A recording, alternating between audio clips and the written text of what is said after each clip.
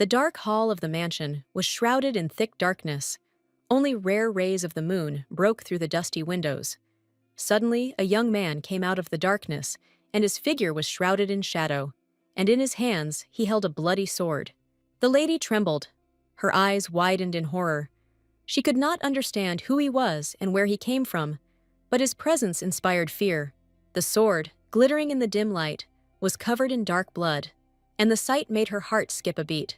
With a trembling voice, the heroine asked why the stranger was doing all this, bringing with him pain and suffering.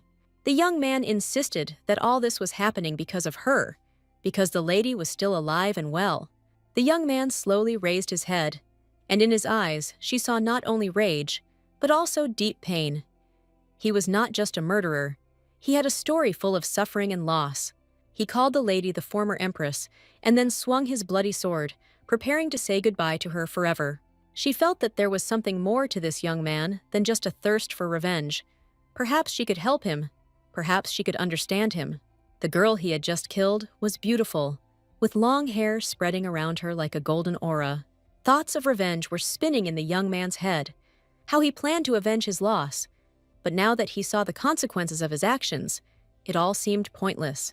The soul of the innocent lady left the body, and seeing herself lying in blood, the heroine realized that she had been killed that night. The heroine named Daria and this young man were separated by a gap of 15 long years, when they did not have the opportunity to meet each other. The lady understood that he had to endure a lot of pain, living in complete solitude, and his heart was truly filled with pain. In the dark hall of the mansion, where life once reigned, now only the shadow of his madness and grief remained. The girl's soul was supposed to go to another world, but for some reason this time the heroine couldn't just up and disappear. Because she tried to escape from reality, she inadvertently left an incurable wound in Yuri's heart. And the heroine of the novel had to fix everything, because she believed that the young man could not be left in such a state.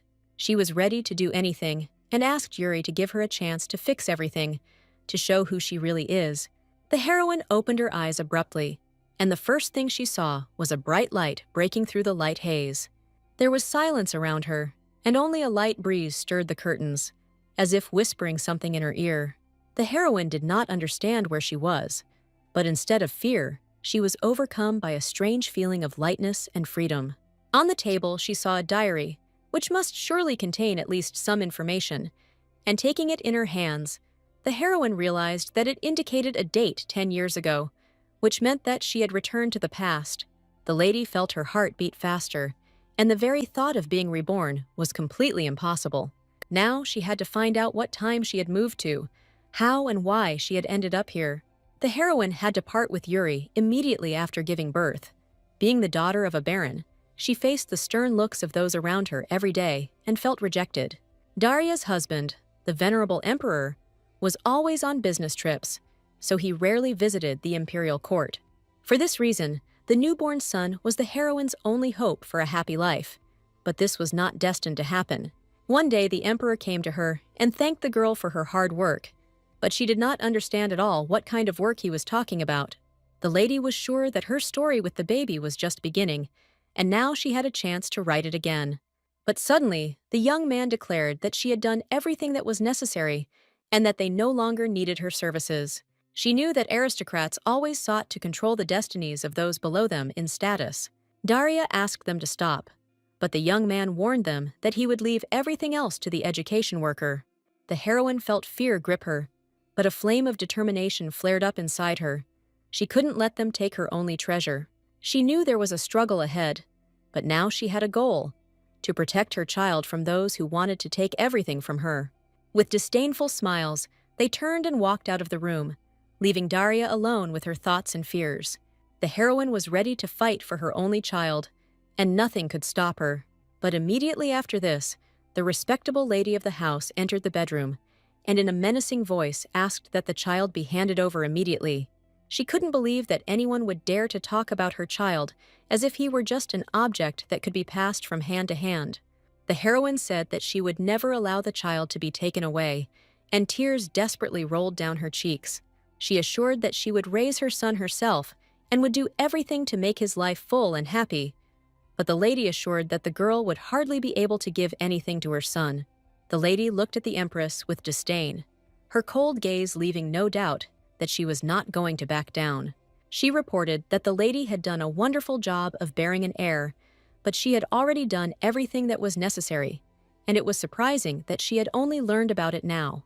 The heroine, feeling her world crumbling, took a step forward, her voice becoming more determined. Daria tried to resist, but their power and influence were too great. They assured her that they were acting in the interests of the child, that his future would be secured in their hands. The aristocrats who came to her house were ruthless and decisive, and when they took the child away, the heroine's tears fell on the floor, leaving indelible traces of grief. Holding the baby in her arms, the lady said with disdain that this was not a request from someone on the outside, but an order from His Majesty the Emperor, which the lady must certainly obey. They laughed at her that the wife of the emperor and the baron's family was not even capable of bearing the responsibility of caring for the crown prince. At that moment, the heroine could only painfully realize how powerless she was in this situation. From then on, she was not allowed to see Yuri anymore, except for some official events, and this child was destined to grow up as the crown prince and not have anything in common with his mother. And according to this scenario, the heroine's first life ended in death at the hands of her own son. But now Daria had a chance to make amends, and she was sure that in this scenario everything would be different, which is why she was so desperately trying to break through the guards and iron doors to her son. The girl had already been told many times that she would not be allowed to see her son under any circumstances, but she proudly declared that the empress wanted to meet with the crown prince, and no one had the right to forbid her from doing so. The guards looked at each other in bewilderment, because the girl's words turned out to be a weighty argument for them to open the doors. Therefore, a minute later, the heroine walked out through the locked doors, and the guards bowed to her with respect. She excitedly entered the room, hoping to see her son, with whom she was also forbidden to communicate. He stood there, slightly embarrassed, but his eyes lit up with joy as soon as he met his mother's gaze. The empress's heart beat faster when she recognized her son, the heir she had been missing for many years. The boy felt his eyes treacherously filling with tears of joy, but he held back. Yuri rushed towards her, hugging her with all his might, and the smell of her perfume and the feeling of security filled his heart with joy. But the boy could not understand the full depth of her words. Separation caused him pain, and he did not want to come to terms with it. Her heart filled with bitterness from the fear that he would not be able to understand. She stroked his head, tenderly and caringly. The boy was scared, wondering if something had happened, but in fact his beloved mother simply really wanted to see her son, with whom she valued every minute spent. In a past life, a conversation between a person of high status and the crown prince was considered an insult to the imperial family. That's what everyone said, and deep down, fearing condemnation from those around her, the heroine accepted the fact and agreed to live separately from her son. But after some time, she understood everything. Her agreement with this turned out to be a huge mistake, and her son had to spend his entire childhood without his beloved mother. In this life, she decided that she would never give up so easily, and no one would dare separate her from Yuri. The Empress has always been his protection, his light in this big and sometimes dark world, and no matter what anyone told her, she was sure that she would definitely make her child the happiest person on earth. But today, the little boy was extremely excited, and with tears in his eyes, asked why his mother had not answered his letter. It seemed that she had absolutely no idea what was being discussed, and looked at Yuri with surprised eyes. Just recently, Yuri wrote a letter to his mother, and he was sure that she should have received it immediately. At that moment, the headmaid came into the room and asked the Empress to leave the room, because everyone knew that she was forbidden to meet with her son. Yuri's head teacher, Miss Adelaide, is due back soon, and two maids have asked the boy to wait for her in his room and not to leave it under any circumstances. Mom's smile instantly changed to an anxious look. Yuri looked up at her. A feeling of uneasiness arose in his heart. Yuri could not hold back his tears, and all the joy he felt in his mother's company was suddenly replaced by a shadow of confusion and loneliness. There was a hope in his heart that this was just a temporary test, and that soon his mother would be there again to protect him from everything. The headmaid claimed that until yesterday, the boy had only sat quietly in his room, But today, he had to see the Empress. The Empress looked with furious maternal anger at the maids who had just separated her from her son. She said that Yuri had recently sent her a letter, but for some reason it had not yet reached her. But the head maid assured her that she had no idea what the Empress was talking about. But the lady angrily declared that if the maid did not want to be kicked out of this castle today, she was obliged to bring the letter right now. Every day spent apart from her only son was a difficult test for the Empress.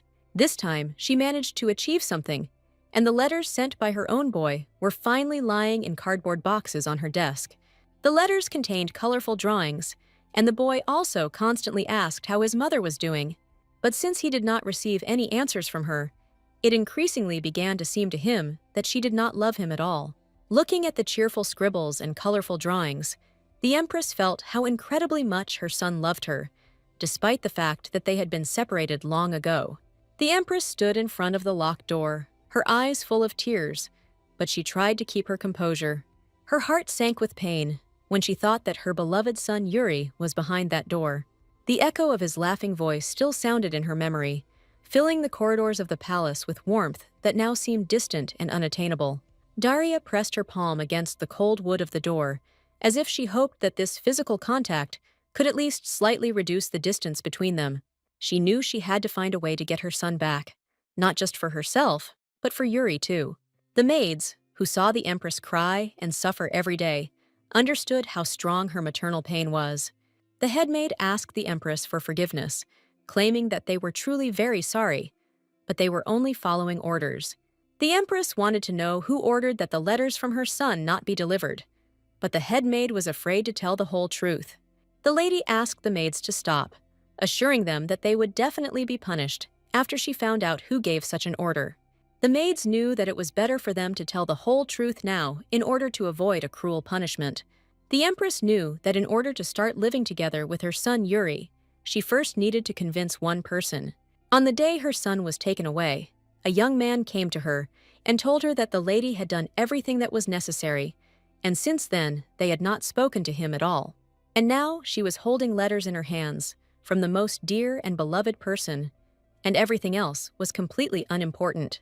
The path to freedom and reunification was difficult, but she was ready to fight for their future, for their love, no matter what. Daria headed straight to the Emperor, and at the door of his office, the Empress was met by a butler. She promised herself that everything would definitely change, so she decided to have an urgent talk with the Emperor himself. The Empress proudly entered the office, where the Emperor of the Ilvarian Empire sat at the table, and it was this ice-cold man who was her husband, and also the biological father of her son Yuri. This man's name was Alexander Klaus, and he was the venerable emperor of a great empire. It had been a long time since their last meeting, so the Empress greeted the great lord. The young man wondered if something had happened in the castle, that even the Empress had honored him with her presence. The lady admitted that this was exactly what she wanted to talk to the Emperor about, and it was not without reason that she came to his office. Sitting down on a black leather sofa, the Emperor signaled that he was ready to listen to his wife. She started talking about a door that must not be opened, and the Emperor clearly understood what she meant. Alexander knew that sooner or later the Empress would still touch on this topic, and today that day had finally come. The lady confidently asked for permission to see her son, because this could not go on like this any longer. This door, which cannot be opened, is a thick barrier that clearly separates her life from Yuri, and in order to go beyond it, you need to be an employee of the education department. The Empress wanted to somehow obtain permission from His Majesty and wanted to get rid of all the lines of restriction between her and her only son. Having expressed her opinion, the agitated Empress noticed that her husband did not react in any way, but only silently looked at his wife.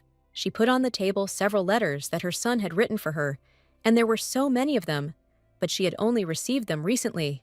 Probably for some reason, they were locked in boxes, and the Emperor must know why the letters did not reach their addressees. Apparently, someone had ordered that these letters not be sent to the Empress, and since someone was playing with her son's feelings, the heroine was not going to forgive the offenders under any circumstances. The girl admitted that she is his biological mother, and she is very sad at the thought that her son has to grow up without motherly love. Therefore, from now on, she would like to spend as much time with Yuri as possible. The Emperor remained silent. The brave lady admitted that she would not leave the emperor's office until he gave official permission. And no matter how hard he tries, he will not be able to take away the blood that connects the empress with Yuri. After thinking for a moment, Alexander quietly said that the lady should do what she wanted, but she did not understand whether this gave her the right to permission. The young man sighed and said, "The girl herself said that she would not leave until she received permission, but now she is looking for some problems." The emperor did not utter another word, and the lady trembled at the mere thought that she had managed to persuade her husband. Alexander gave permission, but the empress could only see him under certain conditions. He handed her the key to that very locked door, but asked her to come and take it herself. This was the very same treasured key that opened the door that separated the empress and her beloved son. The empress had never dreamed of receiving it, but now the key was almost in her hands, and she was afraid that the emperor was probably up to something. But for Yuri's sake, she was ready to do everything, so she extended her hand, and to her great surprise, Alexander placed the key in her palm. Having closed the door of the office behind her, the empress exhaled and could not even believe that from that moment on, everything had finally changed. And for reasons unknown to her, the emperor voluntarily decided to give her the key and allowed her to see her son. She immediately headed to the iron door with the guards and stated that she had received permission from His Majesty, so the guards needed to let her in.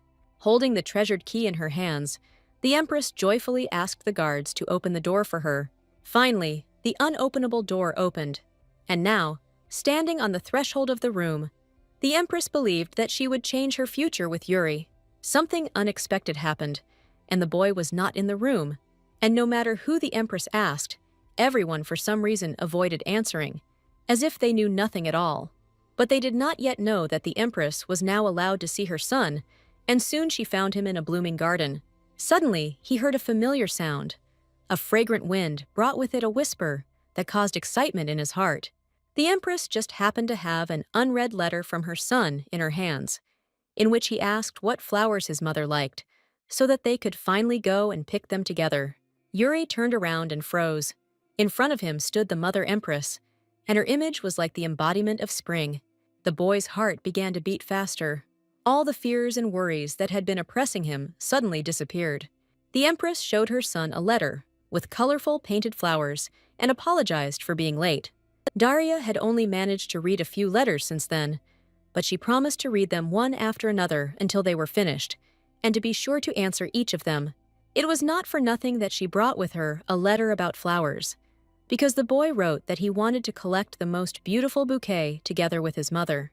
Mother and son were finally together again, and in this small corner of the blooming garden, there was no room for sadness or fear. But suddenly, the boy stood up, and without even looking at his mother, tried to say something. He apologized and suddenly ran forward, and the empress did not expect that her beloved son would so abruptly take and run away at the moment when they finally met.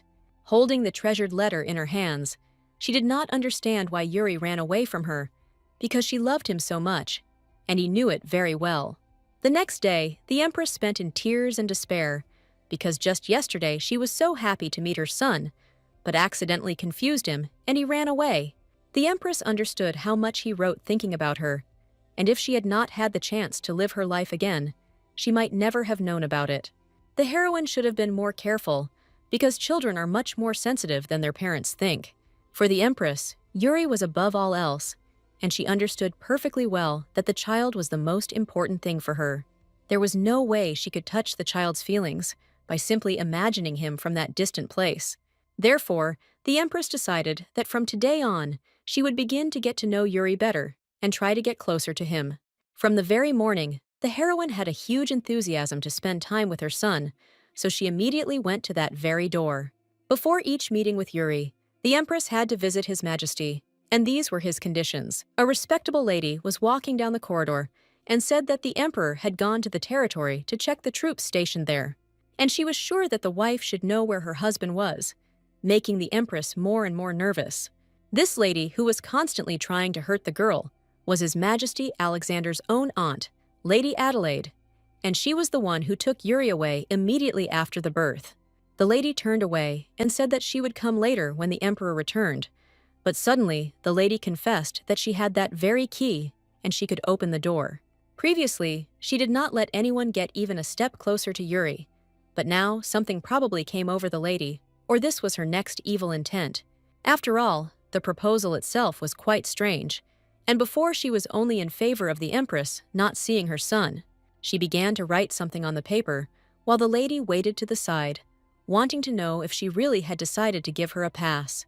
The lady smiled sweetly and handed the paper to the Empress, asking her to show it to the guards at the door, and this paper was permission to enter inside.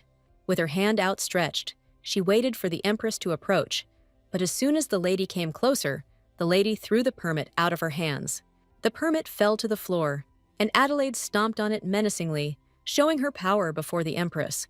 She said the girl had no need to interfere in the upbringing of the Crown Prince, and there is a tradition in the imperial family that children are educated by relatives on the paternal side. On that very day, the Emperor ordered that the child's upbringing be provided to an education worker. Adelaide insisted that the girl should remember the words of His Majesty, spoken that very day. The Empress no longer wanted to deal with this lady and went forward, and she then asked him to watch his actions and not do anything unnecessary. Miss had a lot of power in this castle, and even for Yuri's sake, going against her in this situation wasn't the best idea. But the Empress still wanted to get to know the child better, so she decided to watch from afar, so as not to stay so close to him. During classes, Mother was always somewhere nearby, carefully watching what her beloved son was doing. Even during lunch, she kept an eye on the window to make sure the child was eating well and was fed.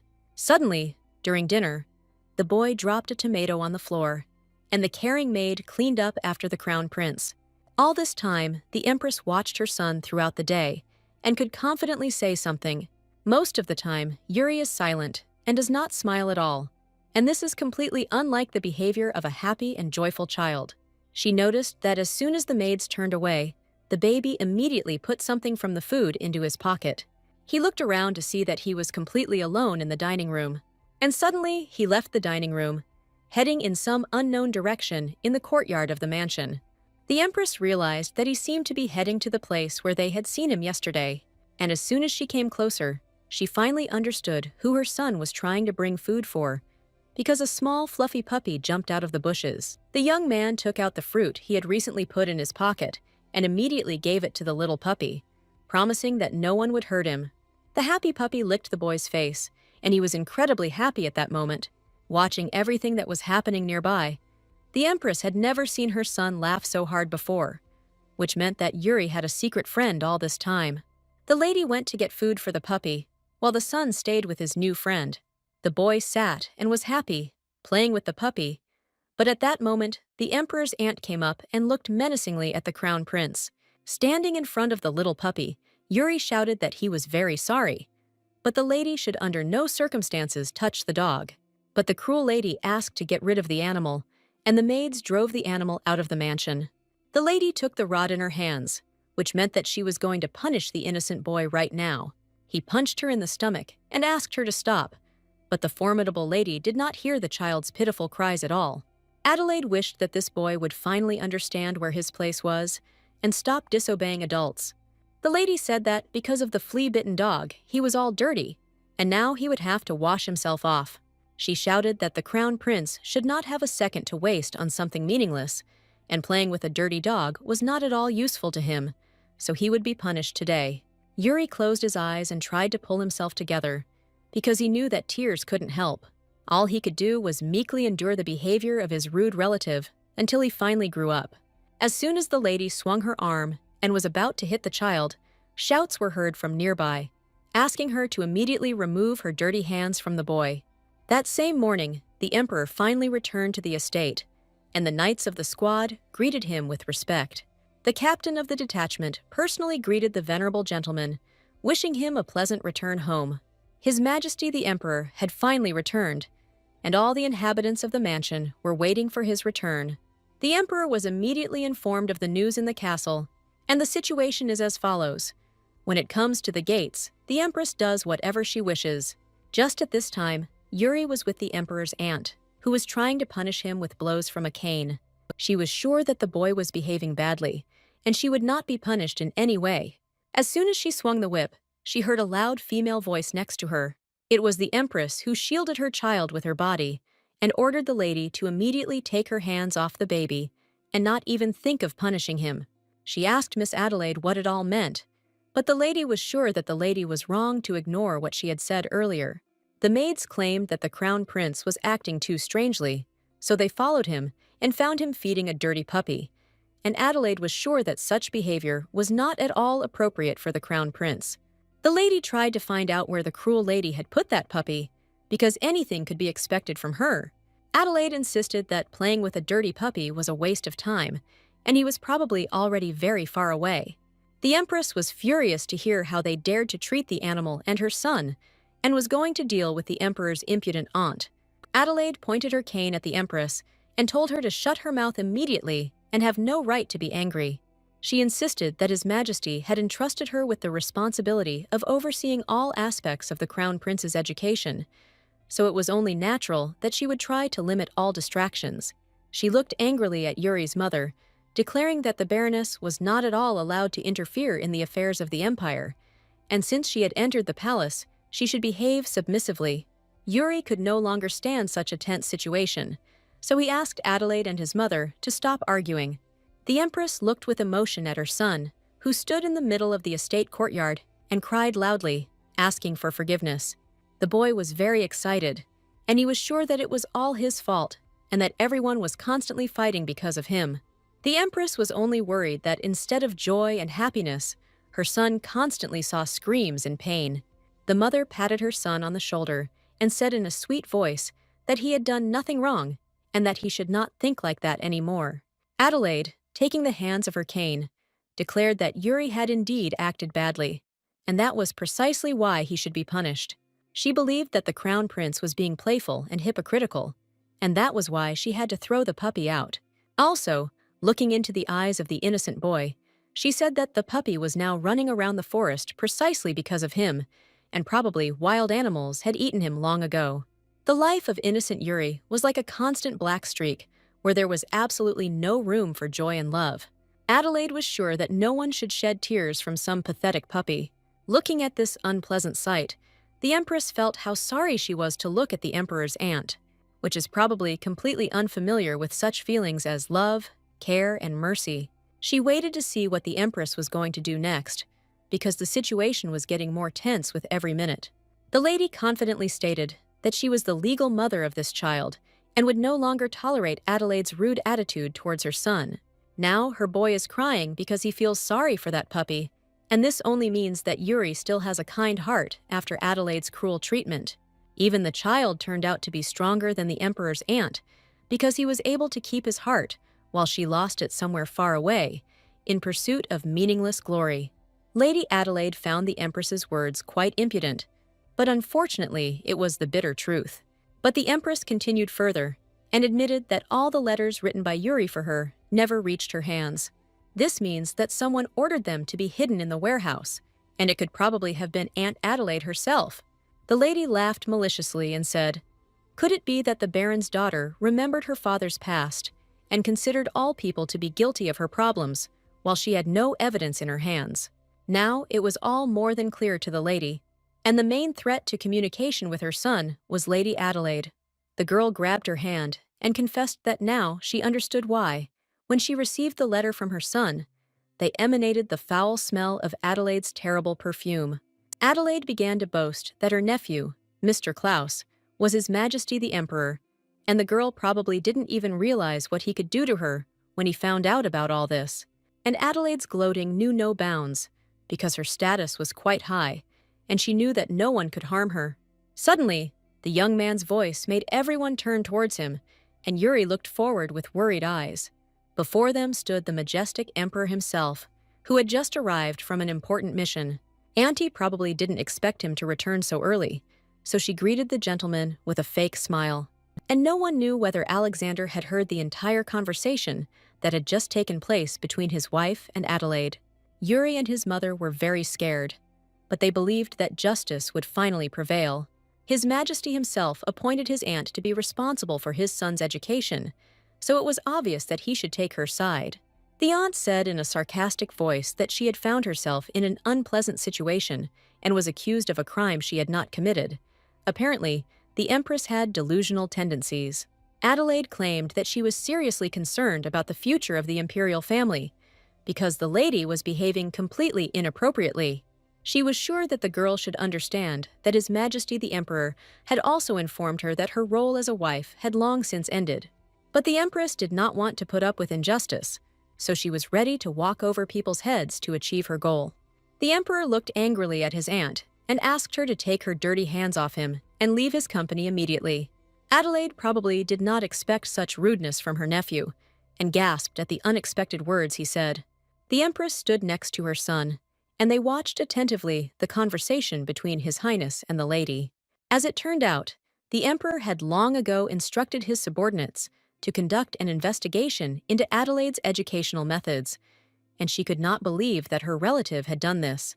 And the young man reported that during his absence from the castle due to the expedition, she did whatever she wanted here.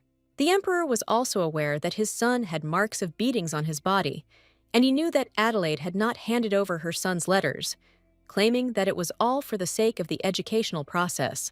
The Emperor tried to respect the only close relative of his late mother, but he went too far with trust, and this almost led to irreversible consequences, and he angrily declared that all of his aunt's actions deserved the death penalty. The lady understood the situation she was in, so she asked His Majesty the Emperor to pardon and forgive her. She begged forgiveness for her many rudenesses, kneeling before her nephew, whose trust in her had long since been lost. The Empress asked the young man to wait a little, and probably wanted to say a few words to him. The young man stated that the Empress must be fully aware that insulting the imperial family would entail the most serious consequences, and the lady must atone for her guilt by going to a place far away from here. The Empress wanted to deprive her of her position, status, and all the rights of an aristocrat. And in other words, death was an easier fate for her than atonement for her sins. But the young man coldly refused, and this meant that he had his own plans for his aunt. He saw the worried face of his son, who had never seen his own father in the Emperor. Turning around, the Emperor said that he would think about the Empress's opinion, and this situation turned out to be too serious. As soon as Adelaide realized that she had done too many bad things, she immediately turned to Empress Daria. Still kneeling, she begged the girl for forgiveness, promising to swear allegiance to her if she would pardon her. The Empress said that it was not for her sake, but only for Yuri's, and she was sure that Yuri would consider himself guilty for the rest of his life. Daria did not want such a fate for her son, so she spared the most cruel man in the mansion. She laughed loudly and asked if Adelaide knew about the most remote region from here. This distant region is called Candela, and it is located north of the imperial capital. The Empress said that there was a wonderful monastery there, where they attached great importance to discipline, and this place was called the Ice Prison, which the worst sinners were afraid of to death. From tomorrow, this place must become a second home for Aunt Adelaide, who dared to dishonor the honor of the Emperor himself. The lady hoped that she would be able to avoid punishment, but it turned out that the Emperor had already decided everything long ago. In this situation, justice prevailed, and the Empress, taking the baby by the hand, asked him to follow her. She knew that her influence and status in the royal bloodline was very great, but she did not realize that her attempts to denigrate Yuri only strengthened his mother's resolve. This moment was more than just protection. It was an expression of the love, strength, and devotion she felt for her son. Finally, they were alone again with their son in the living room, comfortably settled on a large, soft sofa. Yuri continued to cry that the puppy was lost, and the Empress only reproached herself for not intervening at the right time. Yuri knew that his mother was not to blame for anything in this situation, but he began to think that he was the only one to blame for everything, and that the puppy was kicked out because of him. Suddenly, leisurely steps were heard in the living room, which meant that someone was again hurrying to the Empress and her son. She looked at the boy with frightened eyes, and they both fell silent, waiting to see who would enter that door. It was a surprise to everyone, but the commander of the royal detachment came to them, holding a cage with a small puppy in his hands. Yuri jumped up from the sofa and was incredibly happy when he finally saw his beloved fluffy Lulu again. He stated that he had been ordered to keep an eye on his aunt, so when he saw that the puppy was about to be thrown out, he quietly hid it in his place. The young man had to intervene, and he also had a message from His Majesty the Emperor, and if the Crown Prince wanted to keep the puppy, he could safely stay on the castle grounds. This news was the happiest thing that little Yuri could have expected, and it was truly wonderful. Nothing could replace the happy eyes of a child who finally met his furry friend again. But before the puppy could live peacefully in the mansion, he had to be taken to the vet for a checkup. The young man introduced himself. His name was Johann, and he was a colonel of the 5th Division of the Ilvarian Empire. The young man smiled and was glad that he had fulfilled a very important assignment from his master, promising to see the Empress and her son later. Daria thanked the young man for the pleasant visit and unexpected appearance, and at that moment, she felt a strong surge of nostalgia. Previously, absolutely no one cared about the Empress, and none of the aristocrats paid attention to her. Johann was the only one who never stopped greeting her and saying warm words, even when they hadn't seen each other for quite a long time. And that was why the Empress decided to ask Johann for one favor, and she was sure that fulfilling this favor would bring him a lot of trouble. Having whispered the terms of the deal into the young man's ear, she saw Johann's worried face, full of incomprehension. The next day, the maids were given an important task early in the morning, and Yuri also wanted to join her. Fluffy Lulu was washed with special care and shampoos in the bath, so that this little one would finally stop smelling bad. As soon as the young man thought that he also wanted to wash the puppy, he immediately remembered Adelaide's screams, who called him a dirty animal. But at that moment, the sweet Empress approached them, rolled up her sleeves, and announced that she was also going to help wash the puppy. The head maid assured them that they could not allow the Empress to dirty her hands with a stray animal. The Empress noticed that the removal and exile of the senior maid had taken its toll, and now they were trying to understand all the mistakes and even began to treat them more respectfully. The Empress assured that everything was in perfect order, and she would be happy to help wash the cute puppy. The adorable puppy was named Lulu, and it seemed like the little one absolutely loved swimming. Daria asked if Yuri wanted to join in, since this was his beloved Lulu, and everything was fine. This puppy absolutely loved splashing around, and splashes were flying all around him. It seemed like the baby was afraid of something, but at the same time, he really wanted to wash his beloved friend. And despite the past pain from Aunt Adelaide, he happily rushed to his furry favorite and patted him on the ear. Everyone was incredibly happy while bathing the puppy, and every minute was filled with laughter and happiness. And when they finally washed the stray puppy, everyone admired how incredibly beautiful Lulu turned out to be. This puppy had a white chest and paws, and the end of his tail was fluffy and snow-white. And no one could have imagined that such a pretty face was hidden behind this dirt. All this time, the maids below were being watched by a young man standing in the Emperor's office.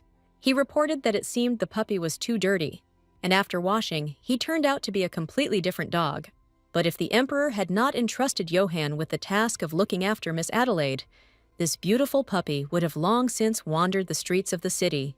Johann was incredibly proud that he had pulled off such a performance, and he really wanted the Emperor to see it too, how he had heroically saved the puppy. The young man said that he was ready to take on the entire organization, but the Emperor asked him not to get too carried away.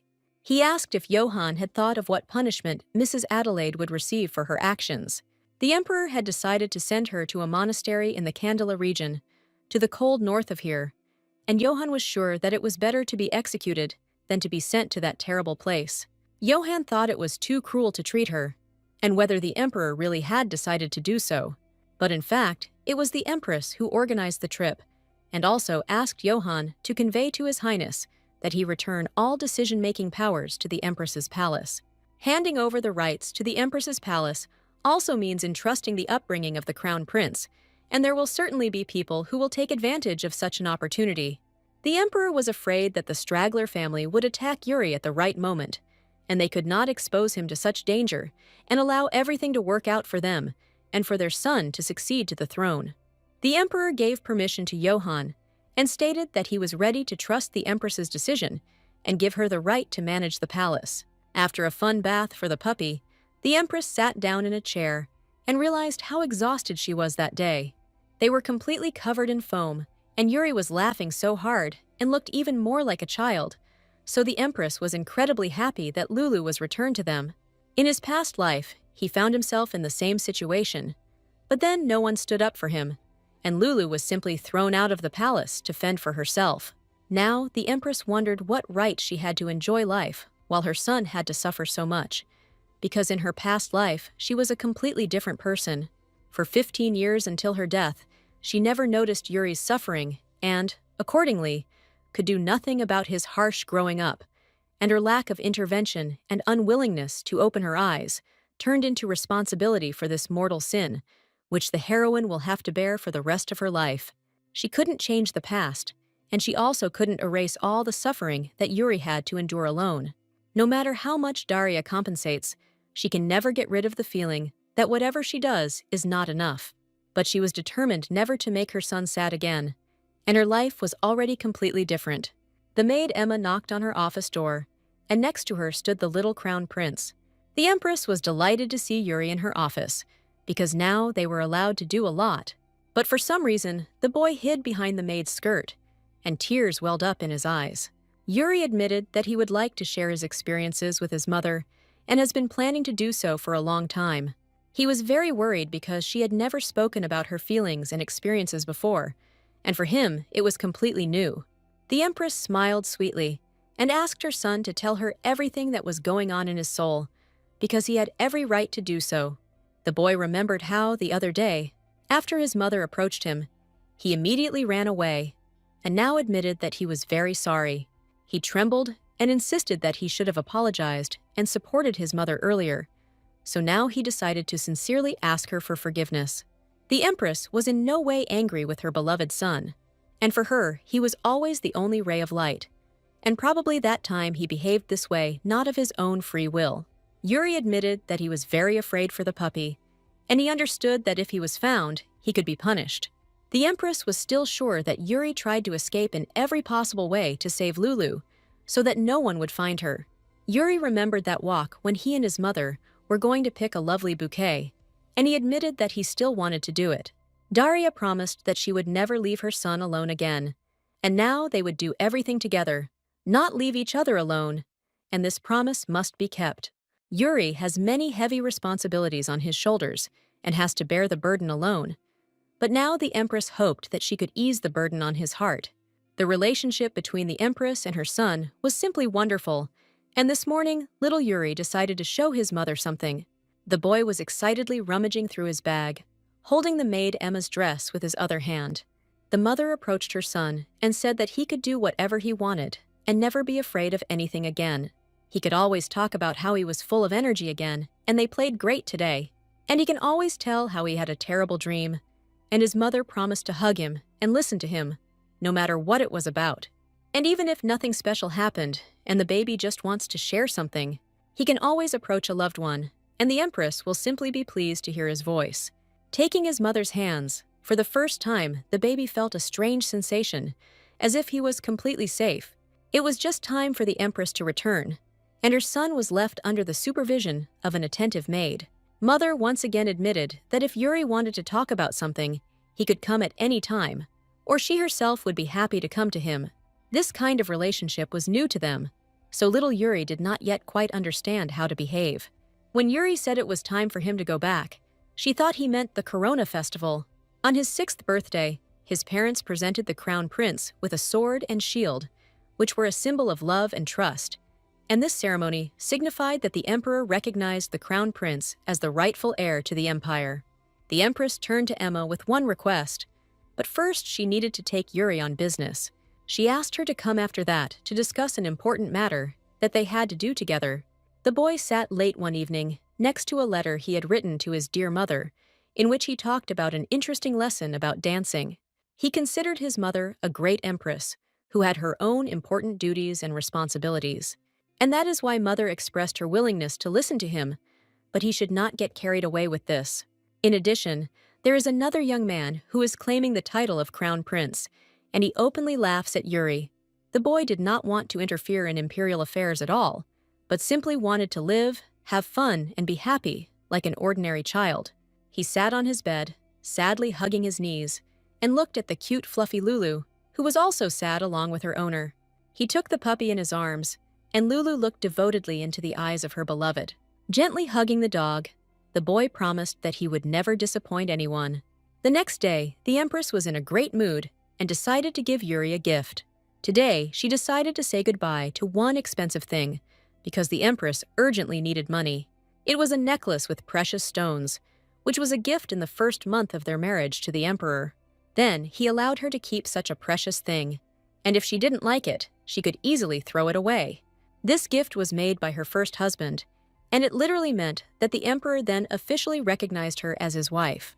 Emma asked if the Empress was sure of her decision, since it was quite an expensive thing for her.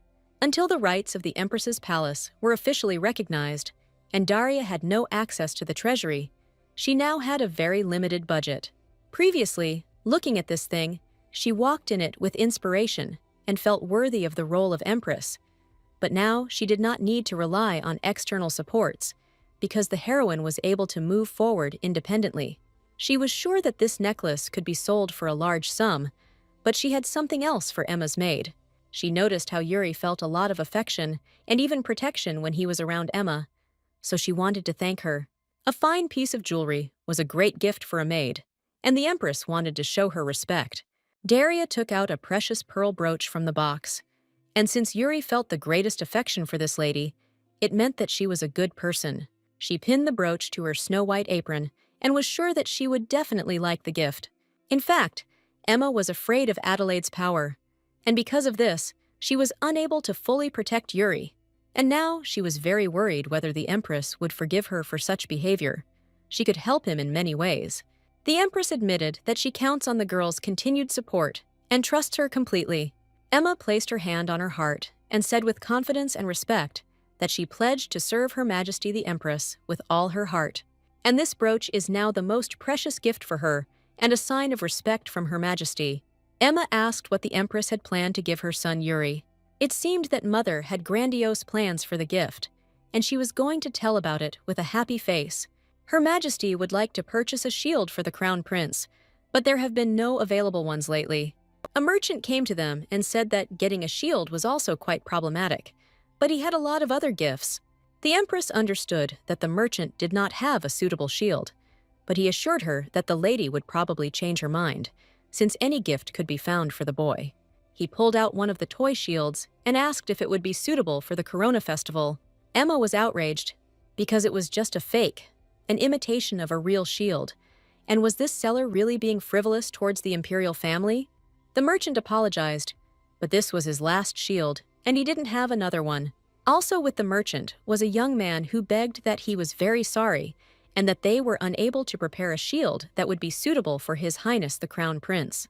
It became clear to everyone that the merchants did not have the necessary goods, and the Empress had asked them for help in vain.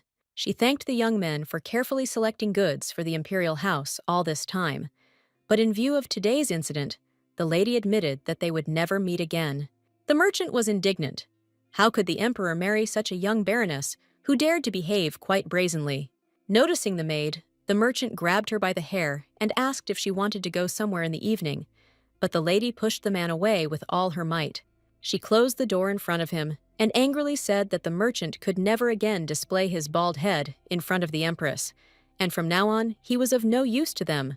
Emma felt awkward, because it was she who had invited the merchant to the palace and was sure that they would have a gift for the Empress's son. She felt guilty for inviting the merchant to the palace, and they had a conflict with the Empress.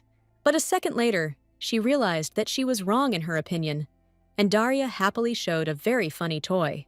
Thanks to the maid, the Empress now had a wide choice among all these wonderful gifts, and she did not understand why she should punish her. But Emma thought that the Empress wanted a shield, which was not among the goods. The Empress was about to prepare the shield for the Crown Festival in another place, but suddenly the young man announced the sad news. Duke Struggler bought all the shields and swords in the country right before the Crown Festival, and because of this, it will be difficult for the Empress to find a suitable shield for the Crown Prince. The Duke was the Emperor's cousin, and his main goal was to remove Yuri by any means necessary and deprive him of the right to inherit the throne in order to make his son the next emperor. The reason for the heroine's marriage to the Emperor was to prevent the Duke from placing his successor on the throne, and the loveless marriage was signed only to give birth to an heir. She turned to the merchant's partner, handing him the letter, and asking him to deliver it directly to the city and as quickly as possible. Emma understood that the Empress clearly already had a plan, which is why she acted so deliberately. The young man looked at the Empress with frightened eyes. It was clear that some kind of assignment awaited him too. The maid could not understand why the Empress was ordering all this, but at that moment the lady was incredibly happy. After all, a party to celebrate the birthday of Crown Prince Yuri was about to take place very soon, and all the mansions had already been informed about this joyful event. Everyone knew about this except little Yuri himself, and the maid asked Johann not to shout throughout the mansion in order to keep the secret. Her Majesty the Empress wanted to help Yuri relax a little and relieve stress before the crown festival. And the Empress incredibly wanted Yuri to finally know that his birthday is the happiest and most joyful day of the year. Emma understood the Empress perfectly, because she would have done the same for her child. Johann remembered when he was little. His parents would make a huge pudding for his birthday, and he would remember those wonderful memories for the rest of his life. Emma was happy for Johann's childhood, but making the biggest pudding wasn't part of their plans, and the event would probably be very different. Johann noted that the Empress was trying hard for the crown prince and spent every minute with the child. Emma asked Johann whether he agreed to cooperate or not, and she wanted to hear an answer as soon as possible. Johann thought it would probably be inappropriate to hand over the signed documents to the emperors right now, so he simply promised that he would be happy to make this wonderful child's birthday even better, so that he would remember it forever. At previous Corona festivals, Yuri did not smile at all, but this time was completely special.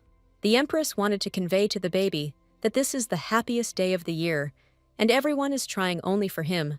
She wanted to say how incredibly happy she was that she had such a wonderful son, and for her he was the best person in the world. Preparations were in full swing, and the headmaid couldn't even remember the last time the Empress's palace had been so hectic. The Empress laughed and said that from now on, there would be such a commotion in her palace every year. After all, this is an important day that happens only once a year, and this is the birthday of her beloved only son, Yuri. On this day, Yuri did not yet know about the celebration of the event, and sat quietly in writing class. Suddenly, he heard someone enter the classroom, and he was scared, because Madame Adelaide used to come like that. The boy became nervous and started shouting that he would immediately finish the task by the appointed time, but he knew that he was a little late. But it turned out that the crown prince did not need to be nervous anymore, because Adelaide was no longer in the mansion. His good friend Johann came to him and asked the boy to urgently finish his assignments for today, because he had a very important matter to do now. He put the boy on his shoulders and loudly declared that he, Colonel of the Empire Johann, would immediately deliver him on an important mission. Yuri didn't understand at all what was happening, because now there should be a boring lesson for him, but instead, Johann was carrying him somewhere on his shoulders. The young man, with a happy smile, shouted loudly that they were now going on a mysterious journey, and Yuri was the main character here. All the residents of the mansion were worried before the festive event, because it was the first birthday for little Yuri. For some reason, instead of having fun and being happy, the boy sat in a party hat with very sad eyes. The Empress looked at her son and could not understand why nothing made him happy, because today was his birthday. Suddenly, the atmosphere in the room became somewhat tense, and everyone around immediately noticed it. To make everything clearer, it is necessary to go back a few hours, when the Jew had just finished his lesson. The mother and her maids greeted the boy with festive firecrackers, and for some reason, they were all incredibly happy. The Empress shouted loudly that she was congratulating her beloved son Yuri on his birthday, and only now did the boy finally understand what was going on. They immediately put a festive cap on him and sat him down at a decorated table, and the delighted boy did not understand why everyone was fussing around him. Daria prepared many surprises for him, bright gifts, fun games, and of course, a huge cake decorated with candles. The Empress approached her son and asked him to make his most cherished wish, which would definitely come true. The little boy closed his eyes, concentrated, and full of hope, blew out the candles. Everyone around applauded, and at that moment, he felt that his dreams could come true. This cake was specially prepared by the maid Emma, and she tried very hard, thinking about the master, and the head maid prepared many toys that the crown prince could play with. On this day, Yuri not only celebrated his birthday, but also realized how much love and support surrounds him. The Empress beamed with pride as she watched her son smile and rejoice with delight, She congratulated him on his 6th birthday, but suddenly the boy's face darkened and he looked at his mother with sad eyes. She couldn't understand what happened, because everything was fine and the boy was having fun. Emma also became worried, because everyone noticed that the boy's mood had suddenly deteriorated. They began to worry that someone had done something wrong, or that the cream on the cake was stale, but the little boy insisted that this was not the case at all. He confessed to everyone that he was celebrating his birthday for the first time in his life, and he had never had a holiday before. He burst into tears and said that he had to take time off from his studies today, and he had not received the maximum score, and he had not achieved good results in fencing yet, so celebrating on his birthday was an unaffordable luxury for him. The Empress insisted that her son had made a mistake in only one question, and that it was still an excellent result. So she happily gave him a funny Mr. Penguin, which immediately distracted the boy's attention from sad thoughts. This toy really did have incredible power, and Mr. Penguin immediately became his favorite. The Empress admitted that there were people gathered here who would always take care of the boy as if he were their own family, because even penguins take good care of their family and friends. He felt happy, and this happiness was not only in the gifts, but also in the fact that the closest and dearest people were next to him. The Empress wished Yuri a happy life, with people he considered close, and made this penguin in the hope that it would instill wonderful thoughts in him. Yuri happily accepted the gift of Mr. Penguin, who immediately became his reliable and faithful friend. He hugged the toy and called it his treasure, because for the first time in his life, the boy had something so valuable, especially since Mr. Penguin was made for him by his mother. This year, the boy had his best birthday ever, and his mother always promised to be there for her dear son, because he was his pride and only joy. The baby buried his face in his beloved mother's shoulder and confessed that he wanted today to never end. The Empress treasured every second spent with her son, who was still just a child, and she also wanted this day to last forever. She whispered quietly that penguins were very hardworking, and Emma exclaimed that Mr. Yuri worked harder than anyone else. They jokingly nicknamed the toy the hardworking penguin, and the Empress asked if the boy really did a lot of things every day. For the first time, he had a real loyal friend, and it was the hardworking Mr. Penguin. At that moment, Yuri realized that his first birthday was not just a holiday, but the beginning of a new chapter in his life, full of love, friendship, and incredible adventures. Laughter and joy filled the hall, and Yuri, like a little king, proudly accepted congratulations and gifts.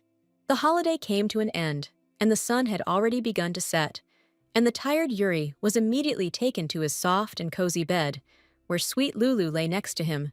The boy mumbled something in his sleep about cake, and the caring Empress, covering her son with a blanket, wished him sweet dreams. She suddenly remembered that she had pricked her finger while sewing the penguin toy, and only now remembered it. It had been a long time since she had picked up a needle, and it was then that she had pricked herself for the last time. It was only the 3rd month of marriage, and the communication between the Emperor and his wife was still sweet, and today, the Empress was undergoing embroidery training.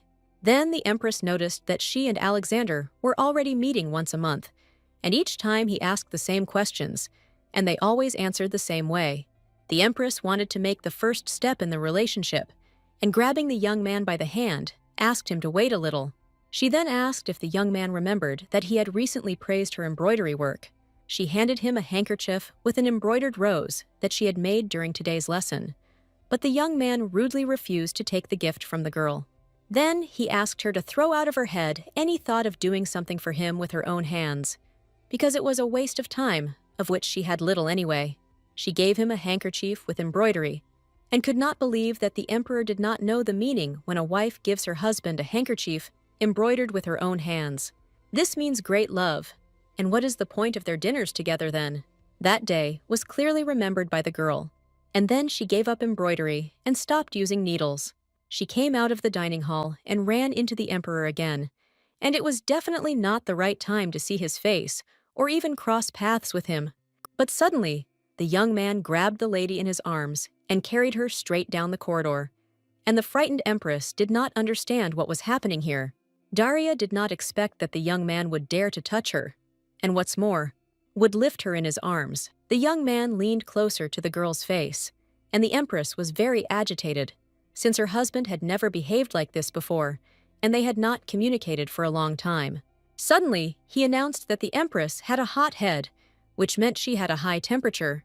His Majesty is not the kind of person who is interested in such things, but for some reason, he now carefully brought his wife and laid her on the bed. She really felt bad, but she had no intention of telling the Emperor about it. He asked what she had been doing all this time, and somewhere in his eyes there seemed to be a hint of concern.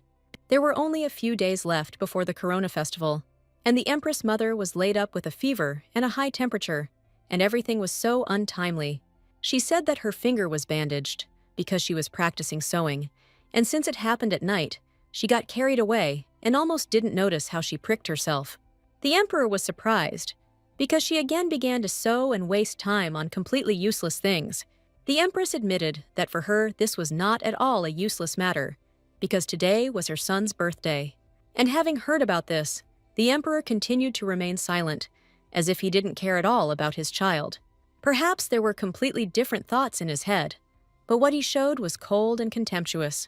Now the Empress was interested in whether the memories of Yuri celebrating his first birthday in his life were also considered a waste of time. The lady was only worried about one thing, that she managed to get sick before the crown festival, but she promised the Emperor to get better and apologized. The young man left the girl in the bedroom to rest, and he himself was about to go about his business. The Empress asked if the Emperor had anything else he wanted to discuss, and he said that he was going to change the date of the festival. But the date had already been agreed upon long ago, and the lady was indignant that the day of the festival would take place according to schedule. The young man simply asked if she had read the answer to the decision to return the rights to the Empress. Alexander said that he had signed an agreement on the return of rights, and the Empress should have already handed it over. However, he warned that only he would decide who would be responsible for the Crown Prince's education, and he really hoped that the Empress had no objections to this. She, too, wanted to have a hand in her son's education, and had the Emperor forgotten what happened after he decided to hand over all powers to Miss Adelaide? The young man insisted that it was necessary to trust the chosen teacher, and what were the chances that he would not accidentally turn out to be an assassin sent by the Duke's family? And besides, if the Empress takes control of the Crown Prince's education, all ill-wishers will turn against her, because they will only want terrible changes in the system, and the Empress is a young and inexperienced girl in politics. She understood what Alexander was getting at, because the Duke still planned to make his son heir to the throne, and they would definitely take the opportunity to eliminate him. However, in his previous life, Yuri was able to establish himself as the next emperor perfectly, and this was only possible because the emperor's presence was a restraining factor. And if the right to education passes to the Empress, everyone will be sure that His Majesty is simply letting Yuri go, as if he were refusing him. However, Daria assumed that everything could happen again, and it could not be ruled out that Yuri would be mistreated again. The Emperor said that this was all he wanted to discuss with his wife today, and that was the end of their meeting. The Empress never gave her final consent to her husband's decision, but it is unlikely that anyone wanted to hear her decision. The young man admitted that he was simply trying to sum things up, since the lady was not feeling well and had overextended herself today. The Empress reiterated that she wanted to decide who would be responsible for the Crown Prince's education and promised not to give up until permission was granted. Lately, it seemed to her more and more that the Emperor looked at Yuri only from the point of view of the future Emperor, and not of his son. After these words, Alexander stopped and asked what his wife wanted to say with these words. After all, he is the Crown Prince, the next Emperor who will rule this country, and he does not want to raise him to be a weak-willed person who will show his weaknesses to everyone. In other words, the Emperor married the Empress only for political reasons, and is raising Yuri only for the country. He turned around and said that there was enough of this ridiculous talk, and he didn't even deny this factor. That for him, Yuri was just a means to protect the country, and this little boy was a pawn in the vast imperial world. There was no love at all in the marriage between the Empress and Alexander, and her only role was to give birth to an heir, and nothing more. Yes, she knew it from the very beginning, but nevertheless, now after everything that had happened, the girl felt very depressed. That night, the Emperor could not sleep, and he looked at the joint photograph with the Empress and his son, and he could not understand only one thing. Since when did things become so incredibly complicated between them that this lady occupies all his thoughts? The emperor still remembered that terrible day when, as a child, he lost his dearest person. He saw the tragic death of his older brother, who had been his lifelong friend. The emperor reproached himself for the fact that if he had had enough strength, then perhaps his brother could have been saved, and he could have survived. It was dangerous to stay in that place, so the knight seized the boy and left his brother there. Alexander cried as he saw his brother left alone, lying on the battlefield in the rain, while the knight carried him on his shoulders and tried to save him as quickly as possible. That day was the most terrible in the life of the little boy Alexander, because then his beloved brother passed away. When the empress gave him a handkerchief with embroidery, this handkerchief reminded him of the day of the most terrible tragedy in his life. After all, with exactly the same white handkerchief, he wiped the blood from his brother's face, hoping that he would wake up and survive. The next day, young Yuri stood at the training and thanked the emperor for taking the time today and personally supervising the process. Johann and his father stood in front of the boy, and they were proud that the young man had learned to express gratitude. It was a fencing lesson, and the boy had a wooden sword in his hands, which he swung in different directions. Johann was touched that the emperor, a man for whom work was literally the meaning of life, had now suddenly decided to spend time with the boy. The prince had been showing impressive sword skills lately, and these were remarkable aspirations for a 6-year-old. But impatience clouds the mind and creates gaps, and you should never forget about this. Johann promised that he would try to make sure that Mr. Yuri would remember this installation for the rest of his life. Otherwise, there are ill-wishers who are always ready to stand in his way. Yuri enjoyed fencing and shouted warlike while waving his wooden sword. But suddenly, the sword flew out of the Jew's hands and headed straight towards the maid Emma, who was standing nearby. The young man looked worriedly at the girl, who was afraid that the sword might hit her directly, and Yuri immediately rushed to her aid. The father was indignant about what the boy was thinking about during training, but the maid insisted that the sword had only hit her hand and everything was fine. The little boy was probably just nervous, since his father was personally present at the lesson for the first time in a long time. But the young man said that if the sword had been real, the consequences could have been much more dire. And if he had waved his sword in the same carefree manner, he would have simply killed an innocent maid. Yuri imagined how a terrible tragedy could have happened because of him, and he realized how wrong he was in this situation. He felt incredibly sorry that he had acted so irresponsibly towards other people. Johann sensed the tension in the air, so he took Emma's hand and said they were going to see a doctor to prevent the bruise from developing. Yuri looked at his hands with frightened eyes, which were still shaking, and he still could not believe that he could kill an innocent person with his own hands. The emperor was very familiar with this feeling, because once in his life, a tragic event happened that left a deep wound on his heart forever. Therefore, in order for Yuri to avoid his mistakes, he asked you to remember this terrible feeling forever. It was that same fear of losing the most dear and close person, and Yuri first became acquainted with this feeling, which was very deep for him. This feeling made the person stronger, because the people for whom he was ready to do everything gave him faith and the desire to move forward. Towards the end of the lesson, it started to rain, and the father asked his son to go back to his room, and the lesson was over for the day. Yuri had to remember today's lesson forever, because the future emperor had to be collected and attentive. He knew that Yuri probably understood everything perfectly, and this boy was incredibly smart. One day, Alexander had to turn from a child into an adult, and it was that very day at the funeral when he said goodbye to his brother forever. He just wanted to die instead of his brother, so that he could live a long and happy life, and he was sure that he should have been in his place, and his brother was destined to survive. But for some reason, fate decreed otherwise, and now he, instead of his brother, became the great ruler of the empire. The emperor stayed in the training hall for a while and remembered how his brother also trained in fencing here. In his hand, the young man held a medallion with a family photograph, and every time he looked at it, he experienced new feelings. He was haunted by Daria's words that he had married her only for political reasons and was raising Yuri exclusively for the country. Lost in thought, the young man realized that he had probably not seen the empress for a long time and stopped near the door to her room. The head maid reported that the empress had not been seen since early morning, And how could she have gone out into the street in such rain? He asked for a carriage to be prepared urgently, and he himself promised to come soon to find his wife. The coachman immediately took the emperor to the place where he had previously taken the empress, and now the young man was right next to the entrance to the mysterious room. The door was immediately opened for him by the excited empress, surprised to see His Majesty standing right on the threshold before her eyes. It was raining heavily outside, and the emperor stood near the door with a sad look and sad eyes. Daria asked what he was doing there, since the weather had turned nasty and the emperor had gone outside.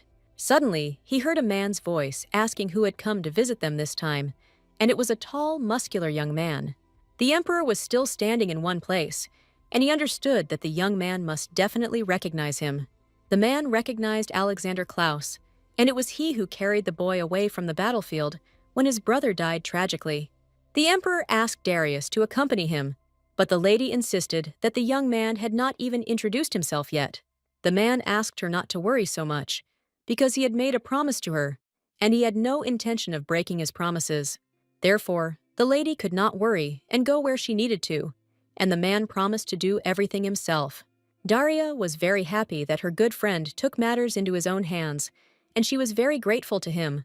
This young man's name was Hayder, and he asked the empress to return to the mansion quickly, because Crown Prince Yuri was probably already waiting for her. The empress smiled sweetly at the man as she said goodbye, and Alexander watched her behavior the whole time.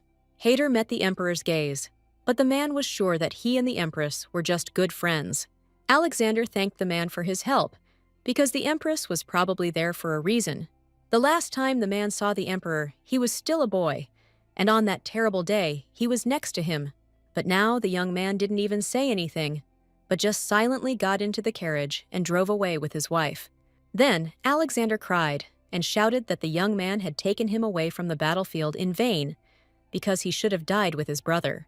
He blamed him for being the one who threw him back and hated the man right then and there, ordering him to never show his face again. But now they were about to meet again, and still one of them needed help. He once taught little Alexander to fight with wooden swords, and spent almost his entire childhood with him. He was the hero who led the empire to victory between the East and the West 30 years ago. The commander of the emperor's army, Hyder Alois. All this time, the young man was stubborn, but the empress was glad that in the end, everything turned out this way. And it was he who created an incredibly beautiful shield, which from now on was to protect Yuri throughout his life. But in any case, now the Duke for some reason did not speak to her at all, although he did not know the essence of the situation at all. Of all the seats in the carriage, he chose the one next to the girl, so that she would be uncomfortable. The emperor immediately asked why Daria had come to Hayder, and as it turned out, she wanted to ask him to make a shield for the crown festival. The sword and shield that parents give to a child on his 6th birthday has great value and affection between the imperial family and the prince. Alexander was sure that Hayder was known as a stubborn and problematic person, and it was probably necessary to turn to someone else. But the empress said that the man was also said to be a fine warrior, whose works were admired by many masters. The lady was tormented by the question, did Alexander really come to this place for her immediately, as soon as he found out that she was there? But the young man preferred to ask questions, but he wanted to know the answers, and I still had no desire to answer other people's questions. Suddenly, the emperor showed the key and confessed, now Miss Adelaide is no longer with them. The key to the door is also no longer needed, and it would be better if it were kept by the empress herself. She couldn't believe that he really wanted to give up the key forever, because for a long time, communication with her son was forbidden, and this ill-fated door separated them for many years. This door has never been closed since Adelaide went to the distant places in the north. When she finally left the mansion, this key was no longer needed, nor were the huge iron doors. And since communication with the empress was now free, this key also had absolutely no meaning for her. Finally, the carriage arrived at the mansion, and the Duke, giving Daria his hand, asked if something was wrong. After thinking about it, the empress admitted that it was nothing special, and she simply experienced strange, pleasant emotions. A huge full moon was shining brightly in the sky, and the emperor and his wife were heading to the mansion. And at that moment, the lady really wanted to know what His Majesty was thinking about now. The next day was special, because the day of the Corona Festival which everyone had been waiting for so long, had finally arrived.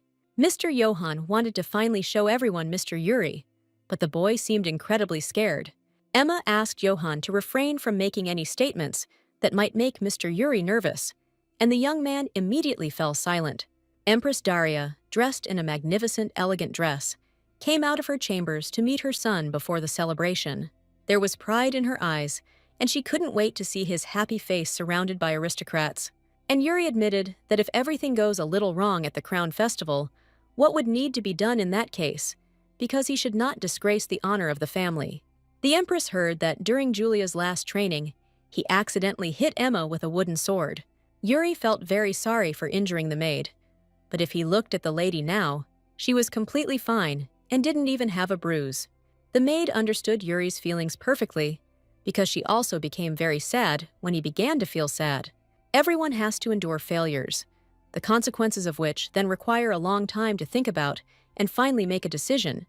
But you need to understand that life does not end there, and Yuri will still have enough chances in life to fix everything and try again. Mother told Yuri that it is not always possible to do something perfectly the first time, and it is normal to fail. After all, he will still grow and gain experience, and she promised to help him no matter how hard it was. Finally, the solemn moment arrived when the Crown Prince had to appear with his family in public.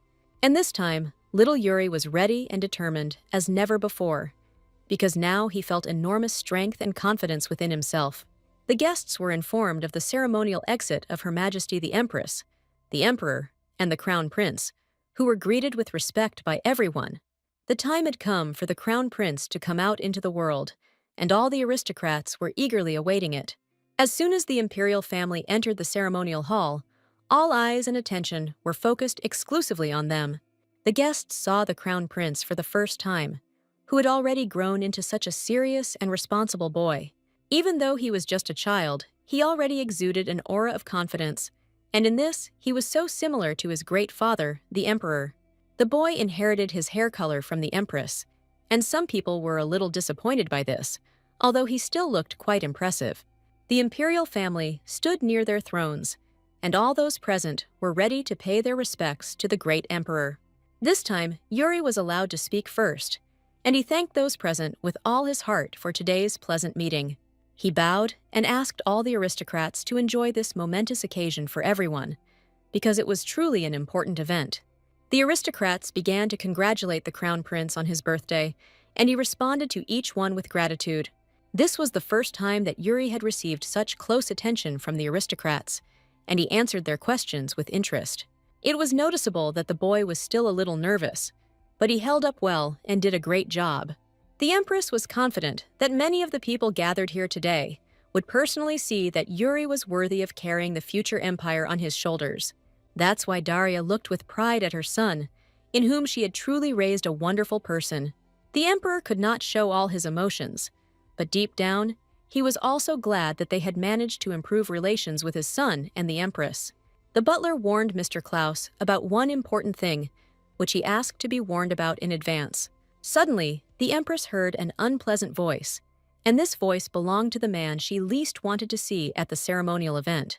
Yuri already felt uncomfortable, because he knew very well what the person standing right in front of him could do. The Duke stood nearby with his son, greeting His Highness the Crown Prince with his most wicked smile. Yuri felt uncomfortable looking this man in the eye, and he sheepishly replied with a thank you to his words. Laughing, the young man admitted that it was a great honor for him to personally witness the social debut, because he remembers very well how 2 years ago his son Lucas also made his debut for the first time. Since then, his boy had not changed at all, and the Emperor's son had grown incredibly, and it seemed that Lucas wanted to say something. The young man stepped forward and asked for an apology from the Crown Prince. After all, his father raised him so well that already at the age of 5, he had already succeeded in many things and was a talented member of the royal family. Yuri felt awkward, because the Duke's son specifically praised his successes, being confident that he would soon take the throne of the Crown Prince. The boy insisted that Yuri should be able to fight seriously with swords already at the age of 5, and had His Royal Highness really already begun training. The Crown Prince could not answer the Duke's son at all, because he was behaving too insolently. Father asked Lucas to stop for a moment, and it seems he embarrassed His Highness the Crown Prince right in front of all the aristocrats.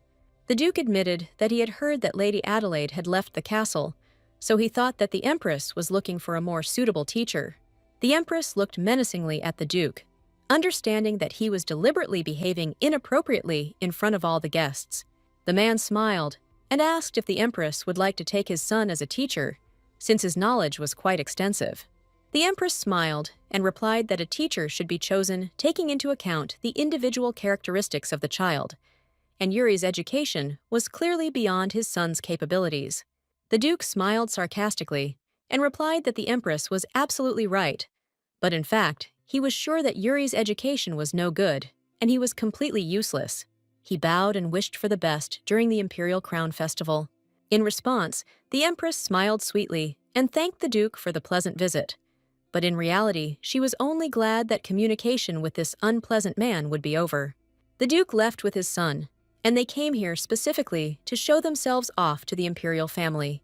Immediately after the greeting of the guests, a ceremonial presentation of the sword to the populated principal from the emperor's father took place.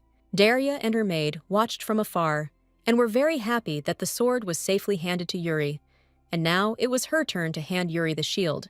But judging by the Duke's behavior, something unexpected could clearly happen, and it did happen. The guard reported that someone had stolen the special shield prepared by the Empress, and Daria felt that this would happen. She still remembered that day from her past life, when before the Crown Festival it was hard to find shields because the Duke had bought them all. And right before the presentation, the Empress knew that the shield she had ordered from a neighboring country had been stolen by someone right before she was supposed to give it to Yuri. She didn't understand what to do now, because right now she had to go out with the treasured shield. The lady brought out some old shield and offered to take it, but the Empress understood that it was no good. There was no way she could give Yuri something like this on such an important day, since she had specially prepared a wonderful shield for him, and she understood that he would be laughed at for the rest of his life as the Crown Prince who was not recognized by his own mother, the Empress. The Emperor's aunt stated that she probably did not have a replacement for the stolen shield, and her negligence had ruined the future prince. After the incident when Yuri was not given the shield, their relationship with their son deteriorated greatly. A huge gap formed between the Empress and Yuri in that life, and for a long time they could not find a common language. That day, Yuri was very depressed. The culprit was ultimately never found, and the fact of the theft was hidden before the ceremony. But the Empress already knew the outcome of events, so she had foreseen everything in advance and was confident that now everything would turn out differently. She assured Emma that everything was in perfect order, but the maid looked out into the hall and looked at the Empress with worried eyes. Smiling sweetly, the Empress was about to go out to her son to support him in front of everyone and decide something about the shield. Emma had no idea what Her Majesty was about to do, but she was very proud of her courage and confidence. According to tradition, the shield was to be presented by the Mother Empress, but now she went to her son completely without it. Alexander looked at Daria and realized that she was clearly up to something, because right now, in front of the guests, she was heading to the Crown Prince. The Empress silently walked out alone to the aristocrats, and in the middle of the red carpet stood her little son Yuri. Everyone began to whisper why Mother had not taken anything with her, and whether Her Majesty did not love the Crown Prince and did not recognize him. After all, if the Empress comes out empty-handed, it means that she does not recognize her son as the future ruler of the empire.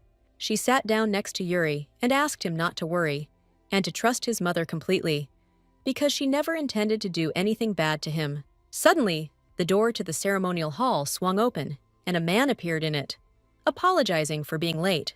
This guest hadn't had to wear formal clothes for a long time, and he didn't know how to do it properly, so he barely made it to the festival.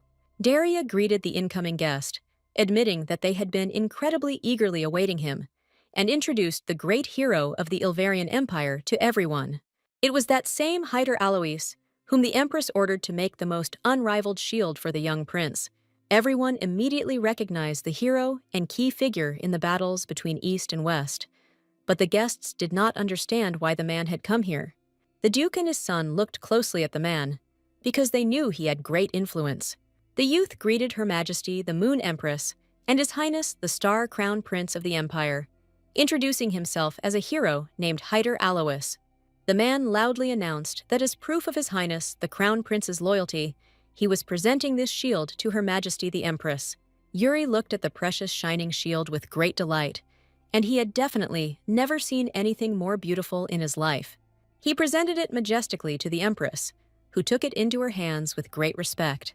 The Crown Prince was honored with the passing on of a sword that had been passed down among members of the imperial family from generation to generation, and Her Majesty the Empress was about to present the boy with a shield made by a hero.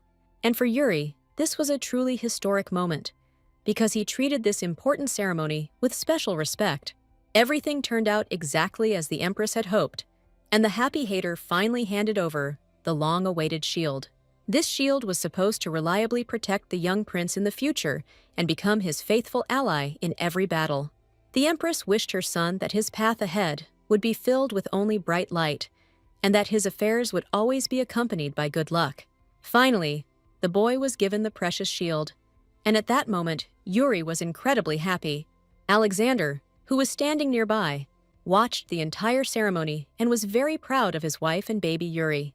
The artifacts given to the prince, imbued with ancient power, enveloped him in an aura of grandeur worthy of the heir to the imperial throne, as the prince was even recognized as a hero of the empire. But the duke did not expect things to turn out this way, and things were clearly going against him.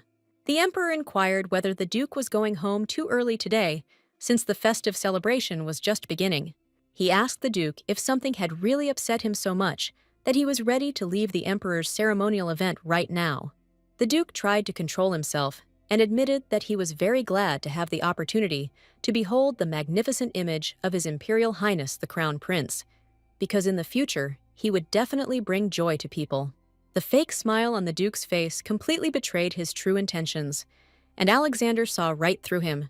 The young man said that it was incredible that the heir of such a formidable emperor was honored by the hero of the empire himself, because this fact alone evoked only the greatest emotions in him. The emperor replied that at least he was his natural son and direct heir, and not a collateral branch of the family that only engaged in stealing titles. The duke pretended not to understand what was being said, but admitted that he was forced to leave, and that his son intended to stay at the ball until the very end. Before leaving, the duke asked the emperor to look after his son, while he himself went on important business. The emperor never enjoyed dealing with the duke, and he only wished that this man would disappear from the face of the earth as soon as possible. Empress Daria stood on the balcony of her palace, immersed in the magic of the sunset as the sun slowly sank below the horizon, painting the sky in vibrant shades of orange, pink, and purple. She was sure that the duke was behind the theft of the shield at the ceremony, and they tried to examine all the rooms where it was kept, but they could not find any evidence. This man was not easy to catch, but Daria was still glad that she was able to safely hand him over to Yuri. At that moment, the doors swung open, and her son Yuri entered the balcony, still beaming with joy and excitement. Daria couldn't stop admiring how beautiful her baby looked in this formal suit, and it was Emma who brought it for the young man to change into. Right now, an excited Yuri decided to thank his mother for the incredibly beautiful shield that was presented to him at the ceremony. Daria smiled, her heart filled with pride for her son, and Yuri, blushing slightly, reached out to his mother to take her hand. They stood together, full of hopes and dreams for the future, ready to face any challenges that might come their way. Yuri confessed that in order to justify the shield given to him by his mother and Mr. Hyder, he should be a worthy crown prince, and he will do everything in his power. The empress was confident that her magnificent son would succeed, and no one would dare to stand in his way. He would definitely grow up and become a worthy crown prince, and after these conversations, the boy felt incredibly warm inside. He laughed and said that his mother was a real sorceress, and the empress laughed merrily with joy. Together, they headed towards the window, which overlooked the garden, where traces of the celebration still remained.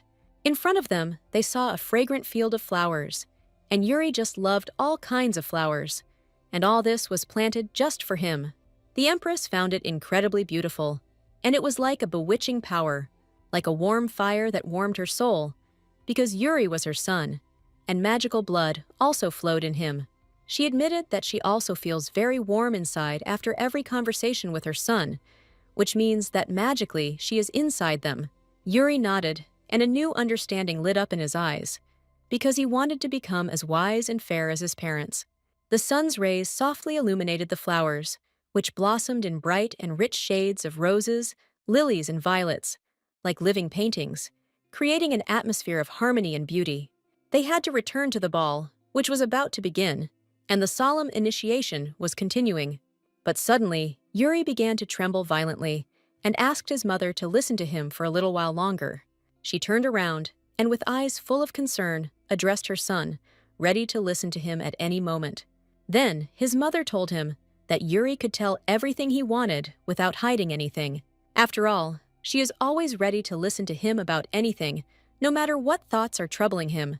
Right now, the boy wanted to confess something, but he needed some time for that. And it was probably about the first dance. He admitted that he wanted to give his first dance to the Empress Mother, and so he was preparing to give his first speech. He put his hand forward, and like a polite gentleman, invited the lady to a slow dance. Yuri looked into her eyes and asked if his son could invite his beloved mother to dance, because he had been waiting for this solemn moment for an incredibly long time. The Empress was incredibly happy to hear such sweet words from her son, and she really wanted to dance his first dance with him. It was incredible for her, because Yuri opened up to her about his feelings for the first time and confessed what he really wanted. The evening was special. It was his first ball, and he wanted this moment to be remembered forever.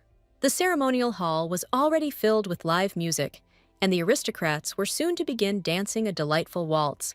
Yuri waited anxiously for his mother, because she had informed him that she would need to change clothes for such a dance. But while he was waiting for her and enjoying their first dance, Lucas came up to him and smiled maliciously when he saw the future crown prince. Lucas suggested that the crown prince go outside and talk, as he had several questions that only he could answer. Yuri didn't want to talk to the impudent Lucas at all, but he also had no right to refuse him. Emperor Alexander kept a close eye on his son, and he saw him and Lucas set off in an unknown direction. Lucas took the boy by the hand, and together they headed into the courtyard of the estate, and it was already dark outside. Suddenly, Lucas stopped in front, and Yuri, who remained behind, waited to see what the boy was going to do. He asked how it came about that the crown prince was recognized by the highly respected hero himself, and how he could achieve this.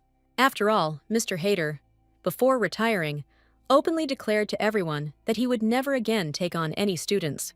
He was going to make his living as a blacksmith, and all he did was repair things, nothing more. This time, the well-known Hader forged a shield for the crown prince with his own hands, and this was extremely surprising to everyone. Lucas was indignant that Hader recognized this boy in particular, since he had been striving for universal recognition for many years. All this time, the emperor was watching the conversation between the two boys, and he saw that Lucas was persistently explaining something to Yuri. Suddenly, Lucas declared that everything was clear to him now, because even heroes cannot resist the authorities, and Yuri's family simply put pressure on him. Yuri did not expect to hear unflattering words from him about himself, because it was absolutely untrue. He believed that Mr. Hader had done all this of his own free will, and there was absolutely no room for lies here. Lucas asked Yuri to shut his mouth and not answer him anymore, and it was clear that the boy was furious. He was sure that the hero lord should have recognized him, not Yuri, and if it weren't for the existence of the crown prince, the hero's recognition and the shields of the imperial throne would have belonged to Lucas. And the boy loudly declared that more than anything in the world, he wanted the crown prince to never be born. Alexander, standing behind the column, heard the boy's entire conversation perfectly well and was completely perplexed. He understood that it must have been painful for the crown prince to hear such words from a boy his own age. Yuri admitted that he once felt the same way, and Lucas was wrong to think so badly of him. Alexander waited to see what the young prince would say, and hoped that he would disgrace the family's honor. Yuri admitted that the boy was taller than him and also had more outstanding talents. He is stronger and more advanced in his studies than Yuri, and his Aunt Adelaide constantly told the crown prince this. She was always indignant that the boy could not remember even the most basic things, while the duke's son could remember it all in one sitting. Yuri admitted that he was incredibly afraid that they would start comparing him to Lucas, but now something strange is happening. The boy smiled and said that he now spent even more energy and strength on training, and when people around him praised Lucas, it gave him strength. But despite their strained relationship, Yuri still thought that Lucas was an amazing boy. Lucas was sure that the boy would get angry and start calling him all sorts of bad names, but Yuri, on the contrary, praised him. He cried out that it was unpleasant for him to hear such words, but in fact he was also quite pleased to hear true praise. He advised Yuri to stop apologizing easily to everyone, since he is a member of the imperial family. Lucas stated that he would like to obtain the emperor's permission to see the young man practice fencing. After that, the boy turned around and left. But his offer sounded like an invitation to train together. Previously, Yuri Lucas was his worst enemy, but it turned out that their relationship began to change. After their conversation, the emperor immediately approached Yuri and addressed his son. Yuri seemed to feel as if her father was somewhere nearby, so she felt more confident in herself. He was worried that he had gone outside without the emperor's permission, but Alexander carefully stroked the boy's head. For the first time, Yuri felt warmth and care from the emperor towards his only son. He asked him to return to the mansion, because the festive ball was about to begin. But Yuri asked if his mother had returned. After all, he invited his mother to his first formal dance and waited for her to change her clothes and return. The emperor confidently stated that the main character must be present at his event, so they need to show themselves to the people.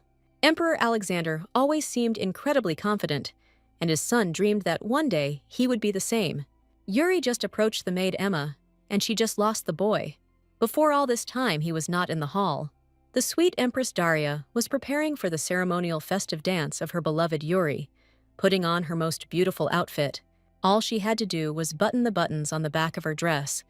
But it was a pity that at such an inconvenient moment, she didn't have a servant nearby.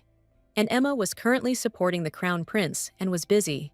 She went out, thinking that she could find some free maid nearby. But as soon as she opened the door, she saw the venerable duke in front of her. For some reason, Alexander was nearby, and Daria even screamed out of surprise. It seemed that the young man was also a little embarrassed, because he also did not expect to see the empress. Emperor Alexander and Empress Daria stood in the doorway. Their eyes met, and at that moment, time seemed to stand still. The empress, dressed in a dress embroidered with gold patterns, looked both magnificent and graceful.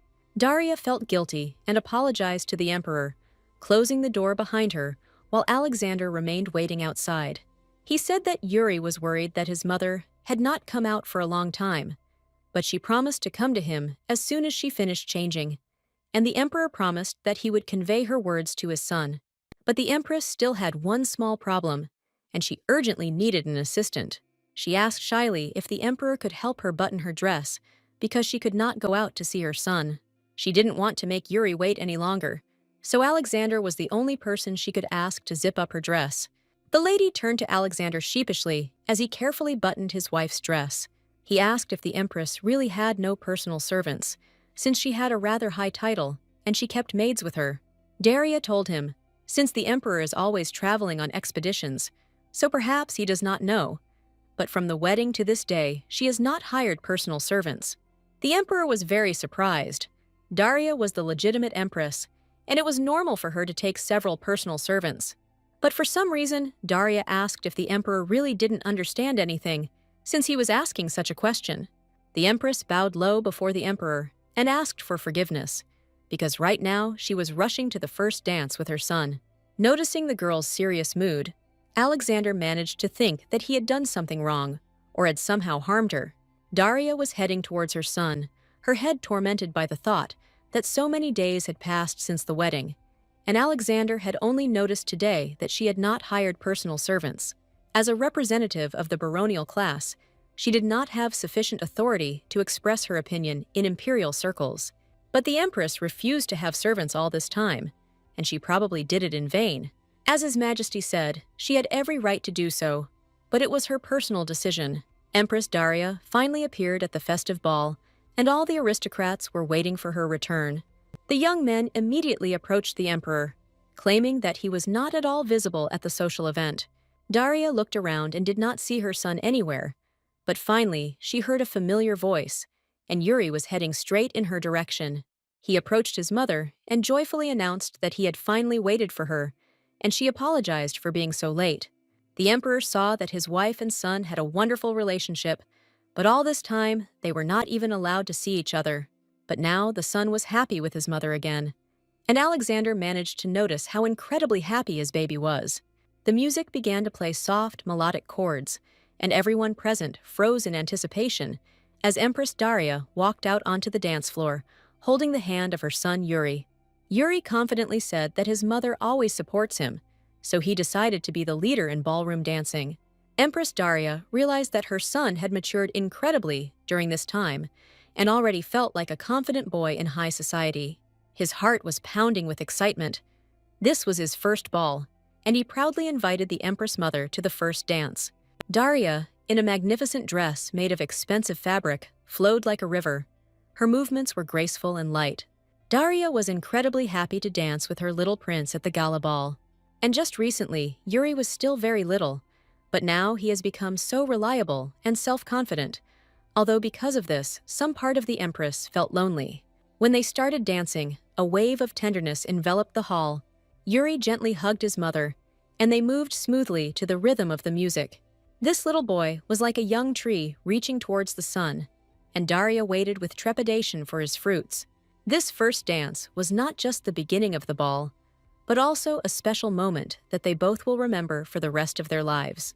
The mother noted that her son dances very well, and had probably been training hard all this time. It turned out that he just really wanted to thank his mother for the birthday party, so he asked Emma to teach him how to dance, and this is a happy memory that Darius will remember for the rest of his life. As a reward for the crown festival and the wonderful dance, the mother suggested that her son go to the flower garden tomorrow to look at the beautiful flowers.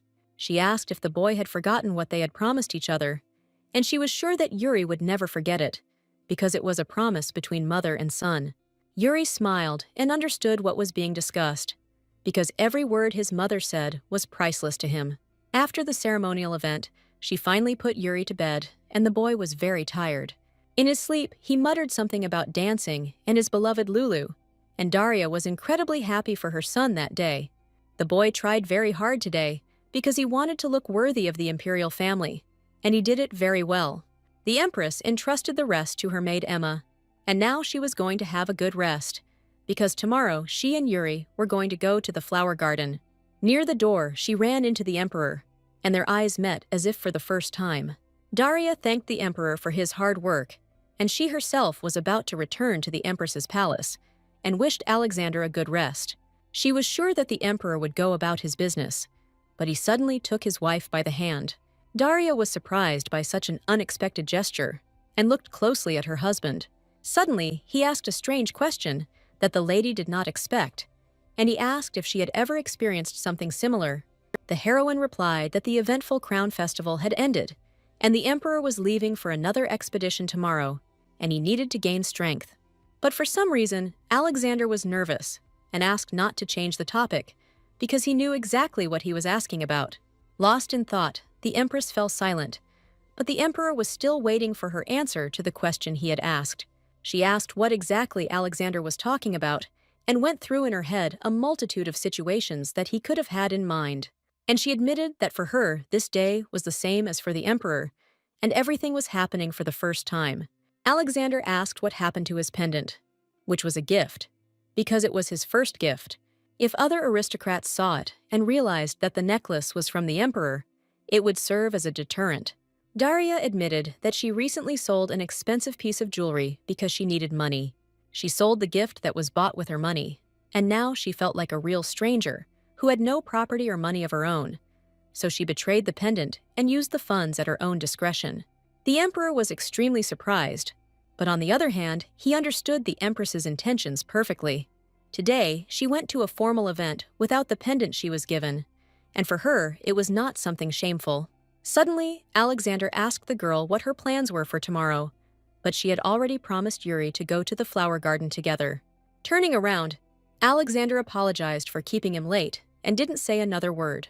Stopping in bewilderment, the empress did not understand what it was and why the young man behaved this way. But today, it was no longer important at all. The sunny day unfolded in all its glory, enveloping the world in a gentle golden light. Empress Daria, her son Yuri, and the maid Emma went to the flower garden, which was located near the palace. Yuri was happily running forward. Then she was called, looking at the bright flowers, and next to him ran a fluffy cutie, and Daria enjoyed every moment with her son. A beautiful butterfly landed on Lulu's little black nose, and the little boy looked at the beautiful insect with pleasure, while Lulu obediently stood in place. Daria was very happy that Yuri was having a great time, and now he had the opportunity to have a bright childhood and be happy. But on this day, they were together with the emperor, and Daria was surprised that he was even there, because today he was going on an expedition. The young man admitted that he simply dropped in on their way, since he had noticed Daria and her son from afar. After some time, Yuri appeared in front of his mother with a happy face, holding something interesting behind his back. The boy had a beautiful bouquet in his hands, and it was the best gift from his son, and the flowers would become a reminder for the Empress of how important it is to enjoy every moment that you can spend with your loved ones. The happy boy gave his mother a large bouquet of freshly picked flowers and declared that he now wanted to show her a little magic. He held small petals in his hands and threw them up so that they slowly fell on the Empress, as if she were in a fairy tale. The moment was simple but full of happiness. It reminded her of how important it is to find joy in the little things. Yuri excitedly told that he tried to recreate the landscape they saw yesterday. Mother Daria exclaimed what wonderful magic her son had created, because she really felt warm and pleasant inside. Suddenly, they were startled by an unexpected bark and turned to see why Lulu was barking so loudly. Turning around, they saw the puppy sitting in his little branch of a flower, and as it turned out, Lovu also wanted to give a flower, and she looked very cute. Fluffy Lulu brought a beautiful flower to the emperor, but he looked at her with a menacing gaze and seemed not to know what to do. Lulu barked happily, looking into the emperor's eyes, but his heart was very difficult to melt. But the little one succeeded, and even Emperor Alexander himself bent down to pick up the flower brought by the puppy. Yuri grabbed the dog in his arms and was afraid that he might be punished, and he asked Alexander to wait a little and ran away. The emperor did not quite understand what was happening now, because the boy took the puppy in his hands and ran away, and a branch of yellow flowers remained in his hands. Looking at this flower, Alexander felt a certain warmth inside, and he had definitely never experienced anything like this before. The essence of magic was simple, and Daria compared the warmth inside from good emotions to magical magic. And in the hope that Yuri would smile more often, she told him about magical magic, but in fact it was about pleasant emotions inside. And now it will be easier for boys to feel the magic inside themselves, because in fact it is very simple. The emperor, as if awakened from a deep sleep, looked at the flower, the petals shimmering deftly in the sun, and this simple beauty suddenly touched his heart. He felt how the heaviness that had been pressing on him lately began to slowly let go. Daria had not looked at such a wide and beautiful sky for a long time, and she felt every magical moment. A smile crossed his lips, and in that moment, he realized that despite the difficulties that surrounded them, life could be beautiful if he just allowed himself to feel it. It was the first time they had gone out together, and a lot had changed since Daria had pulled herself together and opened the door that wouldn't open. She was very interested in whether she would ever see Yuri's sad and at the same time angry face in this life, as it was when he didn't have a childhood. The emperor admitted that Daria had exceeded all his expectations, and taking a box out of his pocket, he carefully handed it to the girl. He asked her to accept the gift, and for the empress, this gesture was extremely unexpected. In the box, there was a ring with a large precious stone that sparkled in the sun, shimmering with multicolored rays. And Daria expected anything, but she definitely did not expect to see a ring from her husband, with whom they had only just begun to communicate. The ring was adorned with an angel's ruby, and it belonged to the imperial family, and was a symbol of the imperial house, and this stone could not be found on the market. The empress asked why the emperor decided to give such a rare thing, because it is of a very rare kind and is found in the most remote corners of the northern springs. The ruby was a symbol that carried a deep meaning, obvious to everyone who saw it, and even aristocrats could not help but realize its value and significance. That's why he wanted the jewel to belong to the empress, so that she would finally feel special. Daria was embarrassed and admitted that she could not accept such an expensive ring, and it would be too much for her, because she was an ordinary girl, descended from a baronial family. But Alexander confidently held out the box and said that the lady was now in the status of empress, and she should certainly accept such a pleasant gift. Daria was an ordinary girl for whom status played absolutely no role, and at these moments she still felt uncomfortable. The emperor did not rule out that Daria might sell his gift again, but warned that in any case, she would be able to do with it whatever she wanted. And the empress, embarrassed, thanked her husband. A knight of the detachment approached His Highness and informed him that it was time for him to leave. Today was truly a special day, and it seemed that the emperor had become a little closer to his wife, with whom a silent abyss had separated him for many years. In her past life, the empress stubbornly held on to the only gift she had, and it was funny, but as soon as she parted with it, the emperor immediately gave her a new jewel. The maid and I were frolicking in the flower field together when the empress called her to come over. She gave her the box and asked her to take it to her room so that she wouldn't accidentally drop it somewhere. The empress gave a pleasant gift, and the next second began to look around. And to her great surprise, she did not see Yuri, who had just been playing with the dog right in front of her eyes. And at that moment, the boy was sitting in a meadow near the lake, and went there because he noticed rare red flowers. Yuri loved to watch various flowers, and these scarlet plants really attracted his attention. Out of nowhere, a perky, fluffy Lulu appeared and began to bark loudly, and the little Jew even got scared for a while. But then he picked up his favorite pet and laughed, asking Lulu not to scare him like that again. They sat together on a beautiful meadow, and the boy thought how much his mother liked his bouquet, because he tried so hard to please her. Holding up a red flower, he remembered that it was his and Emperor Alexander's favorite color, and they both adored the color red. Lulu ran to the very edge of the lake, and looking into the water's surface, they looked intently at what was at the bottom of the lake. Yuri decided that he would definitely have to visit here again sometime, and Lalu agreed with his opinion with a loud bark. But while Yuri was frolicking with the puppy near the lake, Daria could not understand where her child had gone. She was sure that just recently the boy was somewhere nearby. He clearly couldn't have run away far. And she was very happy when she saw her son sitting on the shore with his furry friend. He threw red flowers into the water, promising that he would definitely come back here again. But now he needed to go to his mother. But as soon as the boy threw the flowers, he suddenly slipped, and all this happened right on the shore of a cold lake. Since Daria had already noticed her son in the distance, she immediately ran up to him, and as soon as she noticed that he was standing on the shore, she suddenly grabbed his hand. Yuri remained sitting on the shore, but the Empress fell into the deep lake instead of him. The dark depths of the water immediately pulled the girl to the bottom, and because of her dress, it was incredibly difficult for her to float to the surface, and with each passing second, it became increasingly difficult for the Empress to breathe. She saw 2 red flowers in the water, and really hoped that her son was okay, because she had managed to leave him on the shore. Alexander was nearby, and the inner fear instantly made him forget about all etiquette and rules.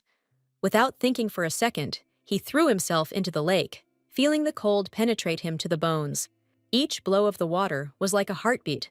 Striving to save his beloved, he dived, feeling for the underwater rocks, trying not to lose direction. As he sank deeper and deeper, he saw Darius, her pale face and her struggle for air. The Emperor grabbed the lady by the hand, hugging her tightly, and together they began to rise to the surface.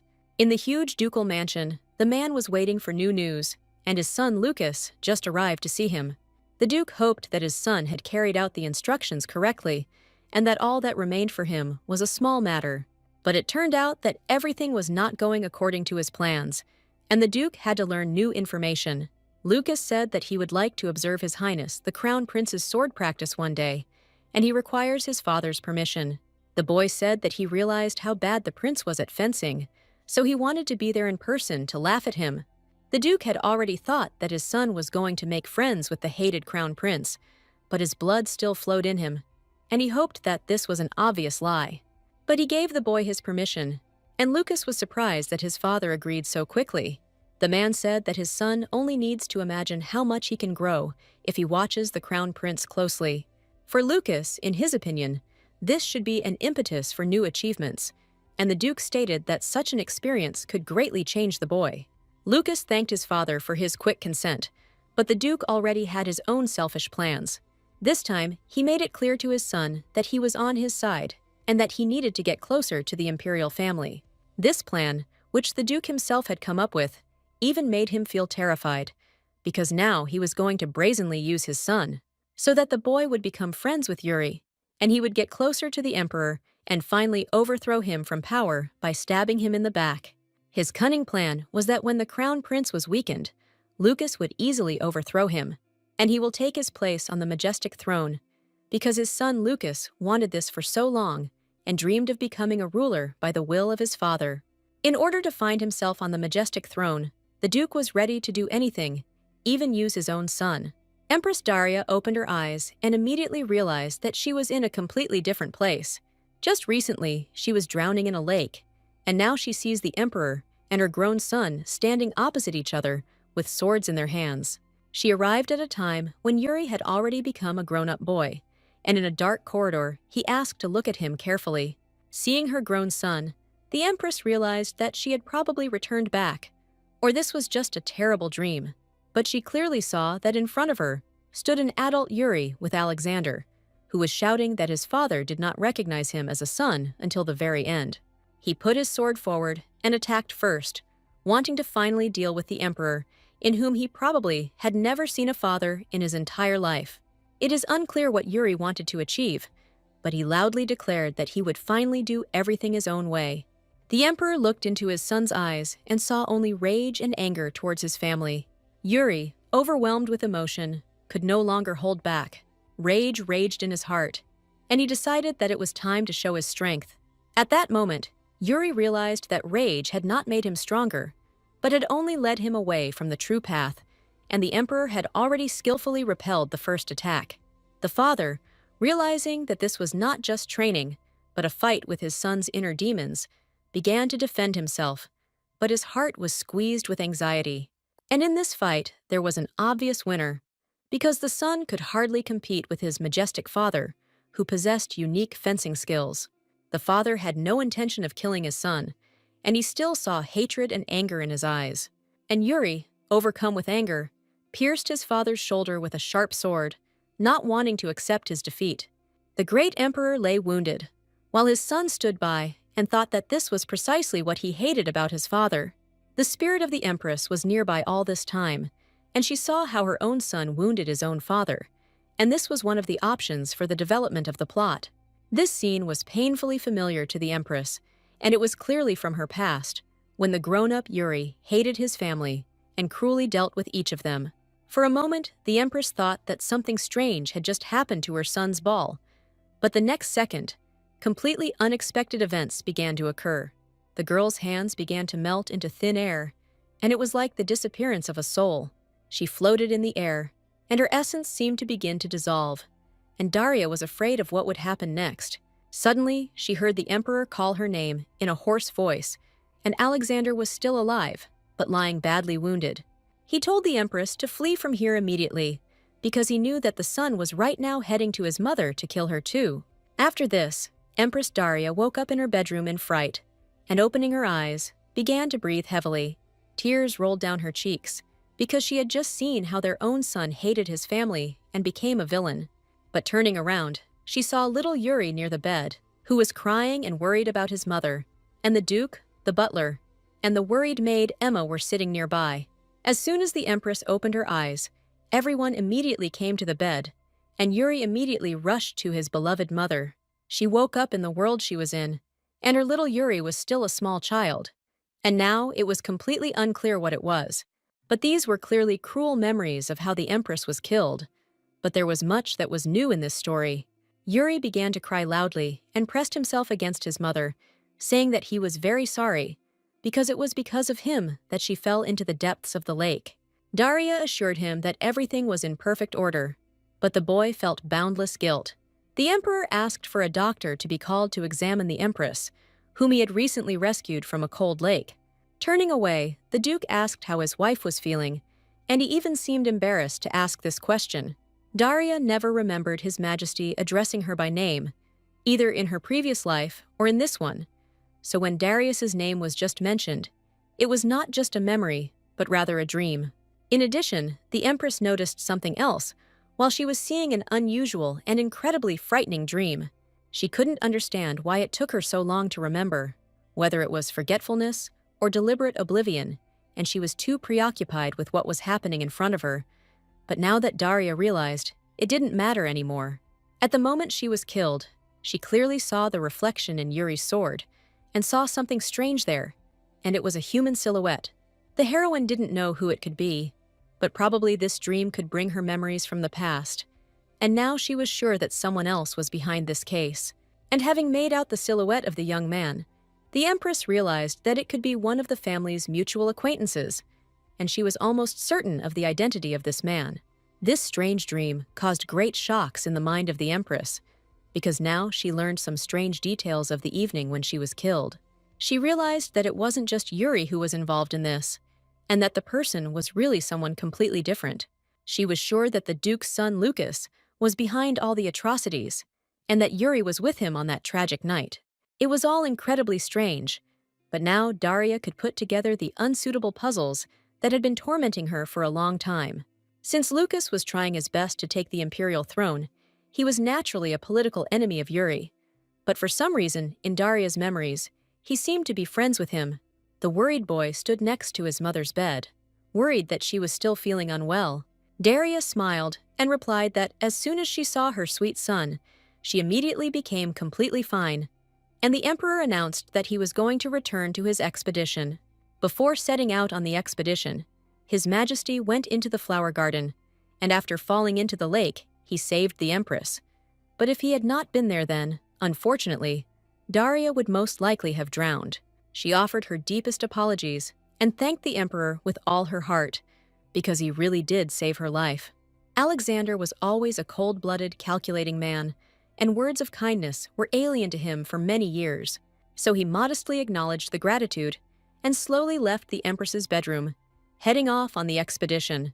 As he was leaving, he asked the girl to rest better while he was gone, and to leave all duties to the servants. Now His Majesty began to take care of his wife, but she could not believe it, because surely the man who ignored her for all 15 years of his past life had finally begun to behave differently. Daria couldn't believe that the Emperor could change so easily in such a short time. It is unlikely that people can change like that, but the Emperor's actions proved otherwise. She took the box with the precious ring and looked at it with special care, and this gift was very pleasant to her. Emma wondered if it would be a good idea to put such a treasure in a secluded place so that no one would know about it. The Emperor gave the ring to his wife, and she could not deny that the Emperor's behavior had changed greatly in recent times. But she still couldn't believe that these were his last words, and that he asked his wife to run away as quickly as possible, or that it was all just an illusion. Yuri was on the bed next to his mother, and he was very glad that she had finally woken up. Mother noticed that Yuri was very upset and stroked the Empress's hands with sad eyes. Daria gently took the baby by the hands and asked what happened to her beloved son, but Yuri suddenly began to cry even harder, because his mother's hands were now so cold. The Empress asked her son to sit closer to her, since nothing terrible had happened. She carefully spread her arms to the side to hug her beloved son, who looked with trusting eyes into the face of his beloved mother. Daria hugged him tightly and whispered in a sweet voice that this way he would help her hands warm up, because she just needed to be close. The baby still reproached himself, because it was because of him that his mother fell into the water, and he could not find peace. She stroked the baby's head and warned him that being near water was dangerous, and that even people who could swim well could drown. Yuri can continue to pick bouquets in the beautiful meadow, but next time I shouldn't go to the lake alone. She hugged her beloved child even tighter and asked him not to put himself in danger under any circumstances, and to be more reasonable and careful in the future. And in the future, when Yuri wants to take a walk near a body of water, he should definitely take one of the adults with him. After a heart-to-heart talk, little Yuri finally rejoiced, and his mother managed to calm him down and make the child understand that he was absolutely not guilty of anything. The boy was going to become a great crown prince, but then, near the lake, he felt very confused. He saw the Emperor jump into the lake to save his wife, and it was a heroic act. And Yura was very worried that then all he could do was watch his father save his beloved mother. But the little boy knew that to become a great heirloom prince, he had to grow up brave. Already at such an early age, Yuri began to think that in fact, he should have been in his father's place to save his mother. But he knew that he would not be able to jump into the lake so heroically, and this made him feel even sadder. At this moment, Lucas was already in the imperial mansion, finding out where the crown prince was now. He burst into the room and asked for forgiveness for the intrusion, and no one expected to see the impudent boy here at such a time. Lucas shouted loudly where this loser of a crown prince was, and the empress was stunned by his behavior. Confused, Daria clearly saw Lucas in front of her, but he definitely shouldn't be here. Yuri didn't expect at all that Lucas would so brazenly burst into his mother's bedroom without even announcing his arrival. And Yuri did not expect to see Lucas now at all, and wanted to know why he decided to come here in person. The Duke's self-confident son stood in front of Yuri and seemed to want to remind him of something. Yuri approached the boy and asked what he was doing here, and Lucas answered that Yuri had really forgotten what he had said. After all, he literally just recently said that he was going to teach Yuri fencing, and how could he forget about it? The Empress was glad that her son would be taught by a worthy boy, and she really hoped that the training would be successful. Looking around, the boy grabbed his butler by the collar and asked why he had not informed him that the Empress was also in the bedroom. He seemed not to want to meet Her Majesty at all, and did not even notice her when he entered. This meeting was quite unexpected, and Yuri looked excitedly at his future fencing partner. The Empress noticed that Lucas had just angrily grabbed his butler and was very rude to him. She tried to understand why Lucas was here now, because his appearance was indeed strange. She assumed that Lucas really wanted to make peace with Yuri. But why, since he had hated him before and bullied him in every possible way? Lucas offered his deepest apologies for interrupting the conversation with the Crown Prince and greeted the Empress. The young man bowed respectfully, realizing that Her Highness was not feeling well, so he asked once again for her deepest apology for his inattention. The Empress looked at Lucas calmly, but she knew all the secrets of his family and was very cautious about his appearance. Previously, Lucas openly mocked Yuri, but now his behavior has changed dramatically, and it was very different from what he showed last time, and it was all incredibly strange. Yuri stopped near his mother's bed and admitted that he would like to tell her something else. The thing is, during the Corona Festival, a private conversation took place between Lucas and Yuri. During the gala ball, they would go out into the street to talk, and it was this occasion that saw the Emperor. Lucas said that they did not make the decision to train together, and it was dictated by the desire to mutually motivate each other and achieve their goals faster. That's why Yuri now, with puppy eyes, asked his mother for permission to train with Lucas. The Empress, looking at her son's incredibly sweet eyes, understood that it was unfair to ask for anything so sweetly. The very next day, the young man went to the training ground to conduct his first fencing training. The Empress could not refuse her son, although she had no idea what her friendship with Lucas could lead to. She allowed him to train only on one condition, that she would personally supervise him. But Lucas is the cruel Duke's own son, and it was he who was in her dream when the Emperor was brutally murdered. She decided not to interfere in the boy's affairs, and simply watched to see how it all turned out. The boys began training, and Lucas knocked the wooden sword out of the hands of the unprepared Yuri with his first blow. Seeing this, the Empress immediately rose from her seat and prepared to head towards the boys.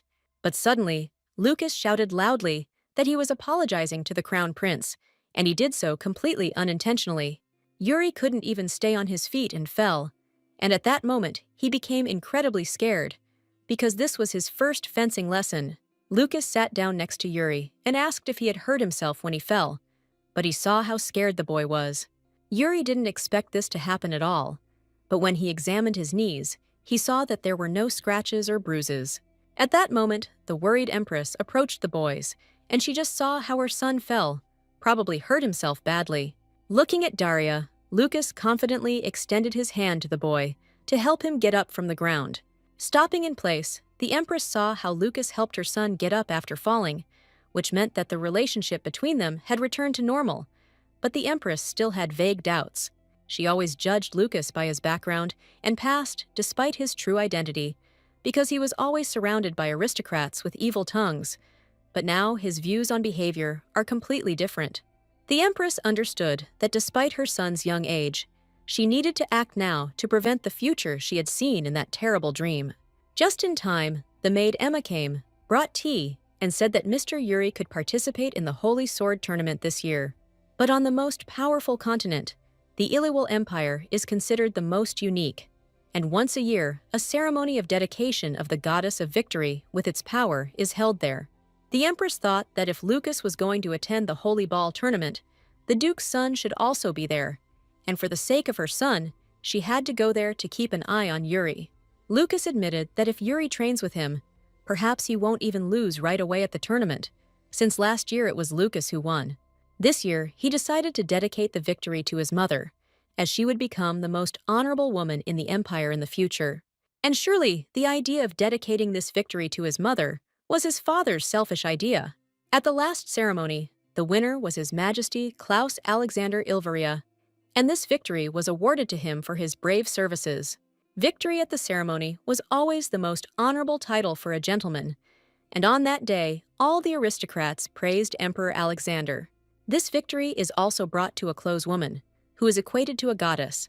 Therefore, the young man, having won, gives his victory, expressing great respect to his beloved. The Empress was present at one of the tournaments, and of course, the victory is always dedicated to Her Majesty the Empress, and every emperor did just that. But at that tournament, the young man asked the emperor to whom he was going to dedicate the victory that made him a hero of the empire. Alexander confidently stated that he dedicates the victory only to the country, and only it deserves it. That day, the Empress was ready to fall through the ground in front of the aristocrats, because this was the first time in the history of the empire.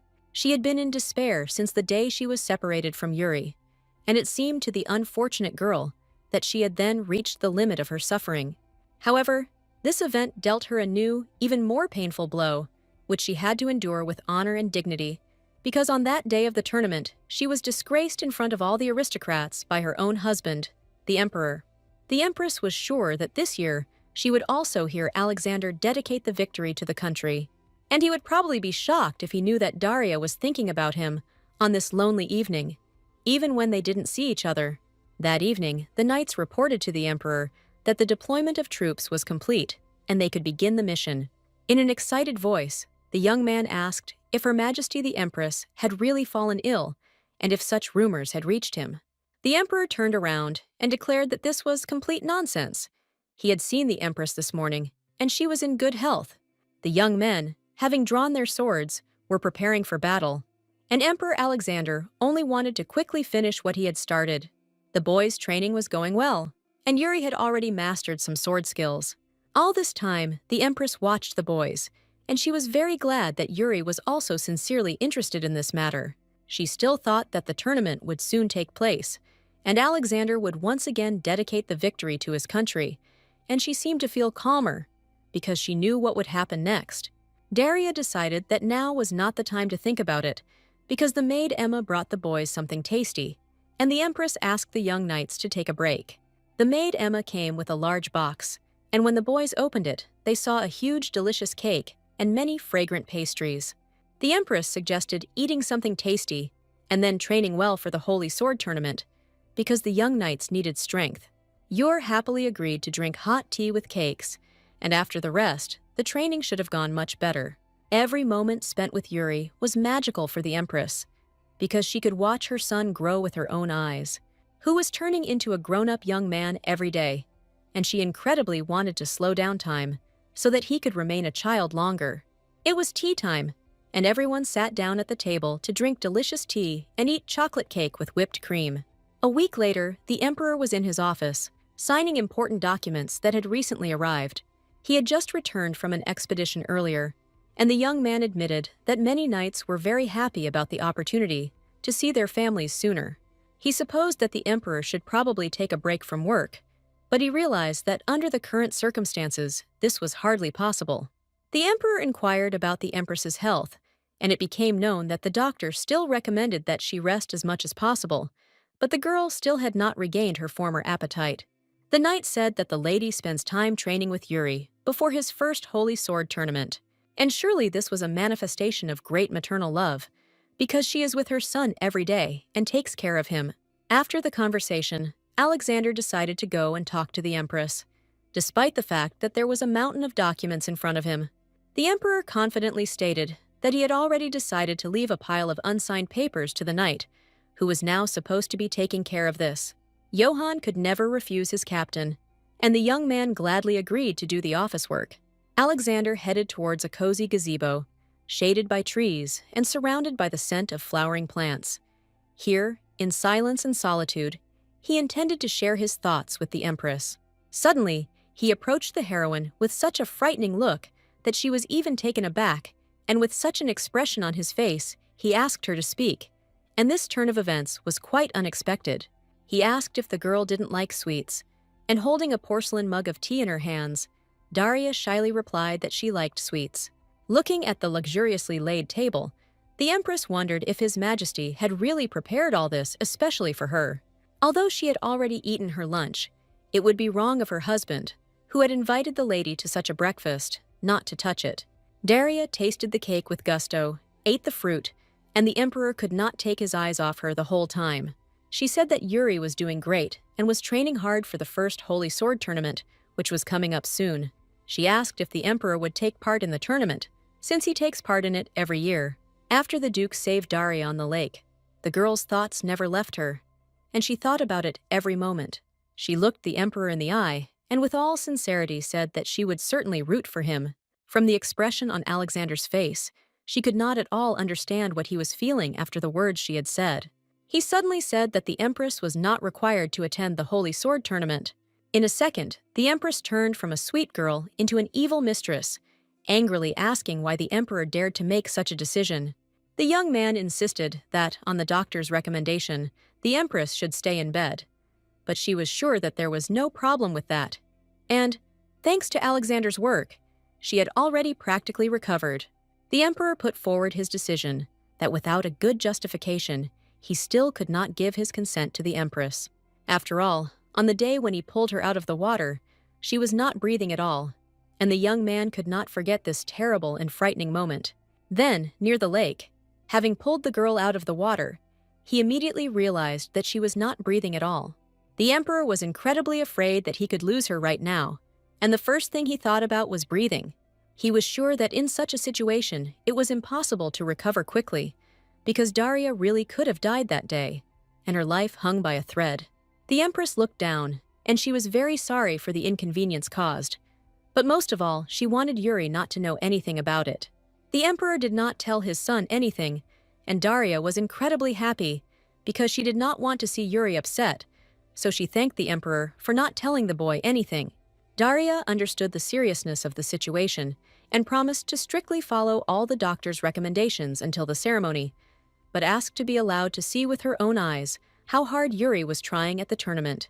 The Emperor suddenly said that he had noticed changes in the Empress, but he still did not understand when this had happened. This topic had been touched upon before, and in the end, it turned out that the Empress no longer needed to fulfill the demands he had put forward. After listening to the girl's conditions, Alexander agreed with her. If the lady did everything that was required of her now, then she would be able to decide for herself whether to go to the tournament or not. But as usual, the Emperor had another very interesting condition, and Daria knew how inventive this young man could be in his ideas. The Emperor's condition was that if he won the tournament, Daria should go with him somewhere for one day.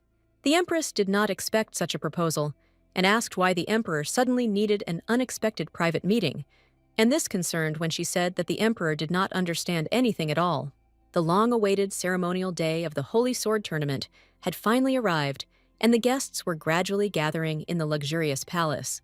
The majestic hall, decorated with banners and coats of arms, was filled with the hum of voices when Emperor Alexander entered the tournament of the Holy Sword. The Empress thought that it would be great if the Emperor and he emerged victorious from the tournament this time. The competitions will be held in 2 types of fencing and horse riding, and His Majesty will participate in horse riding, and the hereditary primacy of the Jew will take part in fencing. Suddenly, Yuri heard from the people sitting nearby about the upcoming festival, and it seemed that the Empress understood what festival they were talking about. As soon as he heard about the festival, the boy's eyes lit up with incredible curiosity and genuine interest. The Empress suggested that her son drop by the festival when he had the opportunity, and Yuri happily agreed. The first to enter the arena was Colonel Johann, representing the Imperial Army, and his entrance was very honorable. His lovely family was also in the hall, and the children were very happy to see their uncle at the festive tournament. Johann was incredibly happy that so many close people were rooting for him, and even the crown prince loudly wished the knight luck in his victory. From the eastern gate to the starting department, Sun and Accidents, His Imperial Majesty Klaus Alexander Ilvaria. Yuri was very happy when he saw his father at the tournament. For him, he looked like a role model. The start of the tournament was announced, and all the knights were preparing for the upcoming competition. But the emperor was not thinking about victory at all and was focused. In the first race, Johann lost right away, and he was very upset because he thought that he would no longer be able to look his nephew in the eye. But the empress tried to calm him down, and he was just unlucky that he was put in the first race with the great emperor. In subsequent duels, His Majesty won confident victories, demonstrating outstanding fencing skills and ensuring his passage to the final. Soon it was time for the finale, and Yuri watched his beloved father with delight every minute of the entire time. The empress asked if it was true that this was the first time he had seen His Majesty fight with his own eyes, and it was indeed the crown prince's first time. The final was about to begin in just a few seconds, and Daria really wanted to cheer for her husband. But then she remembered that he would hand the victory to his country, and she really didn't want to be in that moment again. From the western gate came Colonel Doros Friedrich, representing the knightly order of the County of Raymond. Taking a closer look at the knight, Daria noticed that something was clearly wrong with him. He gave off an unpleasant aura, and he also exchanged glances with the Duke, who had probably already put his selfish plan into action. When the young men looked at each other, it became obvious that they were pursuing common goals. A loud blow on the gong sounded, and it meant that the final of the tournament had officially begun, and the emperor was already fully prepared. Everyone was incredibly happy about the start of the long-awaited tournament, but the empress immediately felt that something was wrong. The sun shone brightly, illuminating the arena where knights, dressed in shining armor, were preparing for battle. The knight and the emperor, each a master of his craft, came out to meet each other, swords clanging, shields cracking, and the spectators enthusiastically cheering on their favorites. When they met in the arena, the knight looked at the emperor with a grin, his eyes showing the intent to use unfair means to win. And at that moment, Alexander noticed that the reins of his horse had been cut. Grasping the cut reins tightly in his hands, the emperor understood that now he had to hold on to the victory. The empress immediately noticed that the reins were cut, and therefore Alexander could not fully control the horse. The judge asked to stop the fight, because shouts could be heard from the hall that the reins in the emperor's hands had been cut, and the competition had to be stopped. Alexander only had time to see the empress's worried face, and at that moment she was incredibly worried about her husband with all her heart. But the emperor, possessing not only strength, but also wisdom, began to anticipate his actions. At the decisive moment, when the enemy tried to use his last cunning move, the emperor, gathering all his strength, dealt a powerful blow. The emperor took every opportunity to counterattack, and soon the knight found himself in a difficult position. Feeling betrayed, Alexander decided that he would not allow this knight to disgrace the honor of the tournament, and with one deft movement, the emperor threw his opponent off his horse, so the next second the emperor solemnly became the winner of the tournament. Unable to contain her strong emotions, the empress suddenly stood up from her chair, looking carefully at the arena, because the venerable emperor had just won a well-deserved victory. The empress was happy that everything ended well, and everything went wrong, but for some reason she was thinking about the worst-case scenario, and it is quite possible that her fears simply attract trouble. At last, the all-important moment of the last question arrived, and the emperor was asked to whom His Majesty wished to dedicate his victory. The empress, finding herself in this situation again, was preparing to hear that the emperor would again give a heroic victory to his country. What had happened in her past would now happen again, and she was completely sure of it. Until this moment, she was sure that she was fully prepared for the situation that she realized. But suddenly, the emperor declared that he dedicated the triumphant victory to his wife and empress. Hearing this phrase, the moment seemed to freeze for Daria, and the duke's words pierced her like lightning throughout her body. Emperor Alexander had just said in front of everyone at a ceremonial tournament that they were dedicating their victory to the empress, and the girl didn't hear him at all. She could not judge how His Imperial Majesty had changed, but she could say one thing for sure. Now in his field of vision, there was only one girl who was raising his son. And if the heroine had not agreed, then that her mission was over, and firmly stated that she could be Yuri's mother, then perhaps everything in her past would have turned out completely differently. And the emperor would have been sincerely happy, and he would have had a completely different, wonderful life.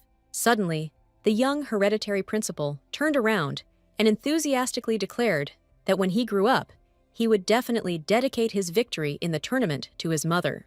He had a cherished dream to make his beloved mother the goddess of victory, so that the full stands would applaud her. The emperor knew that his victory not only strengthened his authority, but also reminded everyone of the importance of honor and justice in battle. The empress bowed low to the emperor and congratulated Alexander on his victory, admitting that the young man had demonstrated outstanding skills. Daria was sure that Alexander had undoubtedly shown himself to be a true emperor. The count's knight had obviously shown foul play right in the duel with the emperor, and many spectators had noticed it. The emperor admitted that he fully supported this opinion, and all this was done intentionally. Johann approached the computer and urgently needed to talk to His Majesty. They talked about something for a short time, and the knight excitedly told Alexander something. Daria wondered if the knight had deliberately broken the rules of the tournament, and whether he really wanted to win that much. Or perhaps he had some special reasons for cheating. But as soon as the empress thought about it, the beginning of the first league game for young men was announced. So now she had to worry and root for her beloved son, because Yuri was in first place for her, and this was his first ceremonial battle at the tournament. Today, young Prince Yuri, heir to the throne, was to enter the arena for the first time to fight with other knights. This day became a special moment for him, full of determination and desire to prove his valor and honor. As soon as the boy entered the arena, he immediately looked at his mother and saw how incredibly worried she was about him. As His Majesty, being the heir to the throne of the emperor, Yuri made good progress in his fencing skills. At first, Yuri felt afraid, but then, having pulled himself together, he remembered how his father had just fought heroically, and even Lucas did not frighten him at all. Finally, the time came for the finale, and the boys were faced with the final battle in which the winner would be revealed. The Empress knew very well that in his past life, Yuri had suffered a bitter defeat from Lucas, and this had caused the boy great mental trauma. At that moment, she was so focused on herself that she failed to realize how upset Yuri was, and also failed to praise him for his efforts. And now she was a completely different empress and mother to her son, and she was going to do as her heart dictated. She suddenly stood up from the stands and loudly shouted her son's name, running towards the boy right before the start of the final tournament, not paying attention to anyone. She didn't care at all that all the looks were drilling a hole into her, and her face was burning red with embarrassment. She ran up to her son and supported him at the most important moment of his life, and wished him to try hard in his first tournament. With each passing second, he felt the tension fading and confidence taking its place. Moreover, his beloved family was in the stands, as well as Johann, who loudly shouted that Mr. Yuri would definitely become the winner. Yuri also looked at his father, and he felt incredible support from him, and knew that for him, he would definitely be a winner. The grand opening of the finals was announced, and Yuri, having gathered himself, began to move more confidently, parrying his opponent's blows and using his skills to counter the experienced Lucas. Lucas tried to confuse Yuri, and right during the battle, he loudly shouted that he would definitely lose, because the crown prince was just a weakling. The boy replied that his loved ones and close ones support him, and this gives him an incredible amount of strength, and in order to become a worthy crown prince and protect his mother, he must defeat Lucas right now. The boy really heroically struck with a wooden sword and repelled attacks, and really wanted to give his mother victory in this tournament. With each passing second, he felt the tension fading away, and instead came the confidence that he would definitely win. Suddenly, after one final blow, the end of the duel was declared, because the sword of one of the participants rose high into the sky, and this meant that it was no longer in his hands. He defended himself confidently and attacked quickly, trying not to make mistakes. But Lucas, with his great experience, quickly found weak spots in the young prince's defense. Soon, taking advantage of Yuri's mistake, Lucas delivered the decisive blow, forcing his opponent to jump back and lose his balance. The hall fell silent as the crown prince fell, and Lucas was jubilant, having just won his first victory. The winner was announced, and it was Lucas Straggler, but little Yuri was still sitting on the ground, his face buried in his hand, and couldn't even look up at the stands. He thanked his partner for the fight and was incredibly upset by his first defeat in the tournament. Daria knew that this would happen, but she supported and prayed for her beloved child with all her heart. The Duke and Johann were also very disappointed, but each of them knew that Yuri had performed well, since this was his first tournament. The boys held hands and stood before these stands, and Yuri was still looking at the ground and trying to hold on so as not to burst into tears right after the defeat. Lucas looked at his father, hoping to see his joyful and happy face, but the boy's mood was instantly darkened, because instead of a loving father, he saw before him a selfish and cold-blooded man who thought only about titles and power. The emperor needed to announce the winner right now, and Alexander was preparing to go out to the aristocrats morally. Alexander had incredible resilience, but even now he felt something and was unable to immediately go to the podium. But everyone understood perfectly well that he had to do this, and His Highness went to announce the result. Yuri was about to turn around, and Daria was going to praise him strongly for his efforts and hug him tightly so that he would not be upset. But for some reason, the boy was still not there. The Empress told the guards that she was going to look for her son because he had not returned for a long time. She stopped in front of the participants' waiting room and knew that Yuri couldn't escape from here, so he was probably in the room. Opening the door, she was convinced of her opinion, and in a dark, gloomy room, she found her beloved boy. Yuri cried desperately, hugging his knees with his hands, because for him, this was the worst day of his life. He disappeared into the shadows of the room, where no one could see him, and in the corner, bending over, the prince could not hold back his tears. He was worried that his mother literally showered him with gifts, which made him incredibly happy. She gave him her beloved puppy Lulu, with whom Yuri incredibly enjoyed spending time, and the furry pet was his best friend. Mother also gave her son a lot of toys, and most importantly, she gave her a wonderful Mr. Penguin. And from all this, little Yuri received so many warm emotions that it was as if a beautiful flower was growing in his soul. Unfortunately, Crown Prince Yuri was unable to win the tournament, and he hated himself for never being able to protect his mother in the future, and not even bringing her victory, no matter how much he wanted it. He remembered how the mistress had yelled at him because he had been prepared to become the heir. He had achieved nothing, and did the little prince really want to be kicked out of the imperial palace altogether? Now it seemed to him that the words of that lady had become true, and he was completely incapable of anything. And Yuri was very worried, because he no longer saw the point in his existence without bringing his mother the promised victory. At that moment, his mother, Empress Daria, came up to him, and she noticed his depressed state, and sitting down next to him, hugged him. The boy didn't want his mother to see him in such a state, but on the other hand, he really wanted to share his experiences with her. With his eyes filled with tears of defeat, he apologized to the Empress for losing in his first tournament. But the level of her love and care was palpable, and it was important for her to support her son in difficult times. Yuri raised his head and looked at his mother, wiping away his tears. Her warm gaze and gentle words calmed him. She was an example of strength and kindness, and now he felt her support fill him with hope. The mother asked her son to remember that his worth was not determined by victories or defeats, but by the kind of man he became, because the heart of a true knight is to fight, even when everything seems to be against him. He was tired, but his mother again gave him support, and Daria was sure that her son was very worried. But she tirelessly repeated that he had shown himself well and was the most important hero for her. He didn't even notice that he had injured his knee when he fell. Only now did he see drops of blood on his snow-white suit. The Empress immediately grabbed her son and was going to take him to the doctor, because he needed urgent treatment early. The boy assured her that she would be able to walk on her own, but the Empress no longer listened to his words and ran to the doctor for an examination. She said that her son gave it his all during the fight, and all she could do was root for him, and for her he will always be a winner.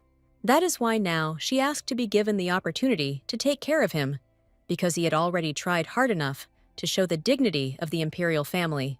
The heroine was incredibly proud of her son, and assured that for her it was the most amazing fight that she would remember for the rest of her life. The boy continued to cry, But he knew that even if he was the biggest loser, his mother would never turn away from him or abandon him. Finally, the holy sword competition ended, and Yuri informed him that he was now going to go to training. The Empress said in a gentle voice she had so hoped that her beloved son would not leave his mother alone at the festival. Taking his mother by the hand, Yuri admitted that he really wanted to go with her, and that he was not going to leave her under any circumstances. Darius smiled and replied that she felt so lonely when she was left alone, and she wanted to spend precious moments with her son.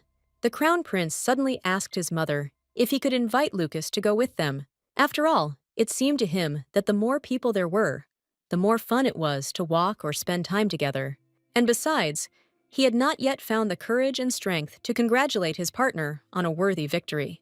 The Empress saw that Yuri was very worried about his new acquaintance, so she happily agreed to invite Lucas along with them and go have fun together. After the competition, the Emperor was with Johann near the tournament site. Alexander was holding a plant in his hands, which according to Johann was poisonous and was not a local species and was probably brought from somewhere else. But the plant fortunately did not take root in these lands, and the criminals had obviously already managed to escape a long time ago. Johann assumed that someone was probably plotting to kill His Majesty, since poisonous medicinal plants had been found today. The poison of this plant paralyzed for several days, but fortunately, it could not kill an adult or a child. But it was obvious to the Emperor that one of the aristocrats was planning something terrible, and it was completely unclear what their true goal was.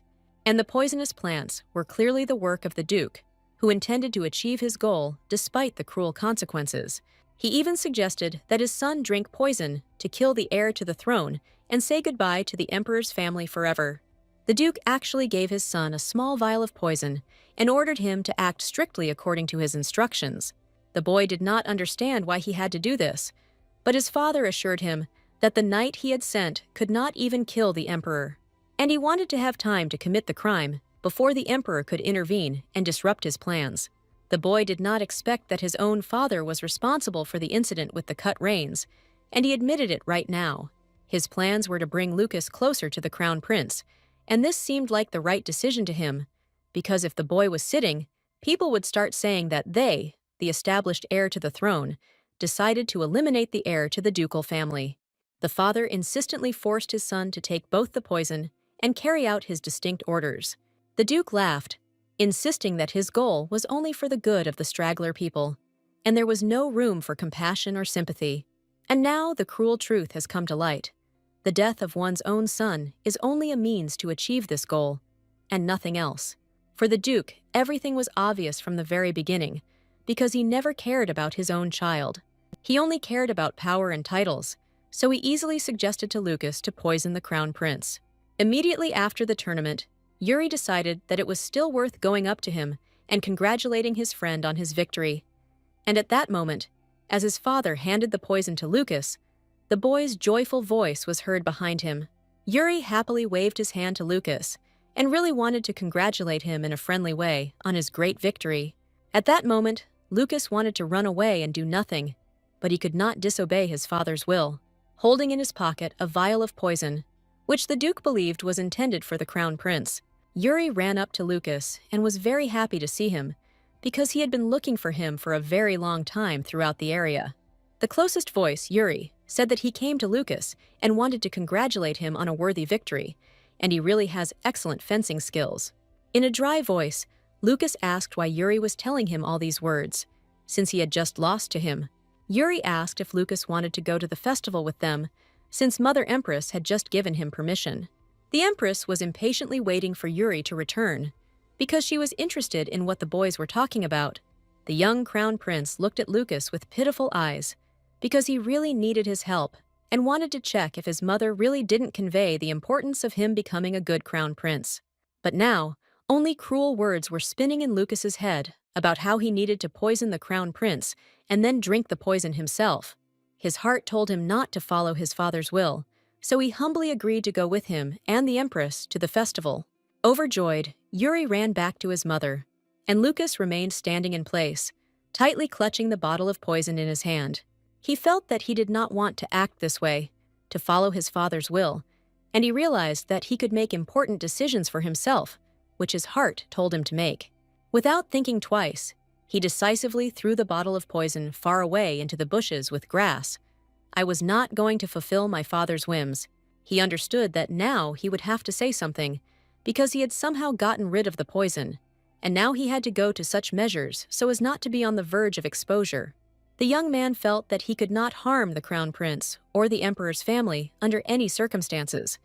But in fact, he wanted to be friends with the crown prince and have fun with him.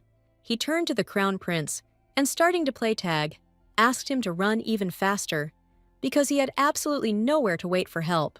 Locals were preparing for the long-awaited festival that was to be held in honor of the harvest, and the streets were decorated with bright flags and flowers, and the aroma of freshly baked goods and sweets was in the air. The empress was very worried that they all went to the festival together, and the duke was distracted from his constant state affairs. Johann smiled and replied that inspecting the city's security system was still one of their top priorities. The Lucases, together with Yuri, walked along the streets of the city with interest, looking for interesting entertainment. Yuri had his own specific list, because he saw how the boys behaved at the festival, so the first thing he decided to do was try begging. He approached his mother, and in a pitiful voice called her the best mommy in the world, and Daria had never seen Yuri behave like that. He pointed to a sweet lollipop in the shape of a bear, and really wanted to try it, because he had never seen such a lollipop in his life. Yuri couldn't decide for a long time which lollipop was the throwaway, but Lucas confidently offered to buy up all the lollipops. And hearing these words, Yuri confidently declared that he really would like to try all the lollipops at once. The empress bought the children candies in the shape of different animals, and for them, this was an incredible, huge happiness. The first point in Yuri's plan turned out to be successful, and asking his mother turned out to be a truly effective method.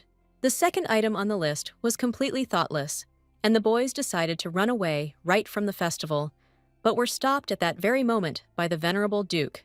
The next mission was to stop using the respectful manner of communication and start talking as if you were talking to yourself. Suddenly, someone asked the imperial family if they were having fun, and Yuri looked at the person in surprise. He had absolutely no idea what he would answer, but Lucas nudged him in the back with his elbow, and the boy admitted that he was having an incredibly fun time. Holding a delicious lollipop, he shouted loudly with a happy smile and a red blush that he really enjoyed the festival. After looking at the list, the boys decided that they were doing very well and could move on to the next item. The empress didn't scold Lucas at all, but it seemed to him that there was an item on the list that she would be unhappy with. Lucas was sure that the empress would not be able to punish her son because she loved him very much. He insisted that there is no greater happiness for parents than to see the happy smile of their children. Doesn't the boy know this yet? These words made the young crown prince think, and Lucas was indeed telling the truth. Yuri quietly asked if his mother would still love him, even if he behaved in a manner unbecoming of a prince. Looking at the emperor and Daria, Lucas asked if it wasn't enough that the empress was happy, and Yuri could see her smile right now. She was ready to do everything for the sake of her child, because in this life there was a great chance to change everything. She asked the boys why they were looking at her so attentively, but they only replied that they admired her beautiful appearance. Lucas confessed to the empress that the crown prince would like to go to the show that the vendor at the festival had recently told them about, but he was afraid to say so because they had to return soon. Daria clapped her hands joyfully and promised to definitely go to the performance, because she herself wanted to offer this to the children. Lucas was sure that the empress would definitely agree, and Yuri had fewer and fewer doubts. The puppet show was about the knights, having united their forces, doing the impossible, defeating a terrible dragon, returning peace and tranquility to the city. Yuri saw a puppet show for the first time, and he kept clapping his hands joyfully with admiring eyes. All this time, the empress was very worried about the Holy Sword tournament, but everything turned out to be completely different from what she imagined. She was afraid that Yuri would be sad about the loss for a long time, but now she was glad that her son felt much better, together with his new friend. Lucas boasted that if he had gone to kill the dragon alone, he would have been able to act much more freely. The Jews' list was not yet complete, and there remained the next point, which he was also determined to fulfill. Frowning his cute eyebrows, Yuri turned to the empress and unexpectedly asked for a younger brother or sister. This question caused extreme surprise on the emperor's face, and Darius held his breath, because a lump appeared in her throat that did not even allow her to say a word. Daria continued to smile, but this question stunned her so much, as if a crackle of rejecting lightning had sounded in the sky. No one expected that Yuri had already learned to ask such provocative questions, and the emperor, pointing his finger at a loving couple passing by, told his son that he had a good example before him. But their peaceful and warm communication was suddenly interrupted by Johann, who ran with all his might between the emperor and empress. He confidently stated that it was probably too early to tell Yuri about such things, but he assured the emperor that even at that age he had received information about how the family was developing. Johann's reaction was so unexpected that the boy even thought that he had managed to say something bad. Alexander explained in simple words that if a man and a woman hold hands and get along well, then in the future they will have a child. For Yuri, this was such new information that he couldn't even imagine how it all happened. So he took his mother's and father's hands with a happy smile and crossed them together, showing how a real family should look. Alexander and Daria were truly a family, but now they felt so awkward because they hadn't held hands for a long time. The festival was already coming to an end. Twilight was slowly falling over the city, and the task about the brother and sister was quite successful. Lucas asked if the emperor and empress had really promised that he would have a brother or sister, but he had little faith in it. And Yuri wondered if everything would work out just because they were holding hands. Suddenly, he thanked Lucas with some special sincerity, and the boy did not understand why this suddenly happened. Yuri admitted that he could not have completed these tasks alone, because Lucas helped him, and he considers him an amazing friend. Lucas had never heard such kind words addressed to him, and communication with Yuri did not seem important. They still had one more task left, but Yuri promised to ask his mother about it next time, because she would answer any question and forgive absolutely everything. But now, for some reason, he was afraid to ask about it. Lucas understood the boy's feelings, and the moment was really not quite right, because they came here to the festival to rejoice. Yuri promised to come to the next meeting with Lucas, and would definitely tell him what his mother answered to the very last question. They sealed the promise with their little fingers, and at that moment, the boys felt like the happiest friends in the world. Daria saw sincerity, support, and care for each other in their friendly relationship, and this is incredibly important in friendship. She was still thinking about Yuri's question, and had already imagined how he would play with his younger brother or sister. But the thought of sharing the night with the emperor again scared her incredibly. Alexander approached the empress and informed her of the imminent departure, so she needed to call Yuri. Suddenly and completely unexpectedly, the heroine remembered that she and Alexander had recently had an interesting conversation. She then promised him to spend one day with him if he made it to the Holy Sword Grand Tournament. Daria immediately asked if the emperor could wait a little longer so that she could do something, and this was due to the fact that the empress invited him to the festival today, along with Yuri and Lucas. She said she saw Lucas throwing something into the grass with a thoughtful expression on his face, and she just happened to be next to him at that moment. After that, he seemed to have no intention of harming Yuri, and their relationship became kind and friendly. She suspected that the Duke had given him this item, and that there was clearly some evil intent behind it. So just in case, she invited the emperor to the festival as an escort. However, she did not dare to tell Lucas that she had picked up that bottle and seen its contents, because the main thing for the empress now was to carefully study everything and find at least some kind of clue. Otherwise, it is completely unclear what else could happen in the future between her beloved son and his new friend. The young man admitted that he would not be against postponing the promise if Daria would actually spend the whole day with him in the future. Exhaling, the empress thanked her husband, because she was very worried about this little moment. Finally, she heard the joyful cry of Yuri, who was ready to leave, and ran to his mother, who had been waiting for him all this time. Stopping near the carriage in which Lucas was supposed to leave, Yuri wanted to say goodbye to his best fencing partner. He waved cheerfully at the Duke's son through the window and thanked him for the fun time spent at the wonderful festival. The next day, the empress decided early in the morning that she should deal with this strange plant as soon as possible. The pharmacist looked at the contents of the bottle and identified it as baby thallus, a poisonous plant that does not grow in these parts. The knight who cut off his majesty by water during the tournament was most likely also sent by the duke to carry out a cruel plan. The empress was sure that all of this was interconnected, and the duke was going to use his own child to poison Yurei, and this was simply monstrous. Daria understood that her son was now in great danger, but she believed that she would protect him by any means necessary. Looking at their cute photo together, she gathered her thoughts, right now to take the step that would allow her to get rid of the hated duke forever. The duke was waiting for his son Lucas to appear, sitting in his office, and finally the boy with guilty eyes and his head down came to his father. He immediately said he was very sorry, and that on the way he was almost exposed, so the operation had to be postponed. The father's eyes widened, and he shouted furiously that he had never allowed his son to justify himself, and now he was telling a complete lie. Lucas didn't know what to say to his most formidable father in the world, and just stood there and watched his reaction. The duke approached, and looking his son in the eyes, angrily asked if he really just wanted to be friends with the crown prince himself. Lucas cried and answered his father sincerely. He just wanted to have a fair fight with the heir to the throne in swordplay. The duke screamed furiously.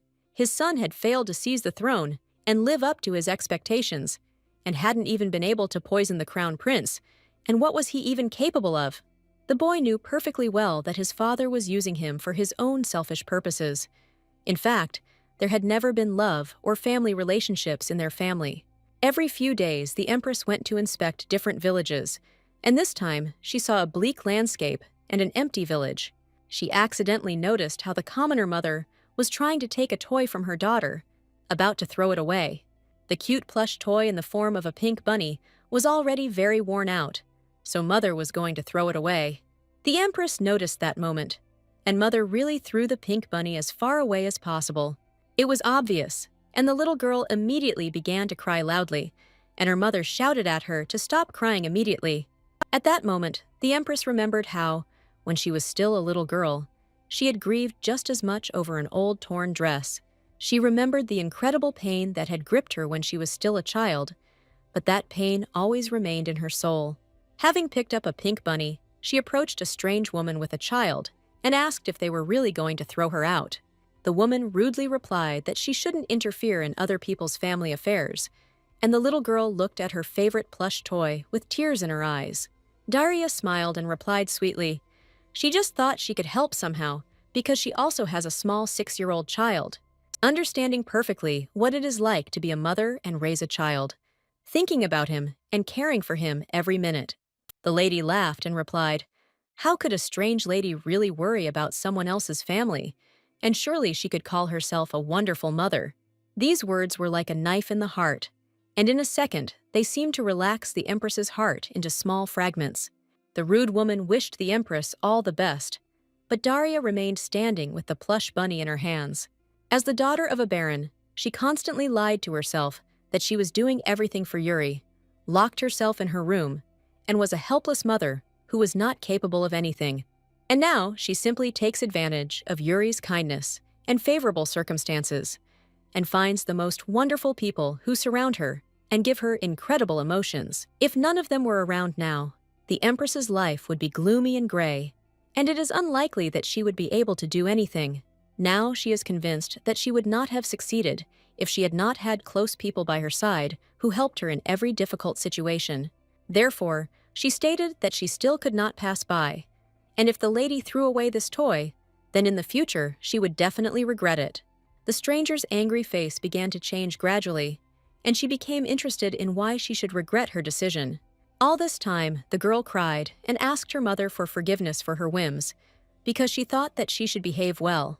Due to her constant work, this woman couldn't even buy her child a toy, and at that moment she realized how rude she had been and fell to her knees in front of her only child.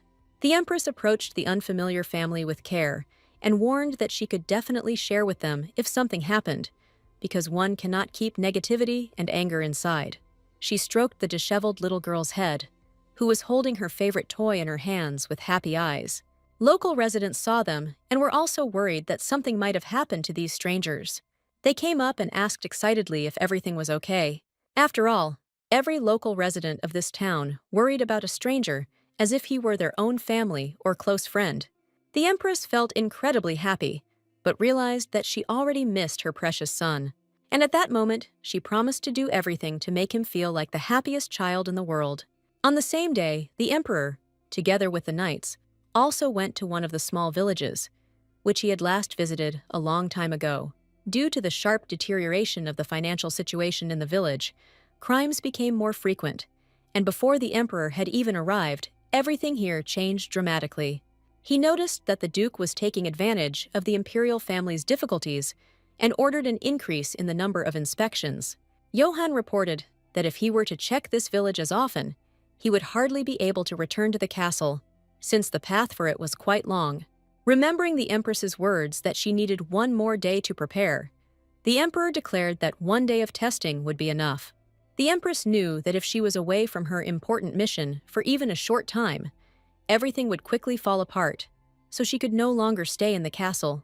So she was very lucky that there were such lively places here where she could interact with other people. The Emperor and Johann were walking around the area, looking around carefully, but Johann suddenly saw a fair-haired girl who reminded him very much of the Empress. But the lady definitely couldn't be here, because now she should be in the castle with her master Yuri, and everyone was sure of it. Having carefully examined the girl's face, everyone realized that this was indeed Empress Daria, and the Emperor did not expect to see her here at all, not understanding what his wife was doing here alone and without an escort. As it became known, soon after the tournament, the Duke's son was poisoned, and the herb that His Majesty discovered was also that same poisonous plant. If the poison growing in the county and the poison that was Lucas have the same composition, then a lot becomes clear. This means one thing, that the Count and Straggler have united and now share a single goal. Alexander stated that he would like to receive irrefutable evidence, but they understood perfectly well that they could not blab. However, Daria thought for a bit and still came up with one interesting idea. The Empress came up with an idea in which they could compose and issue evidence. Everyone understood that another interesting adventure awaited them from the Empress herself. On the marble table lay the same poisonous herb, a bottle of poison, and another large bottle with something unknown. The Empress gathered Alexander and Johann to tell them her plan and decide how to proceed. She offered the knight to sit with the Count as a merchant and sell him a bottle, which the Empress was going to sprinkle with pollen of a poisonous plant, and in the worst case, only the hand might turn red from it. They had to make the Duke touch, and as soon as he touched, the reaction would immediately appear. And at this moment, Johann must show the Duke the poisonous bottle that he personally handed to his son. Johann guessed that knowing the contents of the bottle, the cow would definitely tell the whole truth. He decided to take the bottle to save it until tomorrow, but accidentally touched its surface. His finger immediately swelled and turned red, and the Empress laughed joyfully and loudly throughout the room. Finally, the evening came when Daria promised to spend alone with Emperor Alexander. Seeing the Emperor enter the veranda, Daria immediately asked how he felt about you. Then there was a small poisonous plant. Therefore, Alexander was sure that the finger would heal overnight, and the Empress laughed at how absent-minded Johann could be. She asked why the Emperor had once decided to make Johann his chief assistant.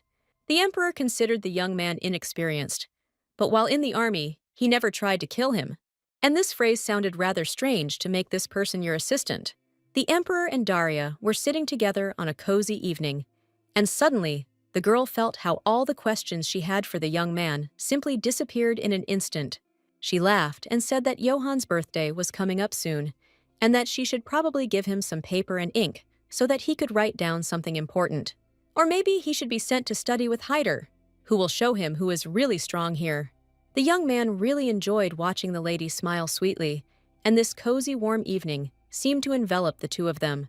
They chatted pleasantly and drank wine, as if there was no gulf between them that had separated them for 15 years. The next morning, Johann went to the Duke, and the Empress's grand plan worked. The Duke claimed that he had not planned anything and had absolutely nothing to do with it, and that the order had been given to him by Duke Trackler. The Emperor asked the man if he had any evidence to justify himself, and he insisted that he was innocent. That same day, they received the Duke's order, with a signature that the evidence was irrefutable, and the Empress's eye and plan worked simply superbly. Suddenly, the Empress heard a child's voice nearby, which was definitely familiar to her. It was the same girl with the pink plush bunny that she had met quite recently. The meeting was incredibly joyful, and Daria wanted to know how things were going with this family. Johann was surprised and noticed how the Empress had already become a favorite of the people. But when did she manage to do all this? Suddenly, the Emperor asked Johanna how many guards there were at the gate when he arrived here. After thinking for a bit, Johann replied that there were 3 of them. But for some reason, the young man was overcome with doubts at that moment. And then Alexander finally realized that one was probably presented to the Duke, and he was definitely somewhere nearby. And perhaps they were given to Straggler. The woman told the Empress that some unknown man was looking for her. The man took off his hat and apologized for appearing so suddenly, and reported receiving a letter in the Duke's territory stating that there should be a fair-haired girl and a man with black hair in the county. He asked that this letter be conveyed to the Empress. She excitedly showed the letter to the Emperor, shouting that the letter came from the Duke. And now the Empress was worried about only one thing. Their little boy Yuri was in great danger right now. The Crown Prince has long been hunted by a Duke who wants to destroy the imperial family and overthrow them from the throne. But at that very moment, Yuri was already looking with frightened eyes at the offender, who had nevertheless managed to get to him. A few hours ago, the Duke was informed of an important message. The Imperial Majesty and Empress have arrived in Raymond County, which means they have discovered something. Apparently, Raymond kept evidence of his orders, and in the cherry blossoms, the Emperor and Empress will go straight to the Duke. The man knew that the Crown Prince was now completely alone in the castle, so he did not want to wait any longer, and ordered that little Yuri be captured immediately. Lucas, unfortunately, overheard his father's conversation with his partner, and realized that he needed to quickly save Yuri, but now he was under house arrest. He decided to write a letter that his father was planning to kidnap the Crown Prince, and if the Emperor was currently in Raymond County, and they need to return right now urgently to save Yuri before trouble happens. Seeing this letter written by the Duke's son Lucas, Daria's hands began to tremble violently, and the girl felt very ill. She knew that she had to get back to Yuri right now, and she had to do it as soon as possible. Johann informed the Emperor that he had everything prepared, and that they could all set out on their journey together. The Emperor shouted loudly that they were now returning to the imperial mansion, and Daria was sure that she would be taken with them too. Since they had only one horse, the Emperor had to go, and the Empress wondered if she would be able to get there as quickly as possible and protect Yuri if she rode with all her might on an unfamiliar horse. She unexpectedly announced that she would go to the Duke and that she would probably be able to somehow resist him there. The Emperor was indignant, but even if the Empress bowed, she still would not have time to help. She assumed that, regardless of whether the letter was true or false, the next place where Yuri might be was the Duke's palace, and the Emperor really thought that the words really were more like the truth. He ordered the detachment to go to the ducal palace with the Empress. Johann will have a special mission. The Emperor asked the young man to protect the girl no matter what happened, and he was ready to do this even at the cost of his own life. Having agreed on a plan of action, the Emperor quickly jumped on his horse and went to help his beloved son. The Empress, together with a detachment of knights, went to the Duke's house to try it.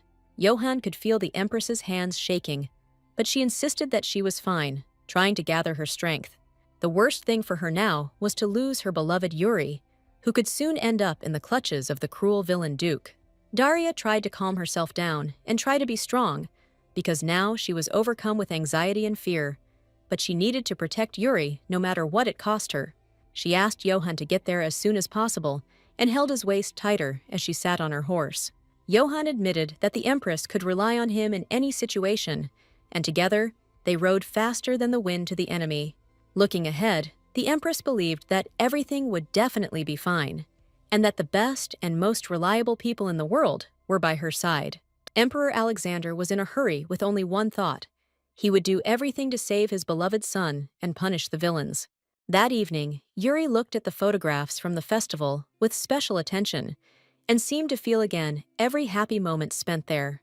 The holiday turned out to be incredibly fun, and he was left with a joint photo with his mother as a keepsake. He was calmly going about his business and waiting for his mother and father to return home. But suddenly, Lulu turned from a cute puppy into a loudly barking dog.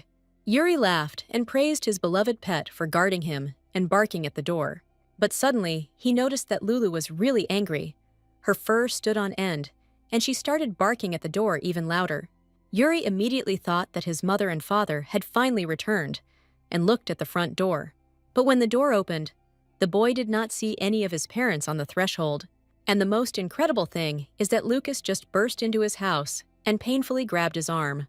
Yuri noticed that Lucas was very excited, and he immediately shouted for Yuri to run after him immediately.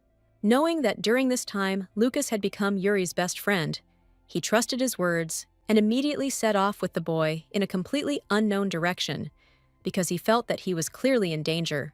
Something unexpected happened at the main gate of Ilvaria Castle this evening, and the guards noticed a strange scene.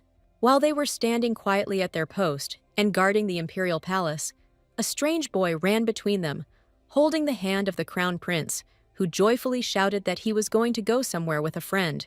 Yuri trusted his friend, but he did not understand what had happened and why there was such urgency.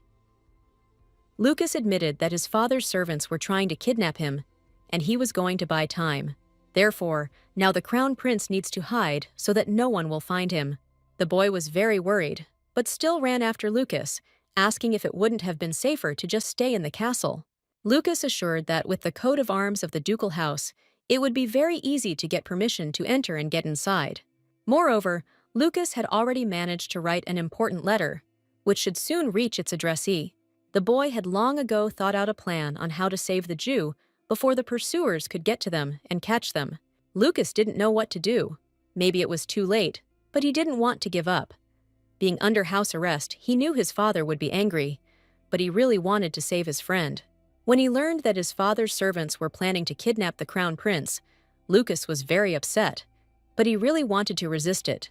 After all, the cheerful Lucas, with whom they had known each other for a long time, turned out to be a truly amazing boy who became his real friend.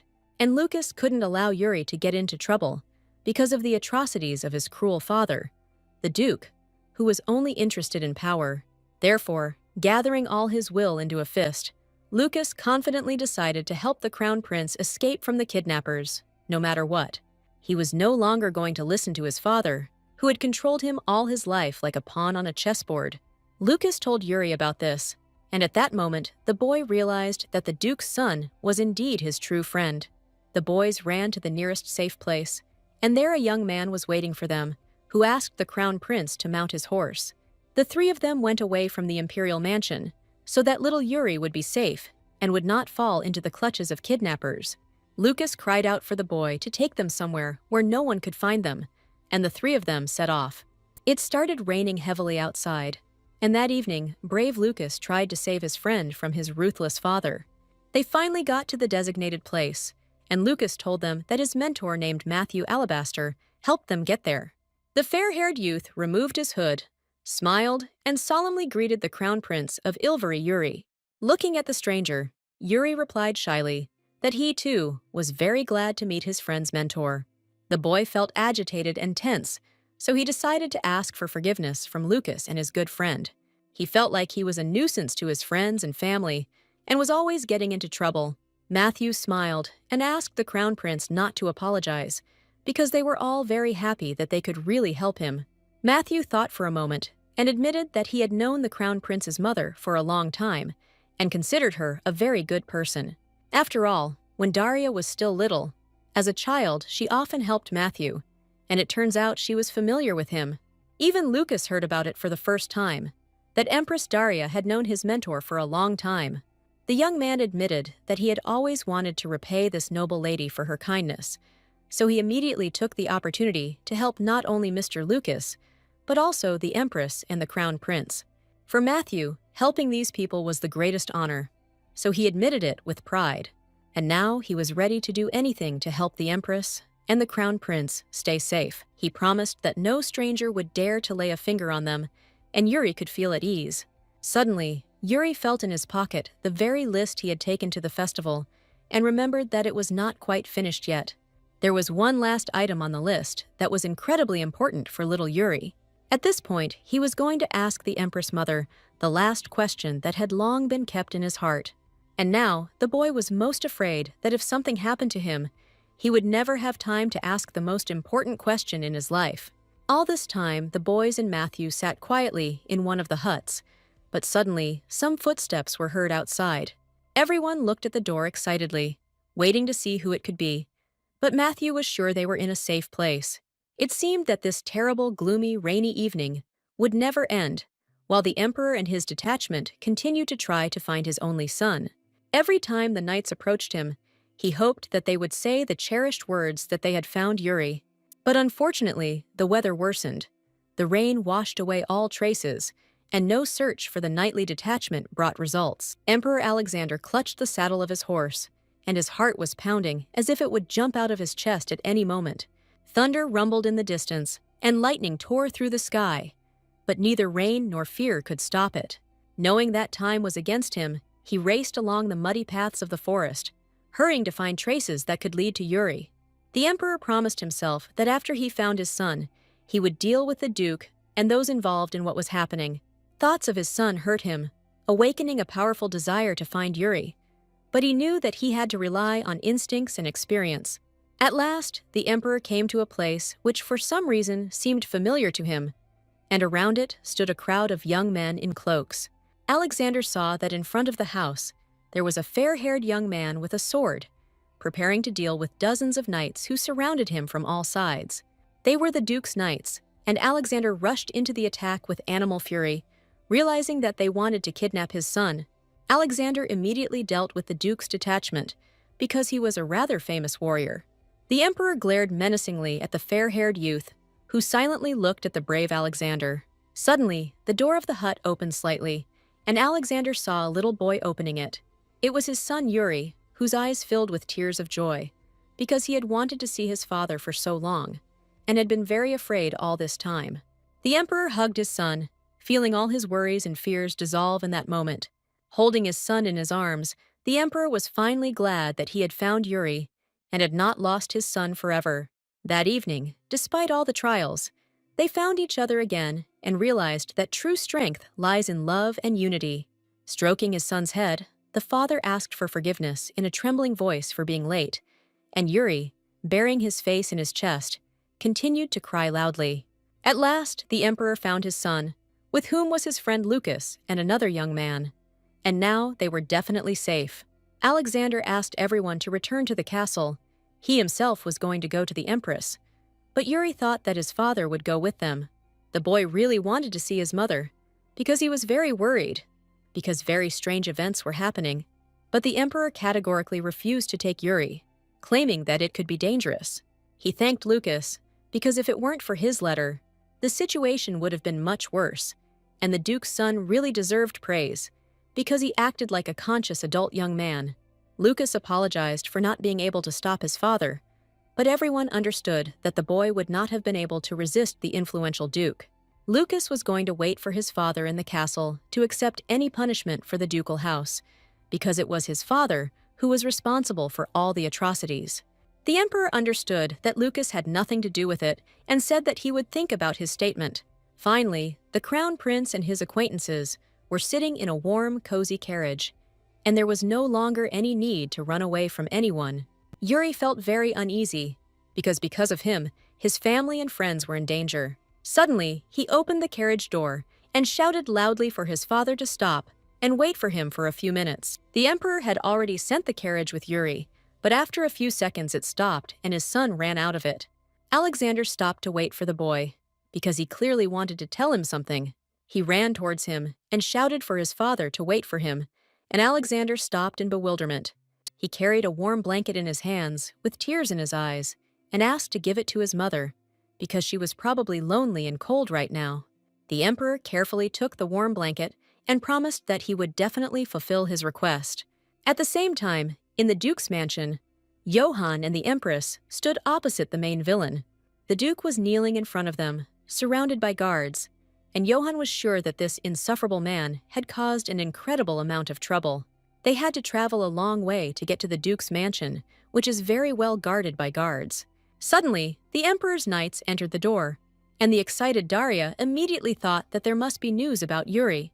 The young man shook his head from side to side, which meant that her son's whereabouts were still unknown. With each passing second, the empress became more and more worried. but she knew that Alexander would definitely find his son and cope with any difficulties.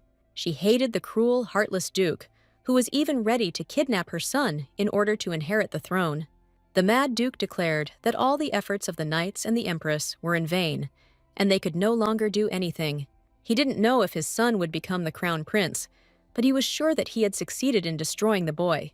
The empress can't do anything because she doesn't have such a high title. Daria asked to take the duke to prison and did not understand how a person could be so cruel. Her heart was full of anxiety, but deep down, she did not lose hope that her beloved son Yuri would be found. Daria prayed for his safety and for Yuri to return home. She knew that her husband was a strong and determined man, capable of overcoming any obstacles for the sake of his son. Time dragged on slowly, and every moment of waiting seemed like an eternity. She often went out onto the balcony, looking at the sky, as if she could see her son returning home. It was almost evening, and the empress asked Johann if there was any news about her son or Alexander. But unfortunately, Johann could not answer anything, and in response only remained resignedly silent, also waiting for at least some news about what was happening. And even when hope seemed illusory, she continued to pray and wait, believing that soon they would gather at the same table again, and Yuri's laughter would once again fill the palace with joy. After thinking for a while, Daria suggested that Johann return to the castle. Believe me, perhaps His Majesty had already met with Yuri. She knew that the love they all felt for each other was a powerful force that could overcome any obstacles. As soon as she said these words, a loud clatter of hooves was heard in the distance, and the long-awaited Alexander appeared before her eyes. Daria couldn't believe her eyes, because this was not a dream, but real reality, and the emperor had finally returned. Earlier he went to look for her, but now for some reason he ended up here, but his son was not with him at all. In 1 second, Daria was afraid that she would never see her beloved boy again, and that the worst thing she could think of had really happened to him. But having wrapped the girl in a warm blanket that her son had given her, the emperor hastened to calm her down and inform her that everything was fine with Yuri, that he was safe and in a safe place. Finally, Daria heard the long-awaited word that everything was fine with her beloved son, and he was alive. Tears of joy filled Daria's eyes, and she felt joy filling her heart, and imagined how she would soon see her son, how she would hug him and hear his laughter. But suddenly, Daria saw Yuri and his friends approaching them, with shining faces and eyes full of happiness, and at that moment, all the worries and fears that had tormented her for many days dissolved. Yuri, hearing his mother's voice, turned around and seeing her, smiled as if the whole world had fallen into place again. Daria, with tears of joy, rushed to her own son, and they met in an embrace full of love and happiness. Yuri's eyes were shining with joy, and finally they were all safe, and Yuri was with his family again. She looked at her son who had returned home and knew that only bright days lay ahead of them. Yuri saw how his mother was very worried about him, and the fact that she was happy again made him feel warmer inside.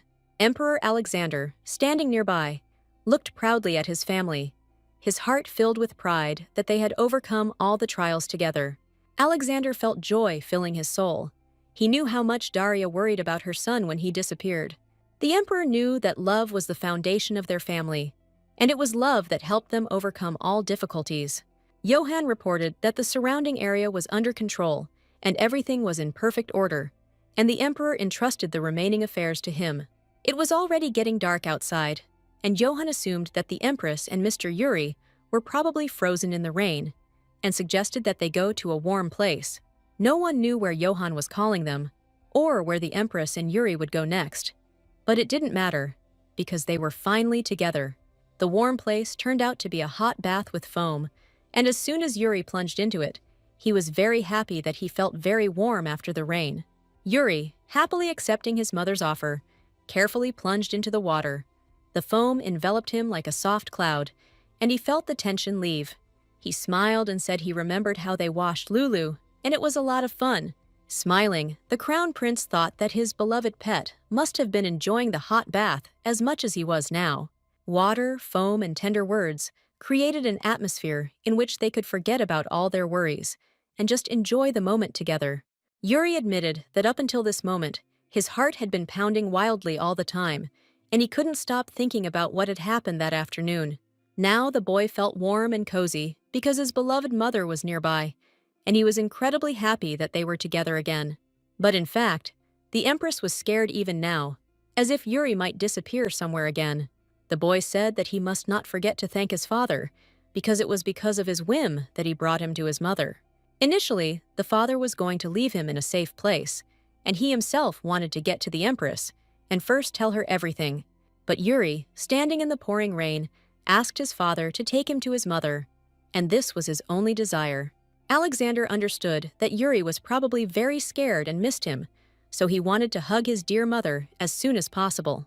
He was also very worried that she was incredibly lonely, because they had not been together for a long time, worrying about each other.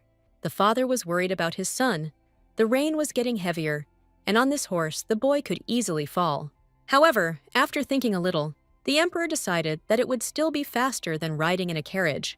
He asked the boy if he was ready for it to shake a lot, and Yuri, looking at his father, was glad that he was still going to take him with him. He heroically placed his hand on his chest and declared his readiness to face any trials, if only to be with his mother as soon as possible. Now Yuri sat in a warm bath and remembered that the cart had indeed been shaking very violently, but if he had ridden on his father's horse, it would have been much worse, so he made this journey with much greater effort. While Yuri was happily telling the story, he did not notice at all how Daria, who was standing behind him, began to cry bitterly and ask for forgiveness.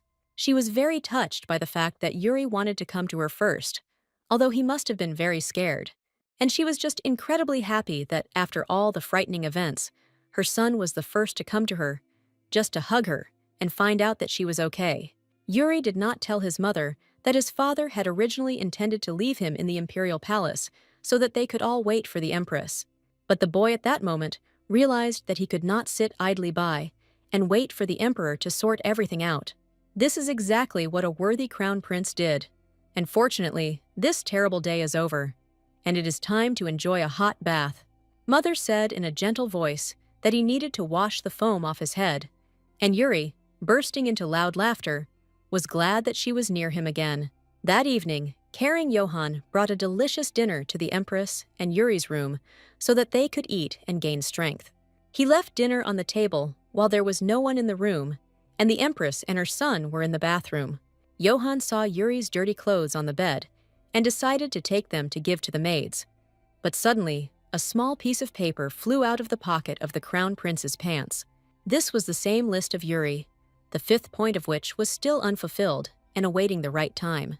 Johann read the list and was surprised that little Yuri was already worried about such rather serious things, and he really wanted this boy to be truly happy and never be in danger again. Until the very night, the emperor checked important papers, and Johann was still worried about the note he had found yesterday. He thought sadly about the fifth point, and Mr. Yuri, who, as it turned out, had been worried about something all this time. Johann didn't want the boy to leave them, because he had once promised him that they would always do everything together. He could not hide his emotions, and even the emperor noticed that something had clearly happened to the young man. Johann smiled and replied that he was perfectly fine, and asked how the investigation at the Duke's mansion had gone, but unfortunately, nothing suspicious had been found there. It was time for the young man to go to bed, because in the morning everyone had to return to the castle with the first sun. Johann said that sleep is the best food for the soul, and putting Yuri's list in his pants pocket, he finally went to rest, wishing the emperor good night.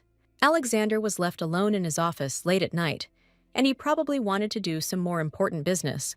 So he opened the desk drawer, which contained an unusual book bound in hard leather. Finally, in the morning, the whole family stood at the threshold of the imperial palace, which meant that they had finally returned home. Yuri was worried. Emma and the others were probably angry because he left without saying a word. But Daria was sure that they would meet Yuri with a smile on their faces. The first to run out to the crown prince was the maid Emma, and she ran straight to the empress and the boy to quickly hug them. She rushed to hug the boy with all her might because she was so afraid that he had been kidnapped and that she would never see him again. Emma blamed herself for not being worthy of being a maid because she couldn't protect Mr. Yuri, and this is her direct responsibility. The next to come out was the senior maid. She sighed heavily when she saw Mr. Yuri, for whom she was holding a warm blanket in her hands. She stroked the boy's face and was worried that he had been cold all this time, so she carefully wrapped him in a scarf. During this time, the head maid really began to look ill, and the maid said that she was so worried during her absence that she ate almost nothing. The maids hugged the crown prince and kept crying, and Johann was just running towards them, tears also flowing from his eyes for some reason. Everyone was really very happy to see the beautiful boy Yuri, and every inhabitant of the palace was sincerely happy. While everyone was hugging and kissing the returning crown prince, the butler approached the empress, and he announced that lunch was served, so everyone could go to the dining room to finally have a tasty meal. Yuri laughed joyfully, wrapped in a warm scarf, and asked everyone for forgiveness for making them worry and be so upset. Everyone wished Mr. Yuri a pleasant return, and at that moment, the boy realized how much each of his friends loved him. But most of all, he loves Empress Daria, whom he considers the best mother in the world. These happy moments of reunification of mother and child are priceless for each of them, and will remain in their memory for a lifetime, warming them with warm memories. Even Lulu, curled up in a ball, had missed her owner incredibly all this time, but now they were together again. Finally, the whole family gathered around the dinner table, and Lucas and Matthew were also with them. The Empress thanked the young men with all her heart for saving her son, because if it weren't for them, Yuri would have been kidnapped long ago. Lucas was very upset, because his father was to blame for everything, and Matthew insisted that he was simply following Mr. Lucas. Lucas felt that the Empress was truly a very good person, and despite the fact that the boy was the son of the hated Duke, she accepted him as a dear friend. Daria, like her father, belonged to the ducal family of the Stragglers, but those around her call her the daughter of a baron. Lucas was very surprised, because he was sure that Daria had nothing to do with the Stragglers' house. Smiling, the sweet Empress asked everyone to eat before the food got cold, because the maid and cooks had tried very hard. Lucas remembered that his father had also spoken so contemptuously about the baron's house, and he thought that this was normal in noble society. And now it has become no secret to anyone that the Empress also had a hard time because of her origin. Finally, everyone started eating delicious food, because each of them was exhausted due to strong worries about each other. The Empress's words made young Lucas think, and he finally understood. That's why the Empress treated him not as a straggler, but simply as Lucas, who had absolutely nothing to do with this house. The young man was interested in one question, and he decided that now was the best time to ask it to the Empress. Lucas was very keen to know if his father's punishment had been decided, and if there was any information on the matter. A silent pause hung over those present, and the Empress thought about how to tell Lucas about this as gently as possible. She understood that sooner or later, the boy would find out about it anyway, so she could tell him the whole truth right now. His father was sentenced to life imprisonment for kidnapping a member of the imperial family and attempted murder, and he would henceforth be stripped of his title of duke. This meant that Lucas would be driven out of the ducal estates and would no longer have to fight for his inheritance. Lucas was incredibly happy for his friend, because he now had no rivals, which meant that Yuri would soon become the honorary crown prince. No one wanted it to happen at such a price, because Lucas is also a worthy boy. But now circumstances have decided otherwise. Everyone understood that after Lucas's father was imprisoned, the boy would be kicked out of his own home. Therefore, the Empress, being a caring mother, thought a little and said that she had an interesting proposal for young Lucas. And so that the boy would not have to wander from house to house, she offered him to become Yuri's personal knight and live with them.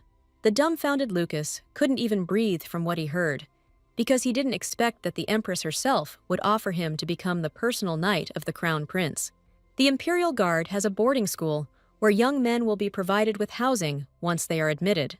To get into such a place, one needs a recommendation from a knightly order or the imperial family, and Daria happily agreed to give her recommendation to young Lucas. She had seen his swordsmanship at the Holy Sword Tournament, so she was sure the boy needed to use his talent. The Empress confessed that she incredibly wants Lucas to eventually become the sword that will protect his best friend and her son, Yuri. Lucas was worried.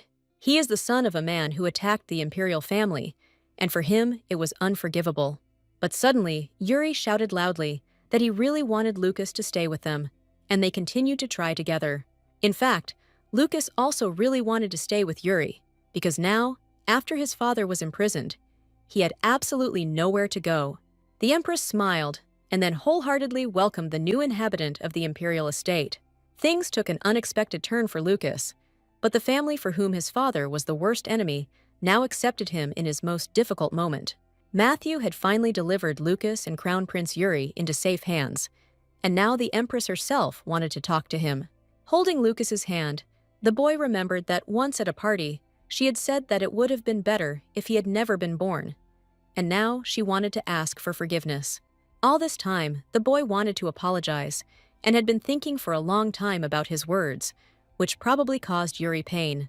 But a joyful Yuri waved his arms in different directions and asked if Lucas had really spoken about this, since nothing like that had happened.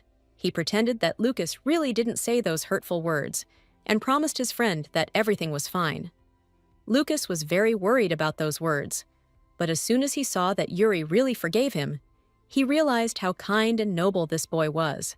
The Empress was talking about something with Matthew, and all this time, Yuri was thinking that he had not yet asked the very last question from the plan. The boy realized that even when they were separated from his mother, she still thought about him every second.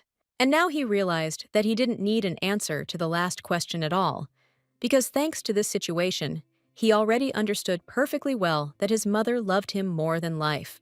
Lucas smiled and replied that this was simply wonderful news, and Yuri was grateful to his friend for helping and supporting him all the time. The carriage for Mr. Lucas was brought out, and the Empress personally came out to say goodbye to the brave little hero. There are long holidays at school, and the Empress asked Lucas to return to the Imperial Palace at any time, and she and Yuri will definitely greet him with happy smiles. Getting into the carriage, Lucas wished his new friends all the best, realizing that from this moment the boy would begin a new happy life without his father's reproaches and hatred. When it was time to say goodbye, little Yuri could not hold back his tears, wishing his best friend a safe journey. Lucas patted the boy on the head and laughed that there was no need for a member of the imperial family to cry. But unfortunately, it was time for them to say goodbye, and they would definitely see each other soon. Thanks to the imperial family, Lucas's childhood will now be more favorable than if he had remained under the pressure of his father, who is now unlikely to be able to claim the title. Later, Lucas successfully entered a boarding school, which was great news for the imperial family. But they say that the Duke, guilty of all the atrocities, never expressed any remorse for his actions, and the Empress was worried about what His Majesty thought about this. Execution will not give people information. That is why life imprisonment was chosen as a preventive measure, to create conditions of hell on earth for him. But when the Duke was told the sentence, he even burst out laughing. He had endangered 2 children, still found the strength to laugh, and the Empress considered his actions to be completely unforgivable. She apologized to Alexander for showing her ugly and rude side and understood that she just needed to calm down. The Emperor asked if Daria was already aware of the Duke's behavior, which was why she was speaking so rudely about him. The Emperor had recently had a conversation with the Duke, and at the moment when he was talking to him, Alexander had only one thought in his head: to immediately cut off the head of this madman. He wanted to silence him, and it seems the Duke allowed himself to make unpleasant remarks about the imperial family. And in fact, the Emperor simply wanted to say that he felt the same as the Empress, and wished for the Duke to be punished more severely so that the man would finally understand that he had endangered people. The Empress wanted him to be executed, but unfortunately, they needed information about the culprit of the crimes. In the previous life, for the Emperor, the Crown Prince was just a tool for the continuation of the country's existence. And even on the day when the boy had a fever, he did not pay any attention to it, and his opinion never changed. If the instrument is lost, you can create a new one.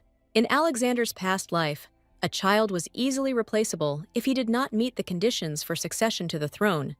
But for the Empress, Yuri was always the only irreplaceable boy. The Empress admitted that Alexander is always calm, and even now he keeps his cool, so it is not the same thing.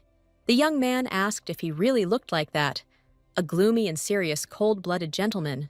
Daria decided that it was high time to ask whether the Emperor was really raising Yuri solely for the sake of the country and the government. This question was extremely painful for Alexander, but he could not deny that it was so. But when he remembered the day when Yuri was kidnapped, his hands still tremble. The Empress listened attentively to her husband. She had never heard any sincere words from him before. He admitted that since that day, he could not get rid of anxiety, and could not even sleep from fear that one day he would lose Yuri. And Daria experienced the same strong feelings. They both understood perfectly well that the little boy was more precious to them than anything else in the world, and it was he who held their relationship together. The Emperor asked if the Empress had any plans for the rest of the day, and asked the butler to enter the room. He approached a butler named Sabas, who was happy to listen to his master's request. But suddenly, the door opened and the maids entered, who announced that they had come to prepare the Empress for her exit. Daria couldn't understand what was going on, and why the butler and all the maids were there, waiting for her for some reason. The maids were heading towards her, and the Empress was trying to understand what all this meant. Suddenly, the Emperor turned around and asked if Daria had completely forgotten what they had agreed on just recently, since he had asked her to devote a whole day to him, and that day was supposed to come today. Soon the maids prepared the Empress for the exit, and upon seeing her, Alexander noted that her outfit looked completely unusual. They dressed the Empress in a riding suit, although the girl was no stranger to it, and it was comfortable to move in it, but a little nerve-wracking. Sitting astride the stallion, the Emperor politely offered the girl his hand to help her mount the horse. She easily jumped onto Alexander's lap, and Daria felt very excited being so close to him. Sometimes it's good to try something new and take your mind off of bad thoughts, and horse riding is a great way to lift your spirits. At first, the Empress was not in the mood, but perhaps in order to calm down, she really needed rest, and she only now realized this. It was obvious from the girl that she was quite tired, and Alexander thought that she probably didn't like the territory, but mentally, she couldn't leave Yuri, and it seemed that she wouldn't be able to go outside without thinking about her beloved son. The lady admitted that she really appreciates her husband's attention, and she also finally began to feel warmth and care from him towards her. Daria agreed to spend the day with Alexander. She was very interested in what he would offer her, and the young man knew that if he moved a little, his mood would also change. So he asked the Empress if she liked hunting. The heroine knew how to handle a bow a little, but she had never hunted and did not know if she could. The Emperor decided to start with bow training, and in conversation, he revealed that he had become interested in hunting in the last 10 years. The Empress was horrified to think that one day her son would also show interest in hunting, and this thought frightened her. After all, she didn't want her baby to grow up and start shooting animals, despite his father's genes. At that time, the Duke's son Lucas was on the hunt, but now he might be better suited to fight with a sword, because the boy shows successful skills in fencing. Daria was determined to continue communicating with Lucas, because this boy turned out to be completely different from his father. In imperial families, marriage and children often occurred only for the sake of succession. But after Yuri was born, in his past life, Alexander and Daria practically did not speak, and the child was immediately taken away from his mother. However, now she wondered if perhaps she should have paid a little more attention to Alexander, since she didn't know him at all as a person. Lately, this young man had surprised her more and more often, and he seemed to become closer and dearer with each passing day, although before he had been rude and cold-blooded. Seeing the place where they arrived with the Duke, Daria admired how beautiful it was around. It was a beautiful flower meadow. The Emperor invited the girl to take a little walk and look at the beauty around. The Empress didn't even know that there was such a wonderful place on the castle grounds, and they stood in a beautiful flower field, smelling the fragrant aroma of flowers. Alexander reported that as Empress, she should have had access to any part of the castle, but unfortunately, Daria was limited in many ways. Daria probably had no idea what conditions she could enjoy as the titled wife of the great emperor. Sadly hanging his head, the young man admitted that there should not have been any doors here that the Empress could not open, because she had the right to the same full life. Daria remembered very well those huge iron gates with a lock that separated her from her beloved son, and separation from her son brought her incredible mental suffering. Alexander sincerely asked for forgiveness, and only now did he understand how he had limited his wife and not allowed her to be free.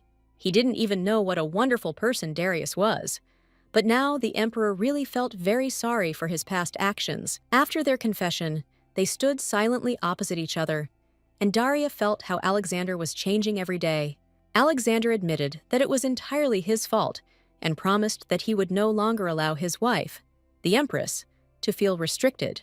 Finally, Alexander realized everything and apologized, and the Empress had to forgive and forget. But unfortunately, Alexander was not the only culprit because of whom everything happened. He looked at his wife silently, but he knew that most of the responsibility had been on him all this time.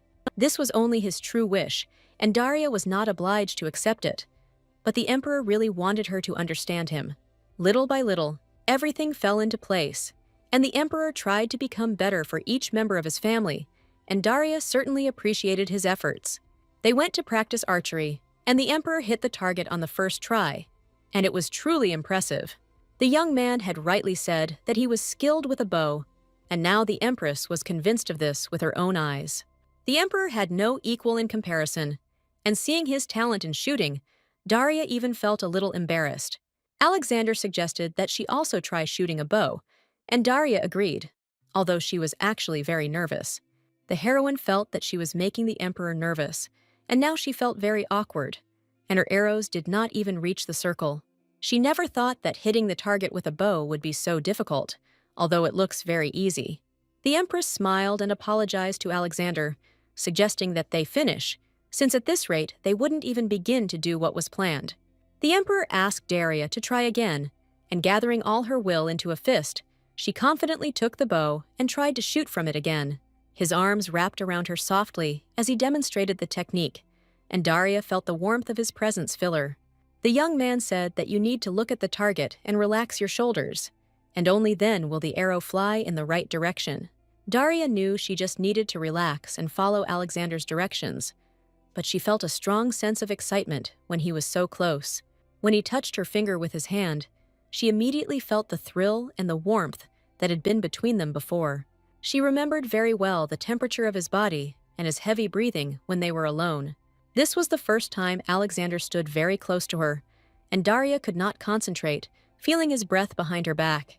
She pulled the bowstring, trying to remember every move Alexander showed her, and he stood next to her, supporting her confidence. The arrow flew, but did not hit the main target, but it hit the very corner of the circle, and this was already an excellent result.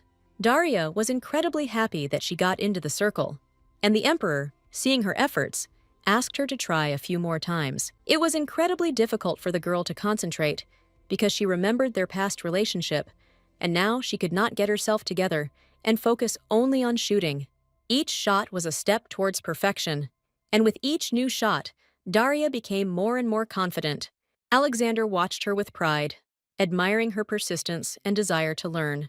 But the next time she got stuck and flew very far, and the heroine realized that she had applied too much force and was not very attentive. To her great surprise, the young man declared that the girl had absolutely no strength in her hands, and she simply needed to do as he showed her. Daria was upset, thinking that she was very weak and could not even shoot a bow and hit the target.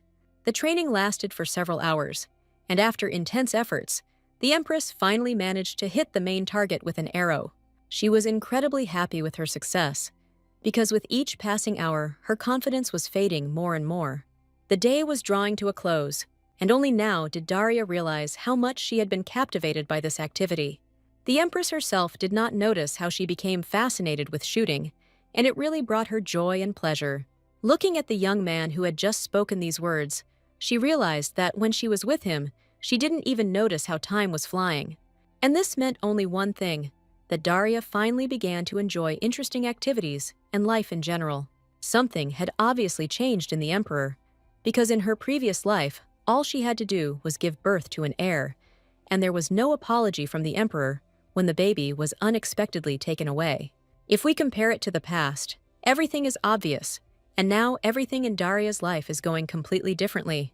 But despite all the joys, success, and achievements, this did not mean that the past had disappeared and ceased to worry the girl, because there was still a huge wound in her soul.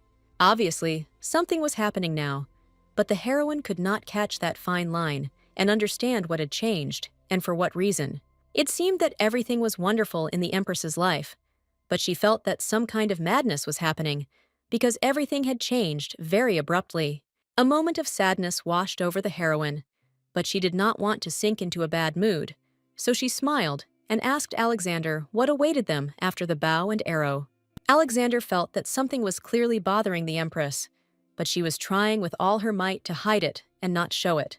Her eyes lit up with joy. She turned to him with a wide smile, and Daria really didn't think archery could be so exciting. After a successful training session, they decided to go to dinner. Alexander admitted that he had already invited Yuri to dinner in advance, so they should hurry. Daria was sure that she was just fulfilling an agreement, because she promised to spend the whole day with Alexander. While the maids were preparing for dinner, Daria could not even imagine that Yuri and His Majesty would sit at the same table as a real friendly family. From the day she first lost Yuri, clutching his circles, and even from her earlier childhood, Daria always dreamed of only one thing: about ordinary everyday life, where the family gets together, where everyone laughs, rejoices, and has a great time with each other. After some time, the maids approached the Empress and apologized for the long wait. Next to them stood 3 mannequins with beautiful festive dresses, and the lady had to choose the outfit she liked, which she would have to wear to the family dinner. The Empress saw the new maids for the first time, and they all seemed to have the same face, and they were the same maids that the Emperor had hired after learning that his wife had never had one. One of the smiling girls declared that by order of His Majesty, the Emperor, they had come to serve the Empress, and each maid gave her name. After thinking for a moment, the Empress realized that that conversation at the imperial feast had not gone unnoticed when she reported the absence of servants. That evening, Daria confessed to the Emperor that from the day of her wedding until today, she had not had a single servant. Alexander not only remembered what his ex-wife said that evening, but even immediately fulfilled her request by hiring new maids to help. The Empress carefully examined the luxurious dresses, but one immediately caught her attention. It was an incredibly beautiful blue dress, skillfully inlaid with precious stones that sparkled and shone. Daria touched the fabric of the luxurious outfit, and for her, it was an incredibly beautiful dress, which she had never seen or worn before.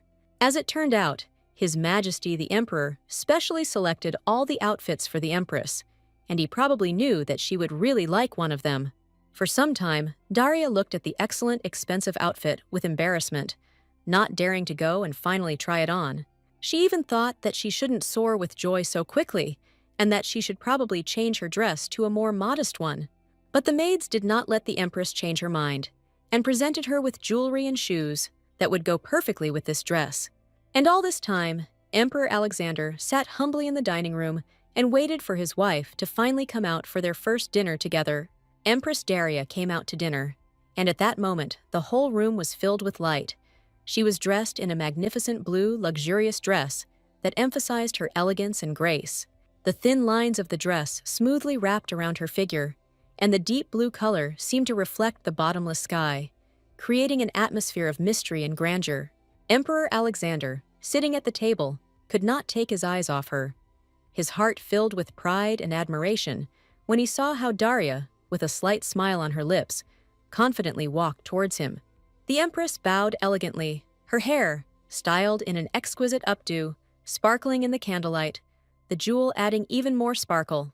Daria thanked the Emperor because it was he who had prepared such a luxurious dress for her, and she was immensely happy with it. She was very surprised when she noticed that the Emperor's suit was also made of blue fabric, and now they looked incredibly harmonious together, as if Alexander knew that she would choose a blue dress. Since it was an informal dinner, it was no big deal if the clothes didn't match. But the Emperor had guessed that Daria would choose this very blue, luxurious outfit. Daria blushed. Her heart beat faster from his words. She felt how their connection grew stronger with every moment, and she understood that this evening would be one of the most memorable in their lives. The heroine felt that this evening could be special, because before she and Alexander had never even sat at the same table. The young man approached the table and politely moved the chair so that the Empress could sit on it, and did so according to all the rules of decency and etiquette.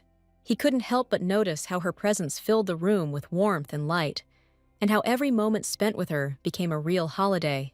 Yuri still hadn't come to the dining hall, and his fencing training must have dragged on, and the boy should have arrived soon.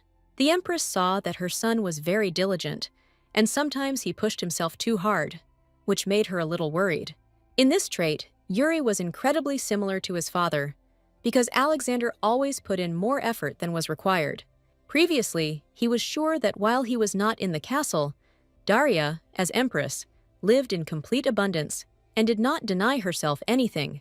And now the emperor admitted that he was guilty, because he was sure of it. But he had no control over it, and most likely he simply did not care. But during all this time, the empress never once asked her husband for help, and never once complained about her life. Alexander admitted that he would like to hear her story, and was a little worried that it would look too selfish on his part. There was no point for the empress to hide the whole truth, because it was really selfish, and all this time she was treated as an ordinary and commoner. But now she saw Alexander's kind eyes in front of her, and felt that this man was really trying to change and was doing everything in his power to do so. No matter how many times she heard words of repentance, that former indifferent coldness that emanated from the emperor every day, and the hurtful words still surfaced in her memory. It was amazing, but in a few months, everything would be turned upside down. And with Alexander, she was already connected only with happy memories and pleasant, joyful moments. She always believed that this young man could change. And in fact, behind his cold-bloodedness, there was a sincere and sensitive nature. Daria wanted His Majesty to be a father to Yuri, and to look him in the face just like that, because she wanted only happiness for her son. The Empress desperately wanted their family to finally be filled with love, warmth, and a friendly atmosphere, where everyone was ready to support each other. She honestly confessed her feelings to the Emperor, and the young man promised to do everything possible to ensure that their son grew up in love and care. Finally, poetry and footsteps were heard outside the door, and the Empress felt that Yuri had finally returned from training and was now heading straight towards them. Daria was very surprised when she saw her son in a cook's uniform.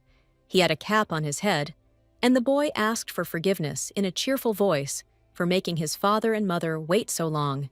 She looked at her son in his chef's hat with surprised eyes, completely not understanding what was happening here now, because he was simply supposed to come for dinner.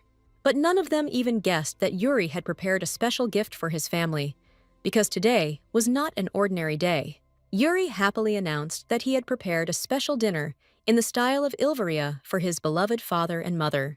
The cook stood next to the boy and watched, while Yuri, rolling up his sleeves, said that he was going to serve the dish before it got cold, and really wanted his parents to try it as soon as possible. Yuri excitedly took the covered dish and carefully carried it himself and placed it on the dining table. Watching the boy diligently carry the dishes prepared especially for the family, the Empress and father felt how much Yuri wanted to take care of them. The boy said that it was a special chicken with spices, so it took a long time to cook, and his parents had to wait a little. Yuri opened the lid, and when Daria saw the prepared dish, she didn't even believe that her beloved son could do it himself. Emma and the head chef helped Yuri and suggested which ingredients and when to add, completely controlling the entire process. But it was Yuri who did the main part. He really wanted his parents to like his deliciously cooked chicken, so he wished his mother and father bon appetit, waiting for their reaction. At that moment, Daria realized how much Yuri had grown and matured during this time, and the noble heart of this boy could not be hidden. She thanked Yuri for his care and said how much she loved her son, and the contented boy stood nearby and smiled happily.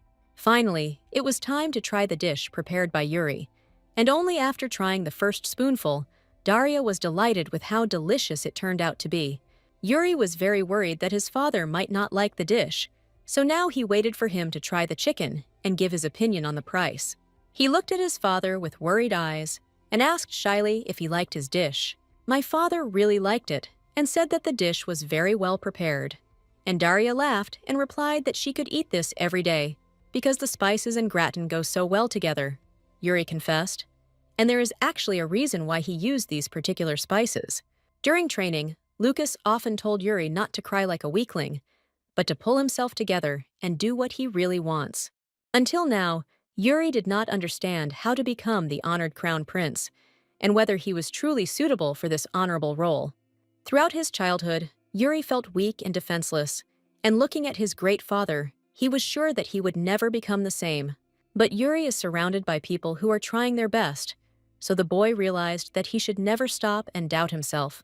He finally decided that he wanted to change, so he added Ilvaria spices, which are considered a symbol of strength, to become stronger.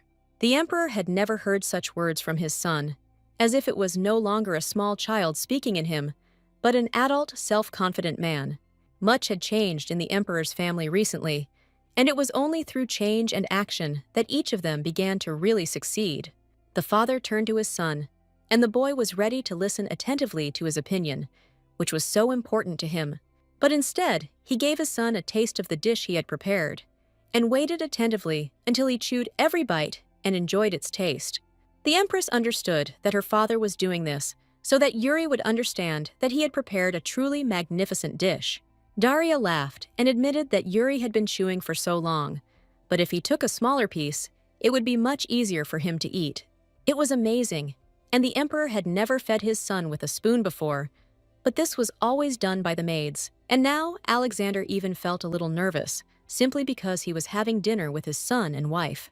With every spoonful, Yuri became convinced that he had prepared a truly delicious dish, and that all family members really liked it. They took turns eating delicious baked chicken with gratin, and the emperor continued to feed his own son with a spoon. After some time, Yuri began to beg his father to eat his portion himself, since he had prepared it especially for him. Suddenly, a melody began to play in the dining room, and Yuri, hearing it, immediately turned around. It was the same melody to which they had danced at the imperial festival, and Daria and Yuri were very happy to hear the familiar tune. It turned out that Yuri specifically asked to play this particular melody, as he wanted to hear it again with his mother, and remember those wonderful moments spent at the imperial celebration. Yuri asked his father if he had any memorable melody that he could also listen to and remember events. Alexander surprisingly had such a song, and the emperor's favorite melody was called Dawn. The empress gestured to the musicians to play this particular melody, which the emperor liked incredibly. She couldn't believe that His Majesty was listening to such melodies, and as soon as the musicians began to play, everyone's soul became incredibly warm. Yuri looked at his father with happy eyes and asked what he felt when he heard these beautiful notes. The emperor was silent, but it was clear from his eyes that this melody really did remind him of many pleasant events that had happened earlier in his life. In the eyes of his little son, he saw the eyes of a little brother named Klaus. When the emperor was a little boy, he lived with his brother, and they often listened to music. It was his brother who first let him listen to this song, and he liked it incredibly. But Alexander did not understand his brother Klaus's passion for music. Listening to the pleasant melodies, Alexander understood nothing at all, but his brother talked about melodies that glorified gratitude and giving to others. When he listened to this melody, he wanted to try even harder before the people, and the noble Klaus loved music incredibly. As a boy, Klaus already thought about other people, but Alexander was always busy only with himself and his interests. That day, Alexander received a strong flick on the forehead from his brother, who had tried throughout his childhood to instill in him a love of beauty. Then Klaus laughed and warned that the stubborn Alexander would not get any sweets today until he learned to feel the beautiful. And it was this song that reminded him of the days spent with his brother Klaus, which were incredibly long ago, forever preserved in his memory and soul. This melody really charged him with energy, and Yuri admitted that from now on, he will listen to this music before every training session. Yuri tried every day and really wanted to change and become better so that his parents would be proud of his actions and deeds in the future. The boy looked at the empress and quietly admitted to his mother that she had a strange complexion today. Daria claimed that everything was fine. She just didn't sleep until late yesterday, so she might probably look tired today. In fact, ever since the empress almost lost Yuri for the second time, she began to have problems sleeping, and as soon as she closed her eyes, she was overcome by terrible anxiety. She asked her son not to worry in any way, because they had a wonderful family and were now enjoying a family dinner together. After a delicious, filling dinner, the emperor informed Yuri, who was the chef today, that he would like to drink something after the meal. For example, warm milk with honey or aromatic hot, soothing tea with chamomile. After his father's words, Yuri immediately began to think about where the milk was in the kitchen and how to brew chamomile tea. Because he was the head chef today, he confidently stated that his father could rely on him and asked where the best place to serve a drink after dinner would be. After thinking for a bit, Yuri confidently declared that hot drinks should be taken before bed, and they should be served directly to Mother's bedroom. In a dark room, where where only a faint light penetrated through the curtains, a man sat on a chair, his figure shrouded in semi-darkness, and only the outline of his face could be discerned. Next to the man stood the young man to whom he had told about the strange fugitive, and he clearly did not expect that this could detain him. The young man said that he had to get ready, but the man first of all needed to have a good rest. After all, he was looking forward to meeting his grandson, which was supposed to take place in the near future. After a cozy family dinner, they all went together to the Empress's bedroom so that Yuri could serve them a hot drink before bed. He carefully poured hot milk into the mug, specifically so that his mother could finally get a good night's sleep. Yuri didn't want her to worry or sleep poorly, so he lovingly served her hot milk at night. He asked her to drink it right now, before it got cold, because it was a warm drink that would help the Empress fall asleep quickly and well, and wake up in a better mood. After taking one sip, Daria felt a sweet taste, and she liked it incredibly in combination with milk. And the secret ingredient of this drink turned out to be honey. Yuri said that in order to sleep better, he put a special magic on this drink that will help you sleep well. The Empress drank hot milk, and Yuri climbed onto her bed and was next to his mother the whole time. He felt that she was very tired over the past few days and was very worried, so he asked her to go to bed, and he promised to take care of her. Yuri carefully covered her with a blanket and laid her head on a soft feather pillow, and Daria felt as if she was in a lullaby.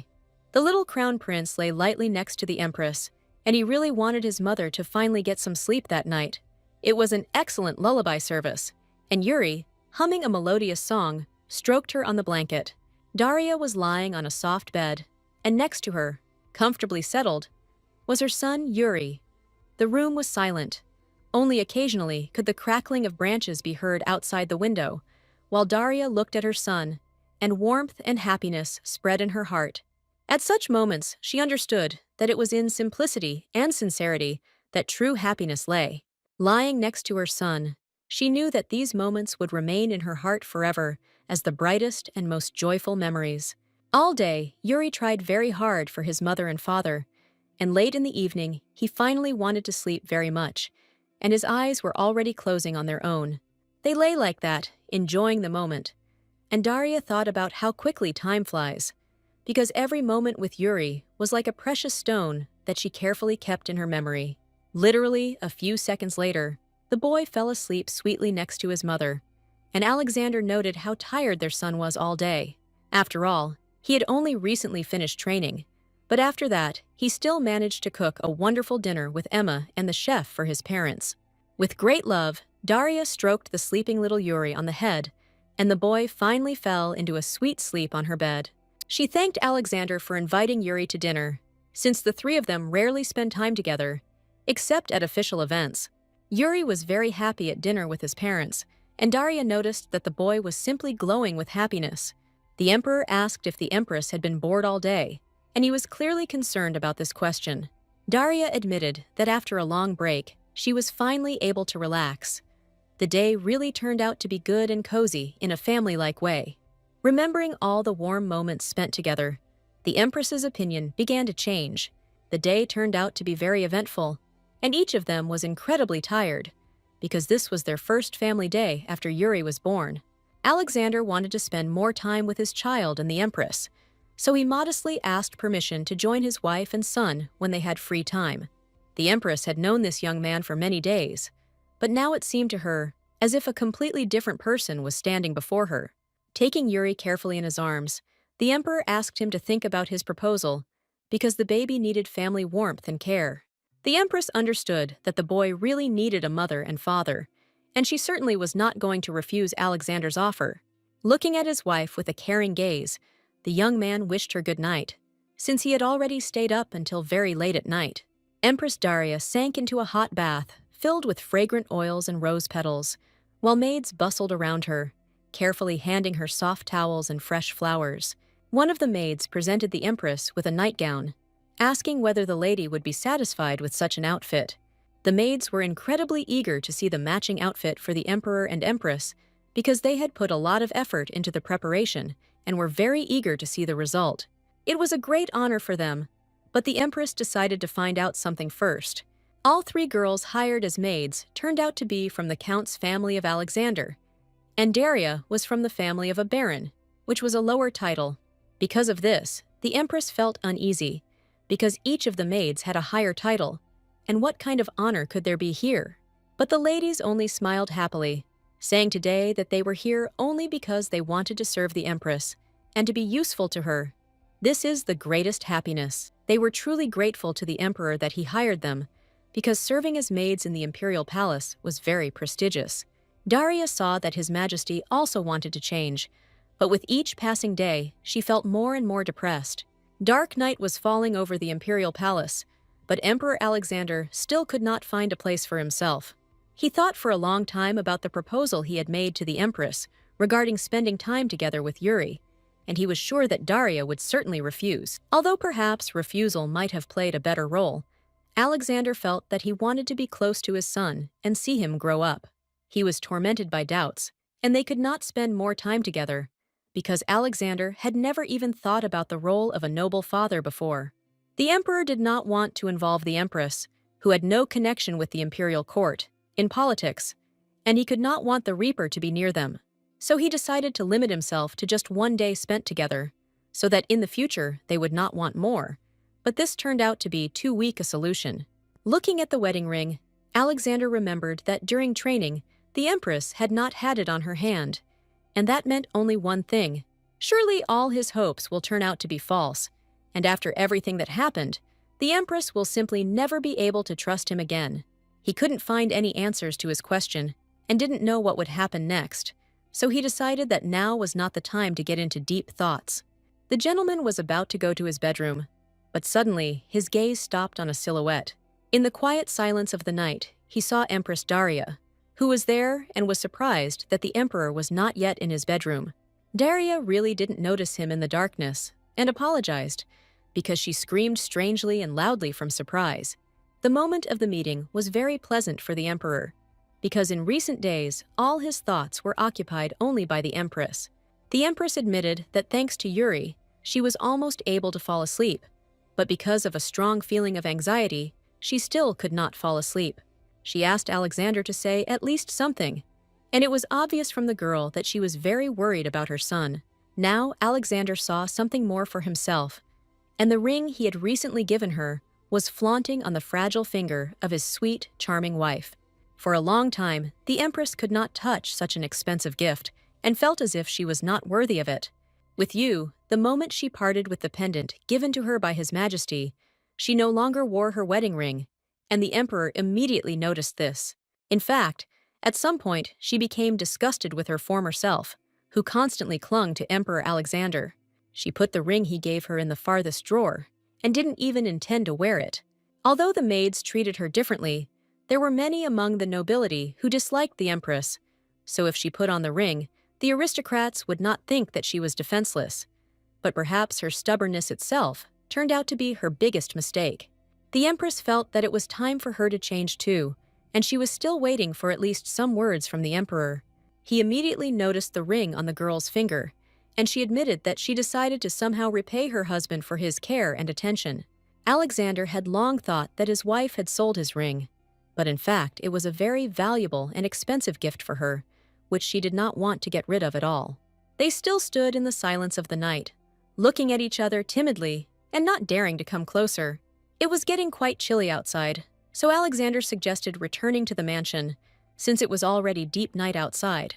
They couldn't say goodbye to each other, and each of them felt that they would like to spend a little more time with this person. The emperor asked Daria to be sure to inform the maid when she had free time. The heroine immediately suggested having dinner with Yuri again, because they had such a wonderful family evening. The emperor was not sure that Daria would agree to spend time with him so quickly, because he was even afraid to ask about it initially. But now the empress herself suggested that they spend more time together, and the excited young man did not even know how to react to this. The empress remained asleep in her bedroom, but for a long time she could not fall asleep, thinking about the wonderful day she had spent with her son and husband. She couldn't stop admiring the beautiful ring that was given to her, because it was an unusual gesture from the emperor. Soon she managed to fall asleep, but the empress was troubled by terrible dreams associated with Yuri and the murders. In the corridor of the imperial palace, there were two young men, and on the floor lay the bloody emperor. Lucas asked if everything was okay with Yuri, because he could see that the boy was clearly not himself. The crown prince insisted that he was completely fine, looking at the bloody sword with which he had just killed his father. That night, the most terrible events took place in the imperial castle, the culprits of which were two young men. Yuri asked Lucas to say hello to his grandfather as well, and swung his bloody sword to finally put an end to these terrible, tragic events. The crown prince had just killed Emperor Alexander with his own hand and was now free to do whatever he wanted. He asked Lucas to continue to do as he wished, and he himself swung the sharp blade of his sword, cutting his own throat. Lucas didn't blink an eye when he saw the crown prince commit suicide, because he could hardly live with such a heavy pain in his soul. That evening, it all ended, and the crown prince and the emperor were dead. And in this development of events, such was their fate. Lucas stood next to the dead Yuri, and it was a very arbitrary act that required a lot of self-confidence, because everything that happened that night was terrible. The sunny morning was just beginning to brighten when son Yuri, with a slight tremor in his heart, approached the door of his mother's bedroom, Empress Daria. As soon as the baby approached the bed, she woke up very suddenly and opened her eyes, looking at her son. The Empress's eyes were very worried, as if she had had the worst nightmare of her life. Yuri was glad that his mother had finally woken up and asked if she was feeling well, because she had been screaming in her sleep all night. The boy was very worried that his mother had another bad dream, and her eyes were very frightened. The Empress's face reflected intense pain and despair, but she understood that these were just terrible nightmares that constantly tormented her at night. Daria carefully took her baby's hands and promised that everything would definitely be fine and that she would never have bad dreams again. The Empress parted with His Majesty yesterday and immediately went to bed. But then, as soon as she fell fast asleep, she began to have that same terrible nightmare, where her son Yuri killed them both. She couldn't believe that it was really a dream, because everything was happening as if it were real, and she was actually there. The heroine was still carefully holding Yuri's hands, trying to finally understand that her boy was alive, unharmed, and now next to her. The Empress asked why her son had come to her room so early, and whether something could have happened during the night. Yuri apologized for coming in without permission. He just woke up early and went to wish his mother good morning, and when he heard groans from her room, he immediately ran to wake her up. He was sure that as soon as he came, his mother would no longer be afraid, because when Yuri was nearby, she always felt good. At that moment, all the worries and anxieties she carried in her heart seemed to dissolve. When Daria finally stood up, she felt the sunlight filling her with energy. She hugged Yuri, and together they greeted a new day full of joy and adventure. At such moments, the Empress understood that it was in simple joys that true happiness lay, in love and care for loved ones. She was very afraid that Yuri, who had supported her so carefully, would eventually fall into despair and one day end his life. Yuri had a lot of plans for his mother today, and he suggested that she go outside to unwind. But the Empress had some business today, and she promised that when there was time, they would definitely rest together. But for now, Yuri needed to stay with Emma. She wanted to eliminate her worries about the future as soon as possible, so that Crown Prince Yuri could live a happy life. But that cold air, the smell of blood, and the sad voice were too real to be considered a simple dream. At that moment, the Empress's hands began to tremble. The glass suddenly fell to the floor and broke, and Daria began to worry, because now she had to apologize to the maids. Sitting down on the floor near the broken fragments, hugging herself, Daria tried to calm down, because just recently her beloved son and Yuri were here, in this room. In his dream, he mentioned his grandfather, and he probably meant the former emperor, who is now retired, because he did not even come to the wedding with the emperor, and no one knew where this man was now and what he was doing. The Empress resolutely headed towards Alexander, because His Majesty certainly knew where his father was, and she had promised herself that she would not allow Yuri's future to be cut short. Upon entering the emperor's office, she immediately informed the butler that she had one very important question that required an immediate answer. The butler came out to her and informed her that the emperor was just in his office and could certainly see her. Daria immediately entered and addressed the emperor, stating her urgent question. The emperor's office was in complete disarray, and unsigned papers were flying around. Red-haired Johann sat on the floor and wished good morning to the Empress, and next to him lay a pile of papers. The reason for the disorder turned out to be a meeting of the Imperial Council, which was supposed to take place right now, so Johann was trying to sort out the documents. Johann was very worried, and even the Emperor asked his partner not to be nervous, because it was just an ordinary meeting. The Emperor turned to his wife and asked if something had happened that had caused her to come to visit him at such an early hour. Looking at the agitated Johann, who was frantically collecting papers on the floor, she said that she had come to ask one question. The Emperor was surprised at what question could be troubling the Empress at such a time, and he was also very interested in it. Daria did not drag out the conversation and stated that she would like to talk about the previous Emperor, the father of His Majesty.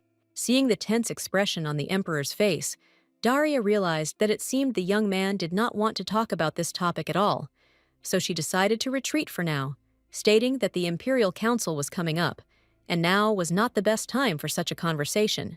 The sudden Emperor asked if the Empress also wanted to take part in the Imperial meeting, but she was just about to leave and was surprised to hear such a proposal. All the noble families of the Empire gather at the council, and the Emperor suggested that perhaps Darius would find out what he wanted there. The Empress did not expect to hear an offer to attend the Imperial Council. Finally, everyone was assembled, and the beginning of the meeting was announced, and all the guests present greeted His Majesty, the Emperor of Ilvaria, who illuminates the country. They headed to the meeting room, where ministers and advisors were already gathered, and the atmosphere was full of anticipation. The guests were surprised, because could it really be that Her Majesty the Empress would also be present at this important meeting, and everyone was interested in what His Majesty had planned again. The Emperor took his place on the throne, and Daria sat next to him, ready to support him in any endeavor. None of those present expected to see the lady, and the nobles did not even know how to behave, so they stood in place and did not move. They sat down in their seats, and the Emperor sternly declared that the aristocrats had completely forgotten how to greet each other. All the advisors were incredibly excited, because they had never seen the Empress at a general meeting, and each of them was trembling with fear. Finally, they lined up in a row and, placing their hands on their chests, greeted Her Majesty, the Honorable Empress of Ilvaria. The Emperor was aware that many aristocrats did not respect the Empress simply because she had the title of Baroness. Daria looked at the advisors, and each of these people seemed to her to be deceitful and unpleasant. She gestured that the guests could take their seats, since the ceremonial greeting of the Emperor and Empress was over. The Imperial Council consisted of high-ranking nobles, and once a month they met in one hall to fulfill their reporting duties to the Emperor. The Count was the first to speak out about the lands, which were currently experiencing serious financial difficulties, and the young man immediately asked for an urgent increase in the additional budget. All the advisors waited attentively for the Emperor to familiarize himself with the important papers and give some explanations regarding the events taking place in the States. The Empress listened attentively, but did not dare to interject comments, but she knew that her wisdom could help in making decisions. The Emperor did not even finish reading the papers that his advisors brought him, but simply threw the documents on the floor. He asked if he should provide enough budget, but there seemed to be no further basis for discussion. The advisors asked the Emperor to reconsider his decision because they were sure that Alexander would unconditionally agree with their opinion. Count Robert was His Majesty's father, and also Yuri's grandfather, and Daria had heard that he was a great patron of the nobility. She said that those present only wanted to fill their pockets with the help of the Emperor, and everyone silently looked at Daria. She had previously visited the lands of Count Raymond and had seen with her own eyes all the horror that was happening in small villages. In the Count's domain, people live in terrible conditions of poverty, but still desperately try to survive. The Empress stated that the Count must have lived in luxury as well, receiving support from the Straggler family, but now she wanted to hear the opinion of one of those present. Suddenly, the Emperor declared that the conversation was over, and if those present provided a financial plan, he would definitely consider it. But if abuse of funds is discovered, each of the advisors will be punished. When the meeting ended, Alexander and Daria left the room feeling that their joint efforts were bearing fruit. The Empress, leaving the assembly hall, exhaled and realized that she had somehow managed to cope. But as soon as she was about to leave, the advisors turned to Her Majesty as they wanted to speak out. Placing their hands on their chests, They respectfully admitted that the Empress had been magnificent in her remarks today. Daria looked at the advisors and thanked them for their efforts, because not all of them were selfish and petty. One of the men stated that he didn't mean anything special, because they had already suffered with the aristocrats led by the stragglers, and as a nobleman, he was truly ashamed. Each of those present noticed the precious wedding ring on the finger, and it was obvious that the Emperor and Empress were together again. The nobleman admitted that now that the couple was reunited, he could breathe a sigh of relief and trust that Ilvaria was safe again. Since the Empress appeared at the meeting for the first time, after it was over, the nobles had many proposals, and everyone wanted her to visit their lands. To stop the girl from being pestered with unnecessary questions, the Emperor took her hand and said that he had urgent business with the Empress, and they needed to leave. Daria, feeling his embrace, became slightly embarrassed. Her cheeks turned blush, and sparks of surprise and joy played in her eyes. She always knew that Alexander was not only her husband, but also a loyal ally, and this moment only strengthened their bond. They finally got away from the intrusive advisors, and the Emperor began to worry that he was being too pushy, although he simply wanted to get out of there as soon as possible. The Empress thanked her husband for taking her away from her advisors, but for some reason her face was sad. Alexander also felt a strange sensation from everything that was happening, because his hand had just been on the waist of the girl who was his wife. Daria had learned a few things about the Emperor, and had not expected Lord Robert's views to be so aristocratic. The previous ruler had introduced a policy in the interests of the nobility, and they had become rich only thanks to him. But the locals began to live worse, dying from poverty and misery, and the country was on the verge of turmoil. This was only part of Ilvaria's story, but the Empress knew she needed deeper information, a thread that would finally clear up that terrible dream. Emperor Alexander was different from other rulers, and the attitude of the aristocrats towards him was completely different. He always tried not to become like the previous emperor, and simply moved forward with different thoughts. But in the end, he only left his wife and Yuri aside in complete solitude. That was why he now felt guilty that he had once put ruling the empire above his own family. Suddenly, Alexander stopped and asked the Empress to tell her something that was clearly known. The Empress wanted to know more about Alexander's father, and finally, he was ready to tell her all the secrets. They headed to a room in the imperial palace that the Empress had never been to in her life. It was a large, luxurious room with portraits of previous emperors and rulers hanging on the walls. The heroine had heard that there was a room here with portraits of all the emperors, and now she saw this breathtaking spectacle in person. Alexander stopped near one of the portraits, and it depicted his closest relative, who had ruled while Alexander was still a child.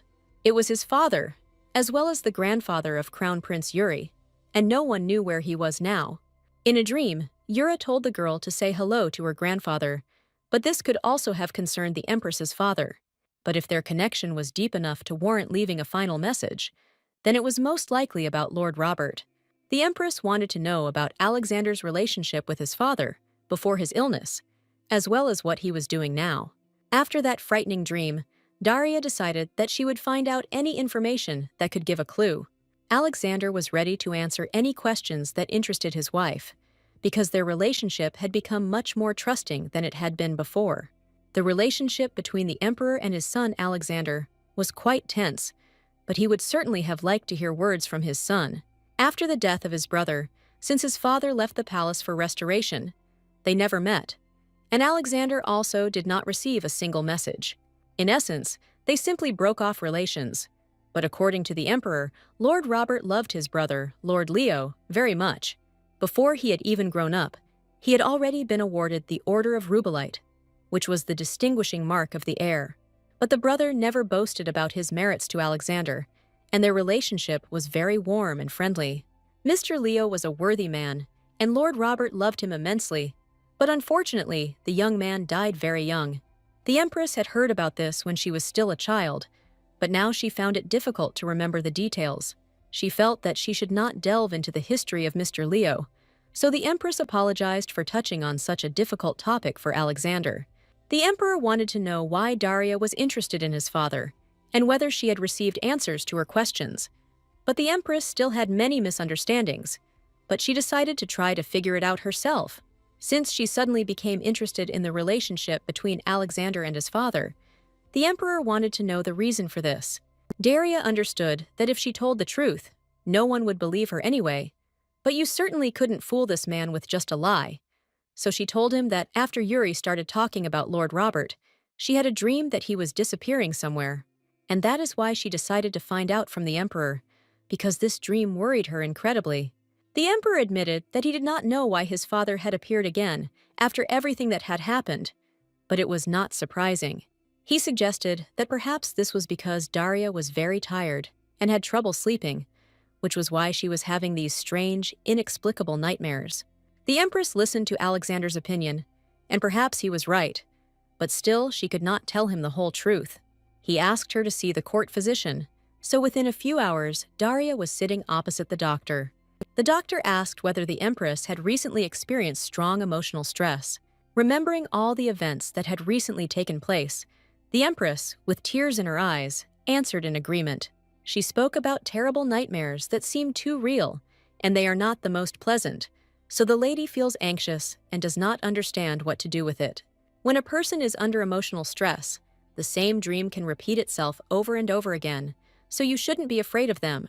Perhaps the empress was too fixated, and she understood perfectly well the words of the doctor, who assured her that if Daria allowed herself to rest, everything should gradually return to normal. It would be quite difficult to switch over immediately, so the doctor prescribed a sleeping pill, which the empress had to take for some time. Side effects included immediate drowsiness and dizziness. Weakness or headache may also occur. Holding the bottle of medicine in her hands, Daria didn't know if she was ready to take it, but she was sure that she didn't want to suffer from nightmares. Having prescribed the medicine and given recommendations, the doctor asked permission to take his leave and leave the imperial palace. They silently saw the doctor off, and Alexander really wanted to help the empress cope with her bad sleep. The emperor asked if Daria was going to take sleeping pills, but she insisted that what the doctor had said was not true at all. The young man saw that the empress was unlikely to take sleeping pills, so he poured a glass of water and gave it to her right after the doctor left. Daria saw that the emperor really wanted to take care, but now she was completely confused. In fact, Daria never spared herself when it came to Yuri, and this was the only thing the emperor was sure of when it came to her. He felt that something strange was happening, and she was clearly not telling him something, which is why he felt bad and slept poorly. Holding a glass of water in her hands, the heroine thought about the side effects. What if she fell into too deep a sleep and something happened to Yuri? She was afraid that she would not be able to help him, but looking at the emperor, she understood that it seemed she would not be able to get out of it, and today she would still have to take a sleeping pill to get a good night's sleep. She obediently took a sleeping pill, which took effect within a few minutes, and lay down in her cozy bed. Alexander was next to his wife all this time, and really wanted her to finally get a good night's sleep and stop worrying. On this day, he decided that he wanted to spend all the time with his wife until she woke up.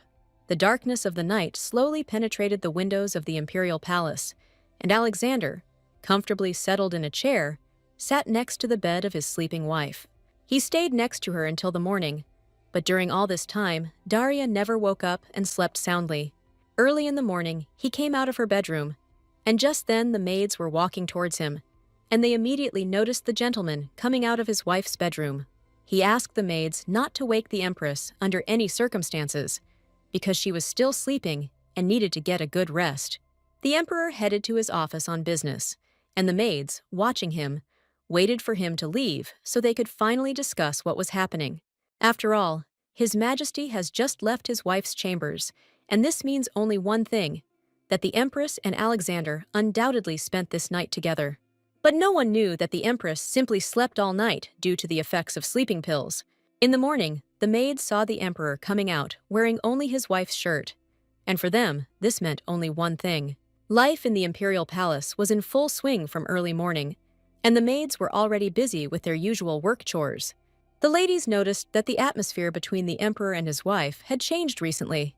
They couldn't help but discuss what was happening, because one of the maids had heard that, after the birth of the crown prince, the husband and wife no longer spent time together, but now Alexander had left her bedroom, and the empress would probably have a second child.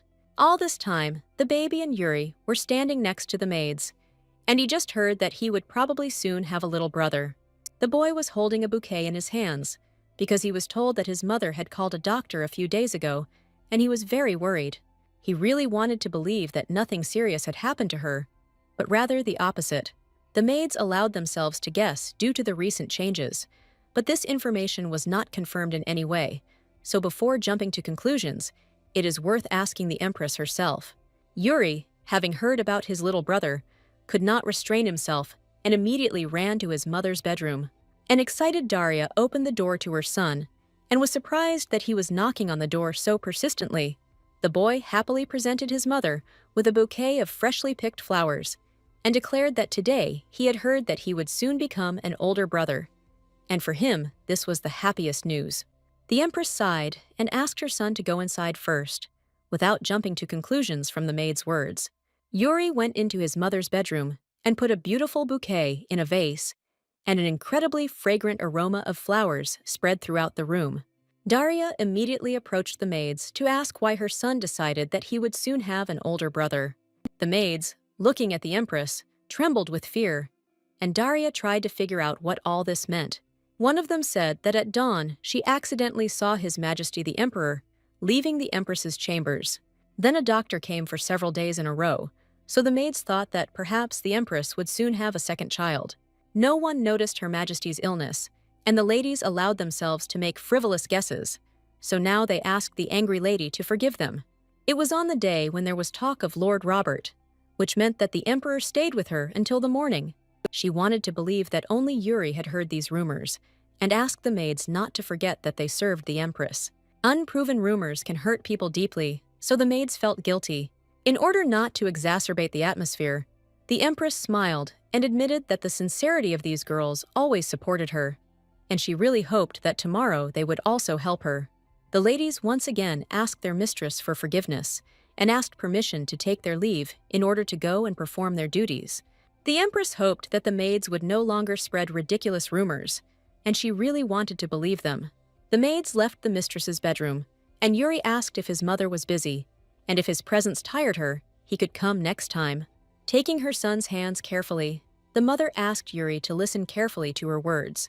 She looked her son in the eyes and frankly admitted that there was no child in her, and most likely, there would not be one in the future either.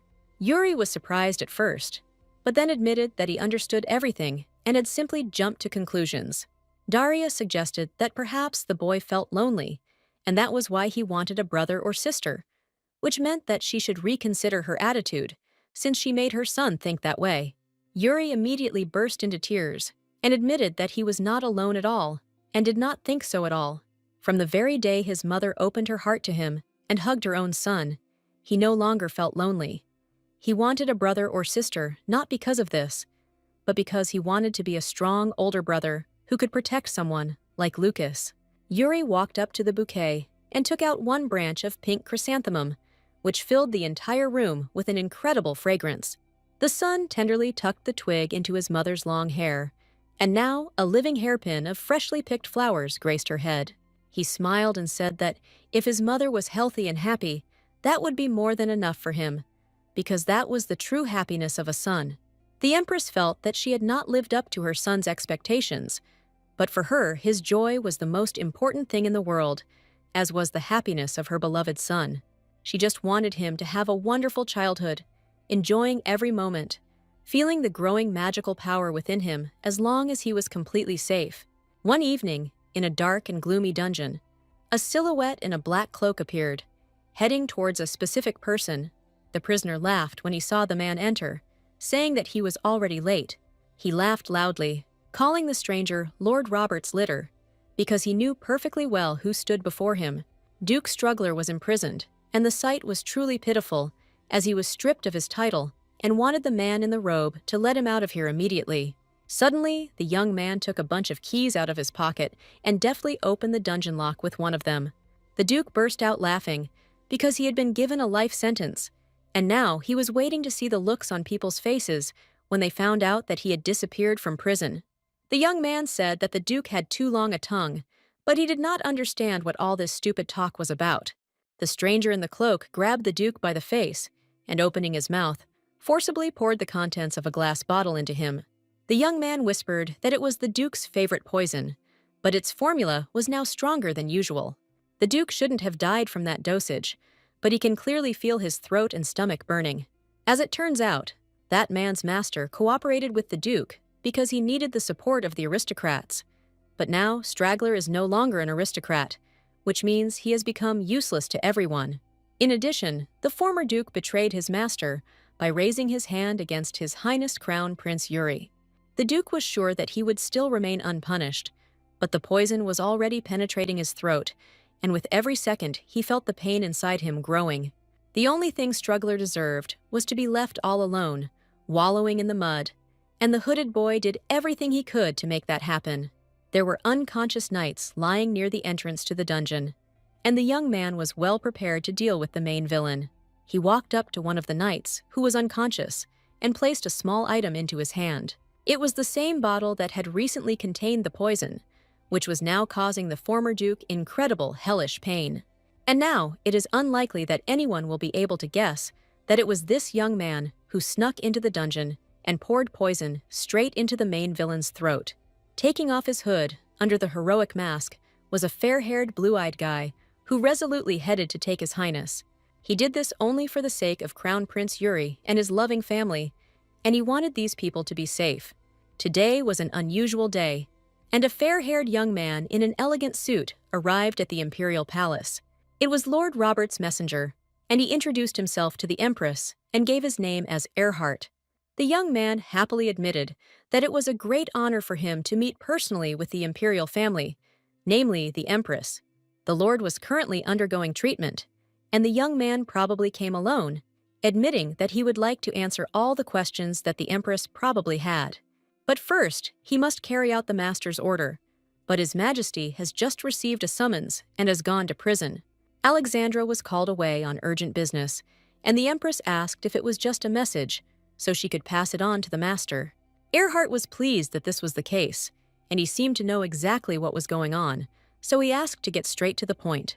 Earhart stated that he would like to propose an alliance between His Highness the Crown Prince and Lord Robert Rubelite. And only now did the Empress realize that there really was a certain connection between Yuri and Lord Robert. It was the same brooch that was on Yuri's neck that night, and the tangled ball of thread was becoming more and more untangled. The Rubelite union, in simple terms, is something like a teacher and student relationship, and those bound by this contract become closer than family. Earhart said that his master wants to raise His Highness with his own hands, so that only he would have the right to raise Yuri.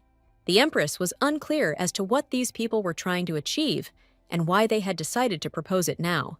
Earhart's appearance was also quite surprising, and his request was even more interesting. Everyone heard how His Highness was recently attacked, and Lord Robert is very concerned about his grandson, so he wants to raise him himself so that Yuri can learn to defend himself. The young man assured that he was not proposing to abandon Yuri, since his master personally wanted to give His Majesty the best knowledge for the sake of the country. This meant that Yuri had an opportunity to grow, but Daria didn't know how to react to it yet. In his past life, His Majesty was rarely in the palace, and the Empress remained locked in her chambers. And if at this time Robert entered into an alliance with Yuri, even more so, she would not be able to allow him to leave. Earhart was sure that His Majesty the Emperor would be pleased, because everything was being done only for the common good, and Daria promised to convey the proposal to His Majesty. The young man promised to return soon, and very much hoped that he would receive a positive response to his proposal in the future. But to his great surprise, Daria admitted that he shouldn't get his hopes up too much. The young man was interested in an answer from His Majesty, but Daria admitted that the current emperor would most likely side with his son and respect the decision of the crown prince. The official answer will be given at the founding celebration. If the refusal is made public, they will not have the opportunity to get out of it. Besides, the people will be glad to see His Majesty the former emperor for the first time in such a long time. The Lord's guest has spoken out. The Empress really does say the right things. He did not take up any more time, and very much hoped that they would see each other again at the founding celebration, when the crown prince would be ready to give an answer. Daria was a very wise girl, so she knew perfectly well what to answer this man, so as not to mislead him.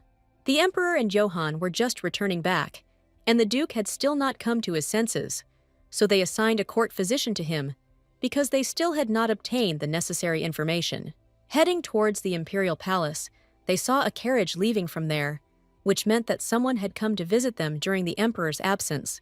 Johann had never seen such a carriage, but Alexander managed to notice who was inside. As soon as he realized what kind of person had just been in the imperial palace, Alexander became nervous and worried. He instantly rushed forward, and Johann did not understand at all what was happening now, and why His Majesty was so furious.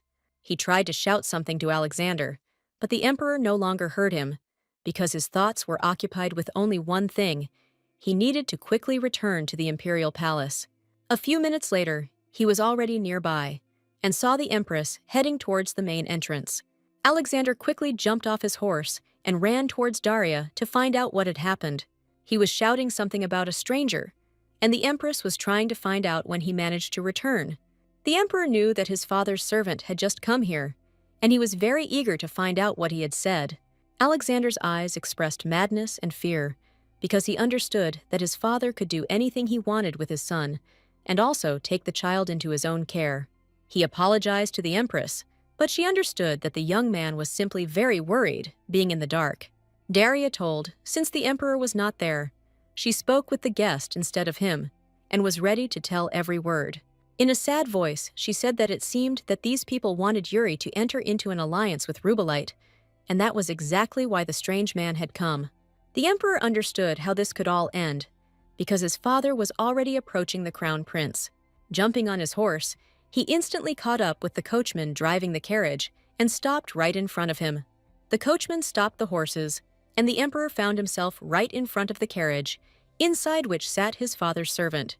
Opening the door, he heard a familiar voice, which considered the meeting with the emperor a completely unexpected coincidence, although he knew perfectly well how it could end.